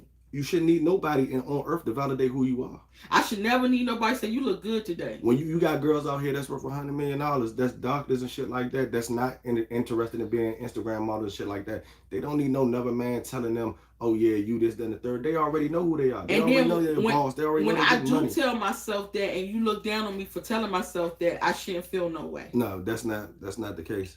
At the end of the day, when I say to myself, damn, I look good. Oh, I know I look fly as fuck. I'm killing them today, and you look at me and be like in disgust. Like, why the fuck is she saying that shit to herself? She do not look good. That's what I say, or that's what you think I say? That's the way you look. And then what you say so now is, you're mind reading. Why are you saying that? Why are you talking about yourself like that? I ain't never asked you. Yes, you did. You said that plenty of times. Now you just throwing shit in the pot now. I swear my right hand to God. Even you would say, why is you saying this stuff? I don't like conceited people. I don't like people that think they the shit. You said that to me. I said I like people to be humble. That's what I said. But me being humble is telling myself that I look good too. Okay, well that's fine. But you don't think that. So you're not going to say that. If that's what you want to do, that's what you want to do. I have no problem with that. That's what you're going to do. But do you see the difference here? You see the verses with verses. You see by me telling you that you look good every day, when you go outside and the bitch say, Kevin, you look good as shit. You don't think nothing of it because you hear it every day. But me, on the other hand, I don't hear it from my husband at all. So when I go out there and the nigga say that, I be like, damn, for real? So why you don't do that on an everyday basis then?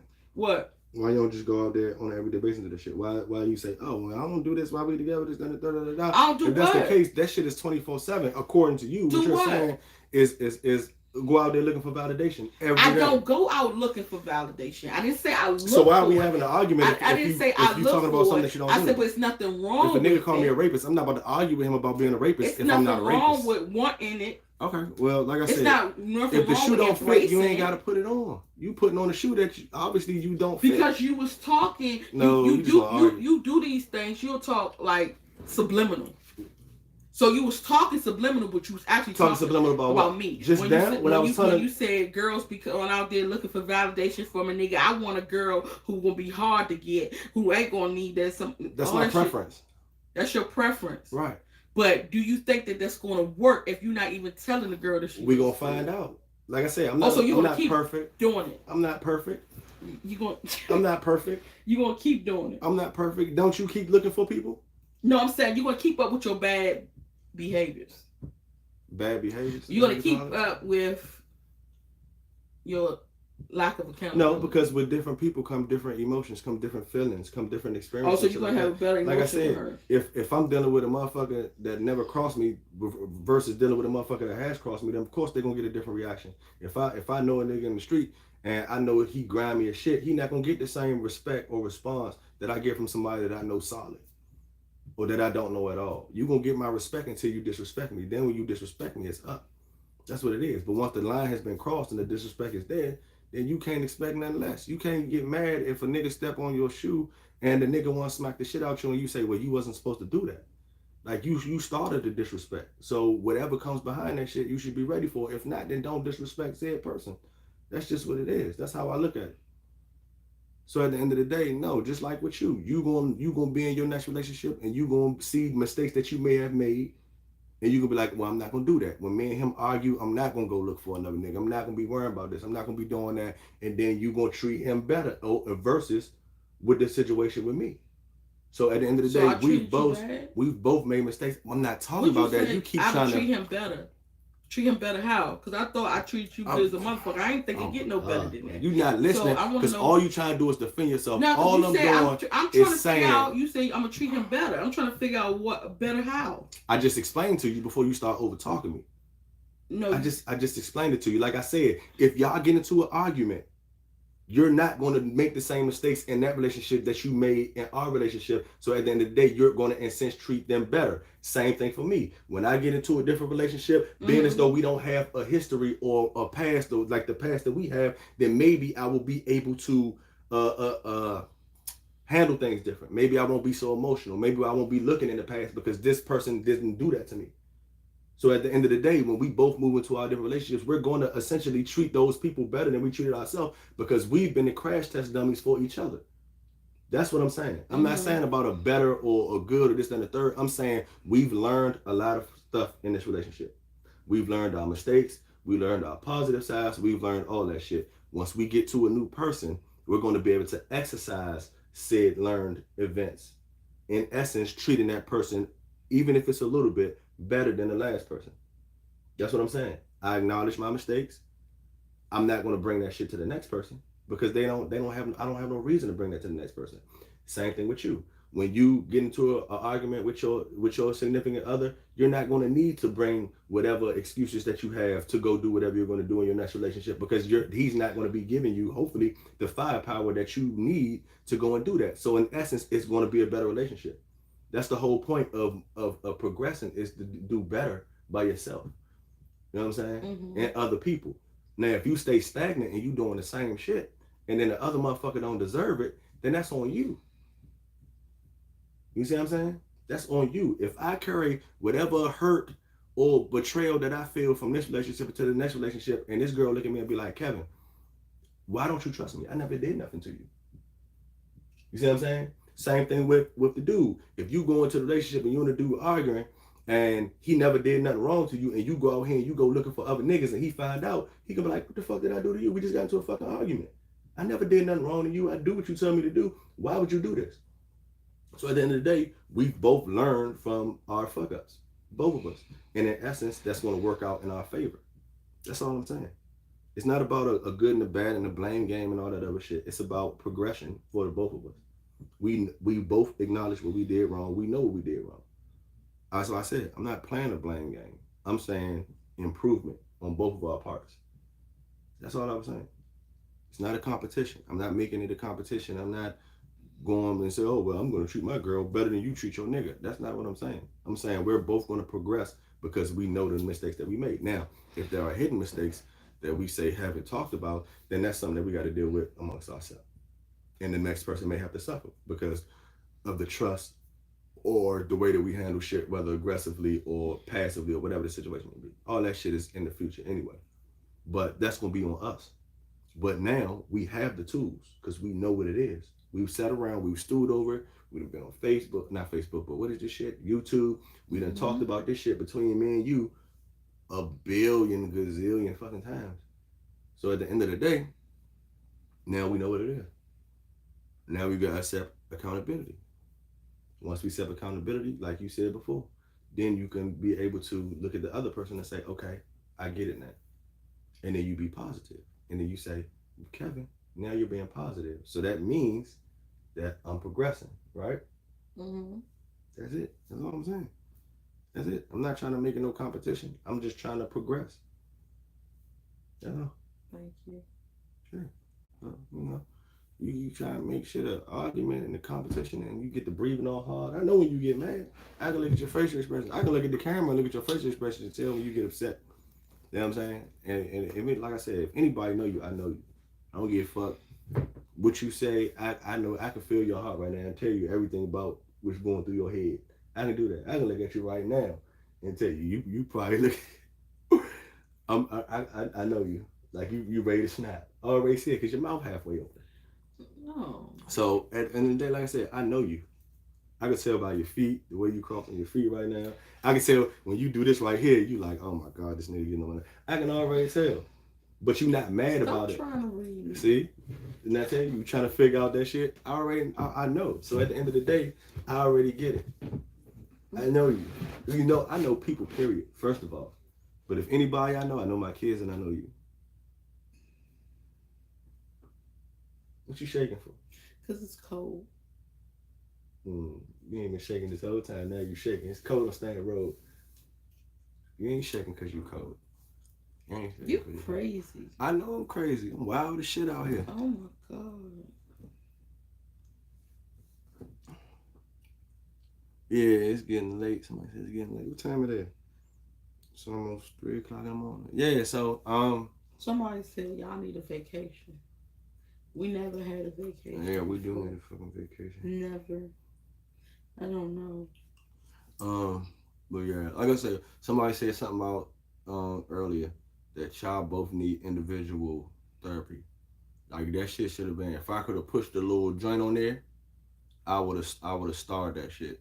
Cause that's I think that's probably the most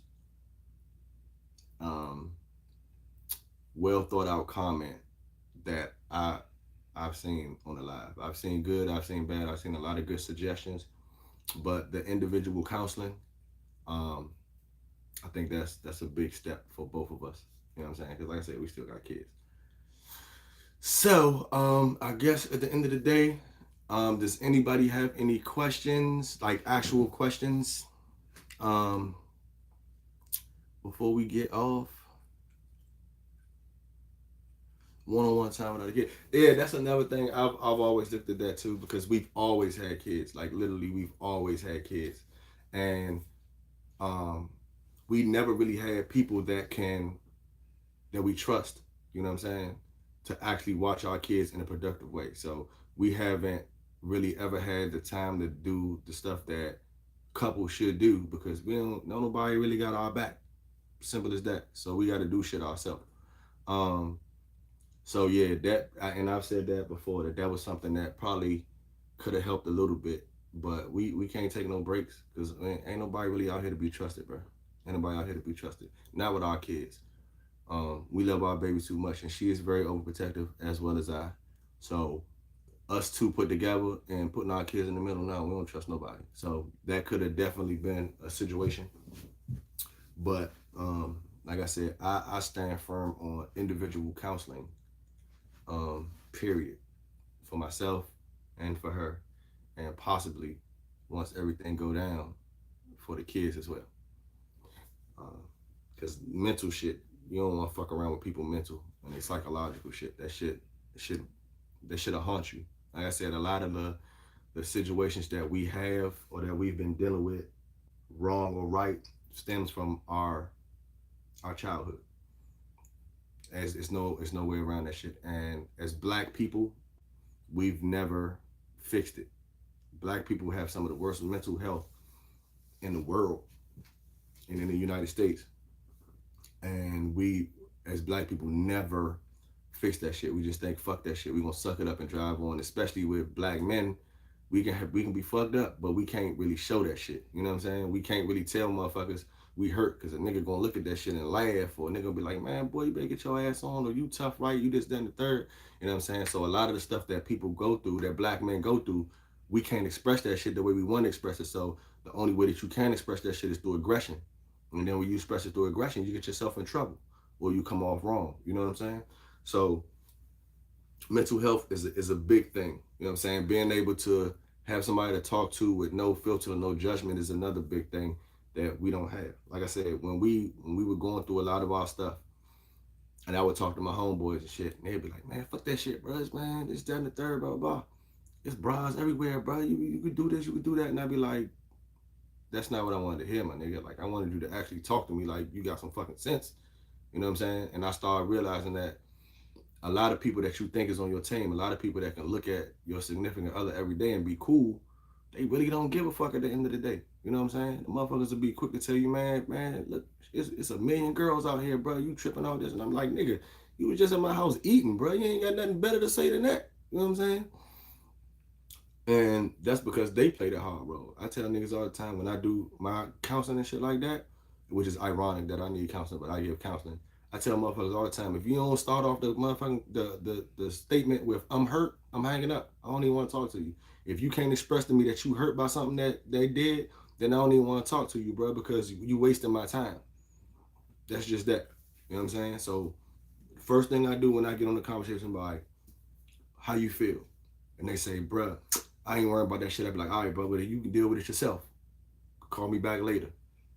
Motherfucker, come on there and say, bro, I'm hurt, bro. I don't even know what to do. Now we can work with that. We can talk about that shit. You know what I'm saying? Like I said, my next question is, has it been some type of infidelity or cheating or something like that?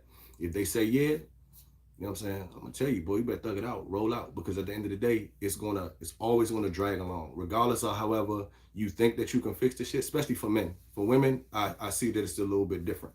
But for men, when a man sees something like that, or when he feels something like that, that shit is never gonna go nowhere. It's never gonna go nowhere. Then it's always gonna be on the back of that nigga head. And whatever you thought that, whatever he thought that he can do, it's not gonna happen. It's gonna end up breaking down. That's just what it is. And it's wrong, but that's just the genetic makeup. Women are different. Women are probably stronger than men when it comes to stuff like that. I can get into biblical and stuff like that, and men are supposed to have 7 wives anyway, so women are used to having to share their man, but men are not, whatever. I can get all into that shit, but that's based on other people's beliefs. You know what I'm saying? But yeah, so I think we had a good night. Counseling is a great idea. Yeah, will help each of you. Yeah, I agree. Counseling will definitely help. What you think? I guess. I'm not talking about for us. I'm talking about for us individually. Yeah, that will help, and counseling for kids as well. See, so now, look, like I said, the silver lining. We done did this dance, and now we making progression. You know what I'm saying? Counseling for everybody, individual counseling. Yeah, like you should get divorce counseling because it's not easy either. Um, the whole divorce is not easy, but you do need counseling for yourself so you can start healing and building on you once you get a divorce, so you can be able to move on. Oh, somebody just said, have you ever heard the song Cheaper to Keep Her? This is my thing. Like I said, we are real friends. The relationship, that's something different, but we are real friends. All that cheaper to keep her shit. One thing I don't have to that I know about her is it ain't no sabotage, it ain't no cross. She not looking to drown me or down me or no shit like that. And vice versa. I don't want to see her do bad. She honestly, I can tell you from personal experience, she does not want to see me do bad. So it's not even going to ever come to a point where it's like, oh well, she about to drain your bank account or she about to do this and about to do that, because she's had chances to do that and she has not done it. So for that part, I wouldn't even have no reason to even be on edge. Like I said, it's not an insecurity. It's a track record. She does not have a track record of purposely trying to fuck me. So I'm not even going to begin with, putting that shit in the air, because I don't have evidence of that. I never have. She's never gave me a reason to believe that she would cross me. So I've heard the song, but I don't think it applies here. I think as long as I do what I'm supposed to do, we're gonna be fine. So yeah, cheaper to keep it. That's cool, but that's for people that, you know what I'm saying, that's rocking on the other end of the stick. She's never given me a problem or an inkling, a feeling like I got to do that shit. Life insurance, that's very, very important. You know, it's a lot of shit going. It's a cold world out here, y'all. It's a cold world out here, and life insurance is very, very, very important. So anything can happen these days with all the mass shootings and all this other shit that's going on and stuff like that. Life insurance is a must. So if anybody that's on the live right now do life insurance, feel free to post your link or whatever. I don't know. I don't sell life insurance anymore, and I got so blurry. a record now, so I don't know if I'll be able to sell life insurance again, or auto insurance, or home insurance. I don't know. I don't know what this has come to yet. So yeah, life insurance is very, very important. So any more questions? What time is it? It's about to be 3 o'clock. So does anybody else have any questions or concerns or anything like that before we clock out?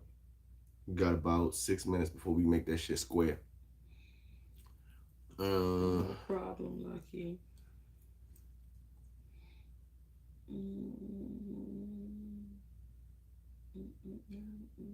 You said we recently said no one else wanted.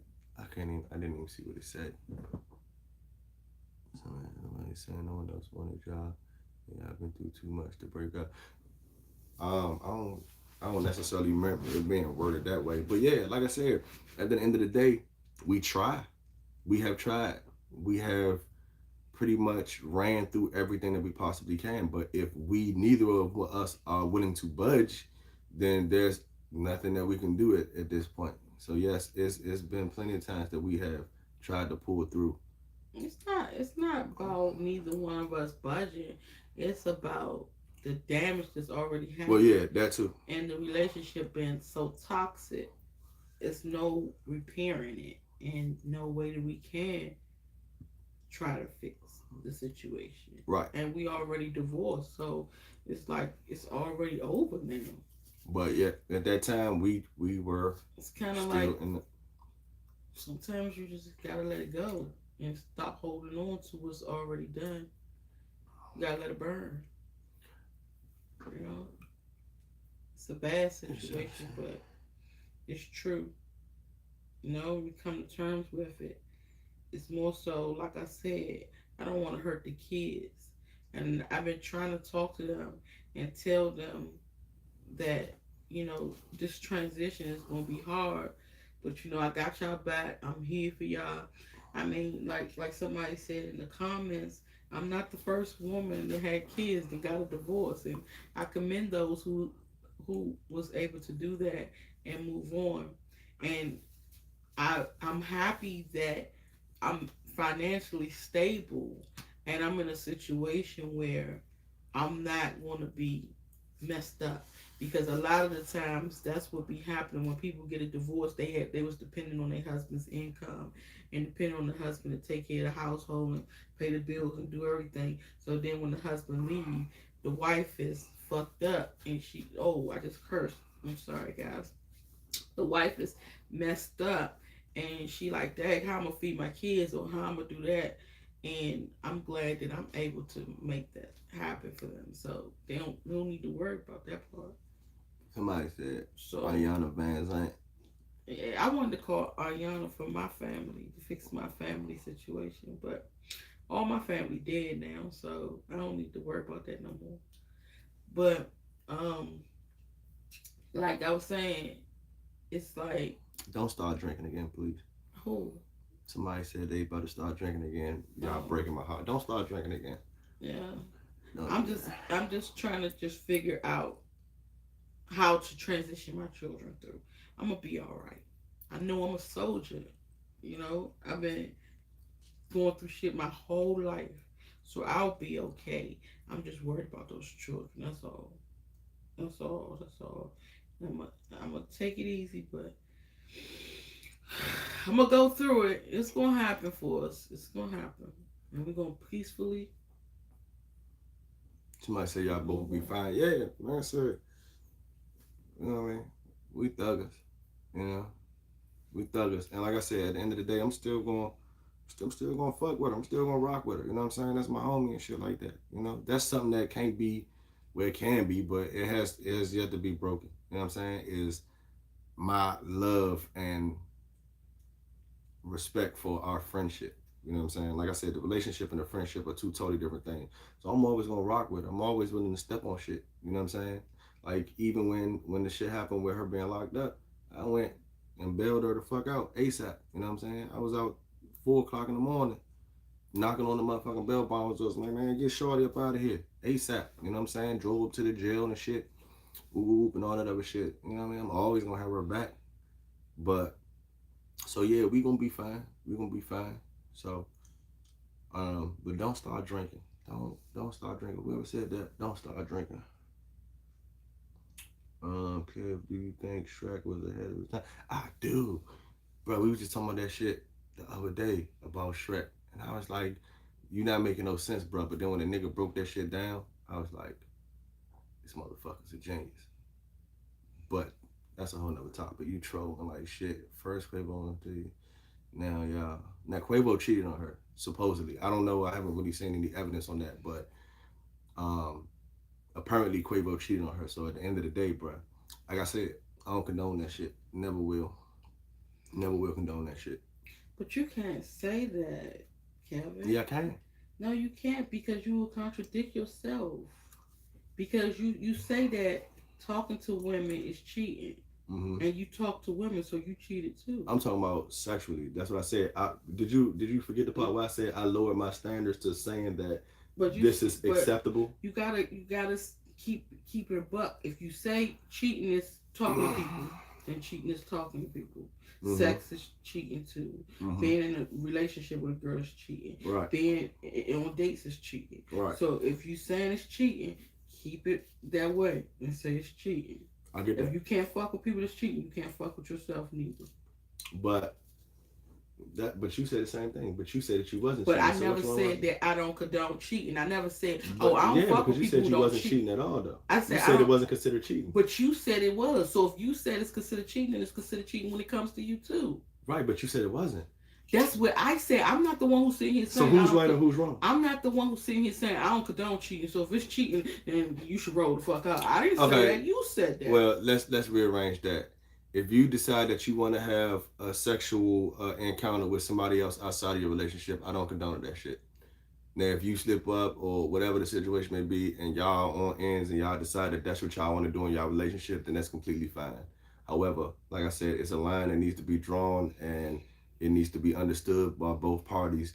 But if you willingly go out and have sexual encounters with somebody else without your partner having knowledge of that shit, you are a cheater, and I don't respect that shit. And I can stand on that because that's never happened. So let's put it like that. But as far as Quavo and Sweetie, like I even seen the elevator jump, and she tried to take that man Xbox, and he slung her. But a lot of people don't look at in the beginning of the video. He hit that nigga with a shoe. You know what I'm saying? When he was trying to leave, she had her shoes off. I don't know if he was trying to leave, and he took his Xbox. And you know how girls get when a nigga take his Xbox, it's a wrap. It's over with. So I don't know if she was trying to take his Xbox to prevent him from leaving. I don't know if she was just trying to break that motherfucker before he left or whatever the situation was. But this nigga, she grabbed his buddy Xbox after she swung on the nigga with a shoe in her hand, and he slung her ass to the floor. Do I think that was the correct way to do it? Probably not. Could he have done worse? Yes, he could have. You know what I'm saying? So, I mean, you got people on the fence. Like I said, I ain't gonna do no team Quavo, team Sweetie, and all that other shit like that, because I think at the end of the day, both of them niggas was wrong.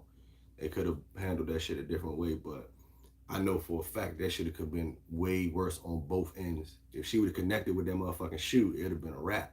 And if when he slung her ass, if he would have continued to assault her, or if he would have stole the shit out of her ass or something like that, yeah, that shit it could have got way worse. So yeah. Mm-hmm. But yeah, I seen that. You got there was somebody else too. Somebody I was just looking at. But I think that's the biggest news is Quavo and Sweetie. You know, it's Derek Jackson. Oh yeah, that's what it is. Derek Jackson and his wife. But like I said, that nigga completely admitted to actually having sexual encounters with multiple women even before the marriage. You know what I'm saying? that's a whole nother level of fuckery right there. Like I said, I don't know. And that nigga put that shit on camera, had Shawty looking like a soldier for Jesus, while this nigga basically admitting to all of his fans that he fucking had sex with multiple women while in a relationship with her, and then when she was pregnant as well. I mean, like I said, just imagine your girl having sex with another nigga while she pregnant with your baby, bro. That's some violation shit. That's some go to jail type shit. So if you gonna feel like that on one end, you gotta feel like that on the other end. That nigga having sex with females while his girl pregnant with his baby, like that shit. Somebody should smash that nigga. I ain't about to say no names, but somebody need to smash that nigga off, bro. But yeah, that's the other big news. As far as breakups and shit concerned, of course, Kim and Kanye or whatever. I think now she calling Kanye crazy or some wild shit like that. Are we gonna stream tomorrow? I doubt it. Was tomorrow? Sunday? Today? Sunday? I doubt it. I know she got somewhere to be tomorrow. I go to class for microblading tomorrow, all day long. So I gotta get up in the morning and go to. I have not heard of anybody getting slapped with a chili dog. That's actually funny, but not funny, because if this nigga really slapped her with a chili dog, we have bigger problems. Like, I don't know. But yeah, all right, so boom. It's 3:05. I'm pretty sure somebody has screen recorded the fuck out of this whole live. So even if we delete the motherfucker, it's gonna pop back up on YouTube anyway. So we might as well get the views for it. Oh Lord. That's how I think about it. It's gonna be another motherfucker, one of the niggas that's been preying on our downfall in the first place. That's gonna screenshot the shit and then put it on their page like this some hot new news. So I figured if at the end of the day, we might as well go ahead and get our fucking views for that shit. You know what I'm saying? And like I said, it wasn't nothing that we said that wasn't real or that wasn't a part of life anyway. So as far as anybody else, because I know we got a couple of people, I'm not gonna say their names, that were waiting for this moment. And at the end of the day, it was gonna come out anyway, regardless. Whether it's we gonna be in the headlines tomorrow that K&K Squad is officially over. They're not together anymore. K&K Squad goes to Africa and come back divorced. I mean, all types of shit. So we might as well get the motherfucking I'm ready views. for the fuckery. Yeah, we might as well get the views for that shit. So I don't know. It was 100 and something people on here tonight. Mm-hmm. So yeah, we'll see how the views go up. Yeah, it is what it is. Not Somebody talking about guns. That's what I'm talking about. Say will hurt me, break me down. Especially when it's real shit. It is what it is. Yeah, that shit ain't about nothing. Like I said, we done seen the fuckery for real on YouTube. You know what I'm saying? We done seen niggas get the shit beat out of them on YouTube. So at the end of the day, us having a talk and a discussion about some shit that's real, I mean, what the fuck can you do? Say, ha, ha, ha, ha, ha. They broke up. Ha, ha, ha, ha. They were arguing. Ha, ha, ha, ha. I mean, it's like, you know, like, nigga, and? Poo-poo happens, you know? She ain't gonna say, I'm gonna say it. Shit happens, bro. I don't curse anymore. I'm trying not to. When you start that? Before the live? Could have sworn I heard you say fuck that shit today. When? No, I just... You didn't even talk to me today. What are you talking about? I'm gonna go look at my text. Could have sworn you said fuck that shit. Well, maybe that was me. Yes. Good night, Vanessa. A while ago. And I said, I'm not going to do this no more. Godspeed. Word. Probably after I had the meetings with the pastors. So I want to start going back to church. It's like, nah, I ain't doing all that. Chilly, dog. I can't afford to go to church. So. Good night, Vanessa. Bye forever. See you later. R&B girl, thank you. I appreciate the compliment, honey. Alright. So boom. So there we have it. Of course, said she made so many friends. I'm glad. See, that's good. That's another thing that we do. We try to connect people. Yeah. We've tried to do it on numerous times. So feel free. Like I said, I wish I could connect some of these people with people over in Africa. It's a lot of people who want a visa. If y'all know what I mean. Oh, somebody asked about the girls coming. Yes, the girls are coming. The girls are coming, but COVID just had things slowing down. But they coming. approve of me. Of course, we approve of you.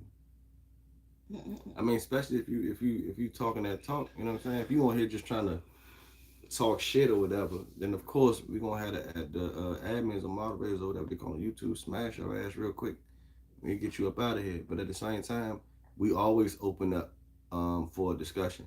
You know, ain't nobody perfect. We be fucking up on live. We be talking about whatever our opinion might not be lined up with other people's opinion in our chat, and we always open that up as a two-way lane anyway. We've even did the other joint where the different people come up on the screen. The StreamYard. StreamYard and shit like that, so people can actually voice their opinion to our face, and then we'll talk. So yeah, I'm glad that you feel comfortable being in here, and I'm glad you was able to be so. What's I don't know. ATWO, D. Cunningham? I don't know about the slang, street slang shit. I'm old. I don't be knowing it either. I don't be knowing all them I got 4 gray hairs. abbreviations and shit. I mean, stuff. You sure what's going on? All right, look, you gonna have to The cousin from Ghana? Oh, you said she's fine? Yeah, she's coming over here. Are you the one who was saying that you wanted to marry her and bring her to America? Is that you? Because I told you to text me, to email me, so I can link y'all to.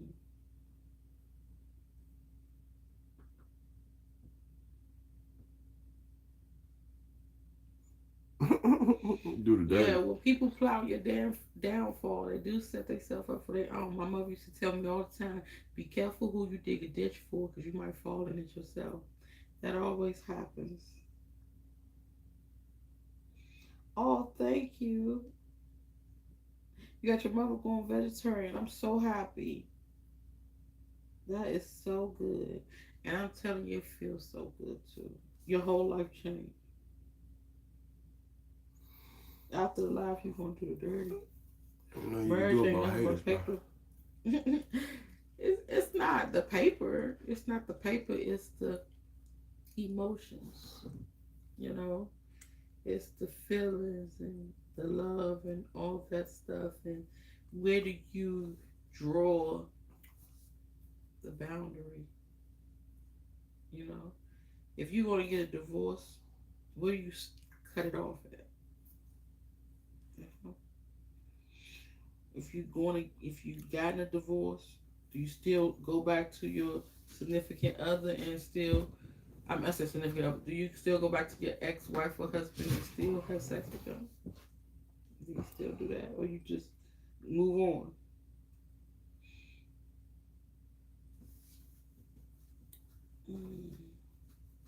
But yeah, D Cunningham, I know you said you was at work and you trying to catch up.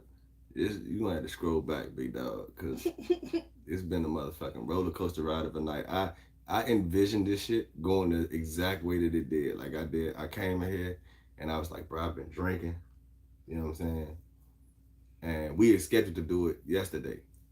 But like I said, I've been having a rash of military family coming into town and shit. So I've been out. You know what I'm saying? Good night, Shawnee. But I was like, yeah, I envisioned this shit going exactly the way it did. And it could have been worse. So just go back when you got time. I don't know what kind of job you do, but if you got time at your job, just sit and watch. Just sit and watch it. It's a lot of lessons to be learned. It's a lot of stuff to be known. You know what I'm saying? Like we always, regardless, we always try to put a little bit of knowledge in it, and a little bit of positivity, in even in a negative situation. So just go look at that joint, D.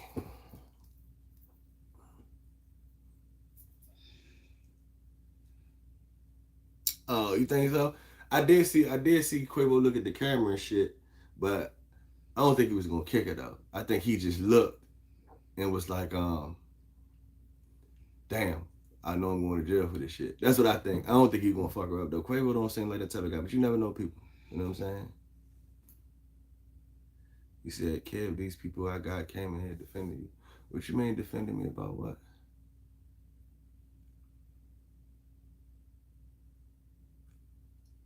What you mean defending me about what? I'm curious.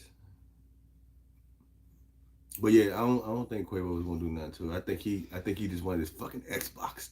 That's it. And once he slung her ass out the way and got his Xbox, you see how he secured that motherfucker. Put that motherfucker by the door, helped her ass get up, and told her, man, go on back to the apartment, man. I'm out of here. And he made sure that his Xbox was right on side him. When she walked past, she can't grab the motherfucker again, and she wasn't gonna grab the motherfucker again. So I think his main priority was securing the Xbox. I don't think he was ready. He didn't want to fight. I don't think he was going to fight. I don't have no reason to feel like he was gonna fight because I haven't heard of anything on the headlines where he has been abusive in the past. So like I said, if you don't got a chain of information, then you can't assume no shit until the shit actually hits the fans. You'll be so surprised though what people go through in a relationship just because they celebrities. That's why I say you can't look at the status or the title of a person because everybody got skeletons in the closet. That's why I be telling you, stop looking at people's title.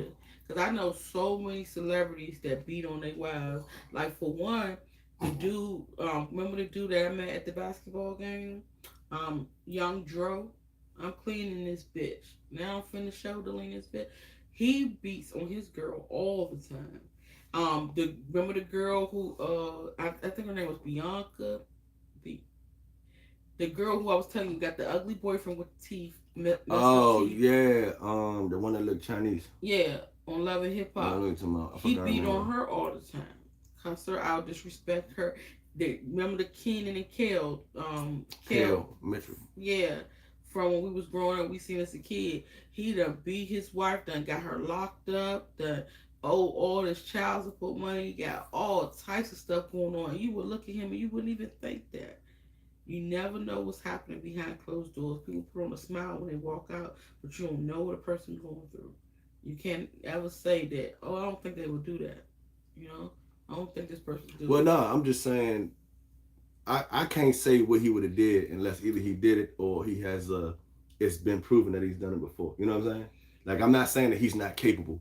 I'm just saying based on the fact that he I mean, do you have to toss a girl, a swing girl, not to look like you would do that? no, Like, but she ain't. So that's basically like saying that if she had the upper hand, she would have beat the shit out of him because she swung on him first and she with probably a would pump in her hand.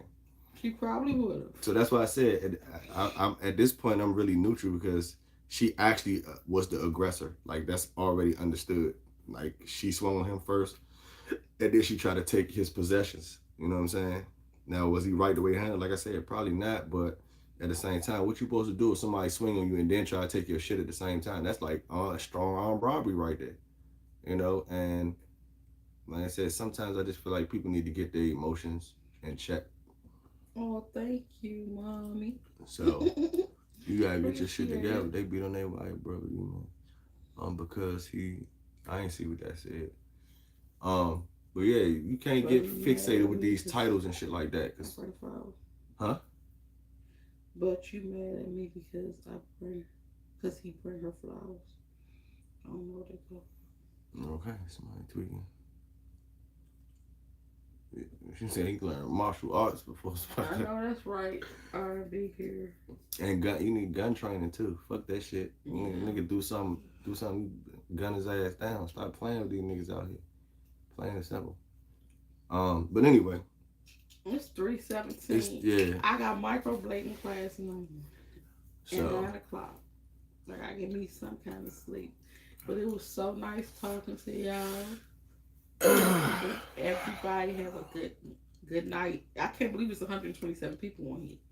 It must be because Ghana is woke right now. Well, the moderators must be doing their fucking job because I'm pretty sure they've been in this bitch talking shit by now.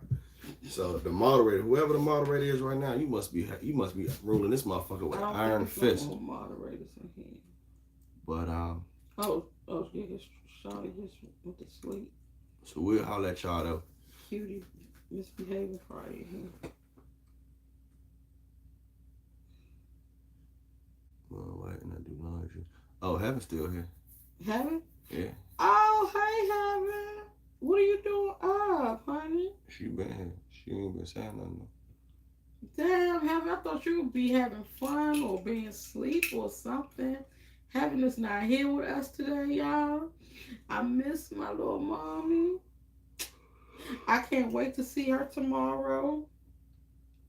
Okay, so Cutie Misbehaving is still here. Okay, honey. I see y'all be hanging in with us. I so love y'all. Y'all be really rocking with us the long way. I told you somebody was in there chopping niggas down. Because I swear, if we stay on here to 6 o'clock in the morning, this joint gonna be full until 6 o'clock in the morning. Yes. I love y'all for that. Appreciate it. Everyone's sleeping except for you. Why you not sleeping? Having a night out. She don't give a fuck about sleep. But it's 3:19 in the morning. And me and Heaven was supposed to go somewhere, like take like a little mini vacay this week. Love you too. Have a good week. We're hard y'all, but we're gonna put on, if we go live again, we'll post it up a couple of days before. I guess just let us know Friday or Saturday which one would be best. And then we'll figure out a schedule. Seemed like Saturday. Yeah, that's why I said it yesterday. And you was like, let's do it Friday. I said, I thought we had a better. No, you just didn't feel like coming. That's all that was about. So, we gonna holler at y'all. You know what I'm saying?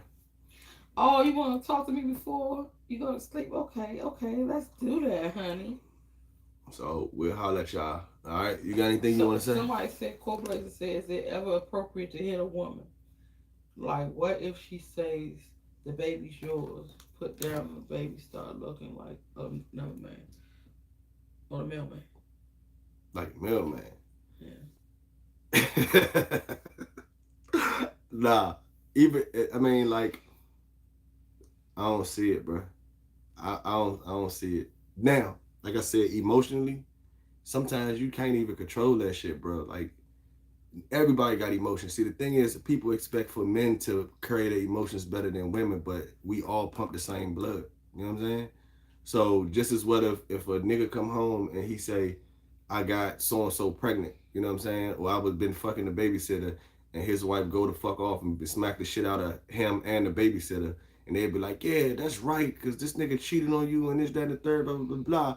But then when a nigga find out, oh, you said that was my baby and been fooled and bamboozled, and the next thing you know, the motherfucking mailman and your son look like twins, you not supposed to spaz out behind that shit. So with that, I'm going to leave that as a neutral. Should nobody be hitting on nobody unless you ready to suffer the consequences, man, female, or anything in between. That's just how I feel. You know what I'm saying? Don't hit if you don't expect to get hit back. That's just with anybody. But you've always reserved the right in any situation to defend yourself. You don't have to be the offensive, but you can always defend yourself. That's what I think. So we're going to leave it with that, because if not, we're going to be here all night.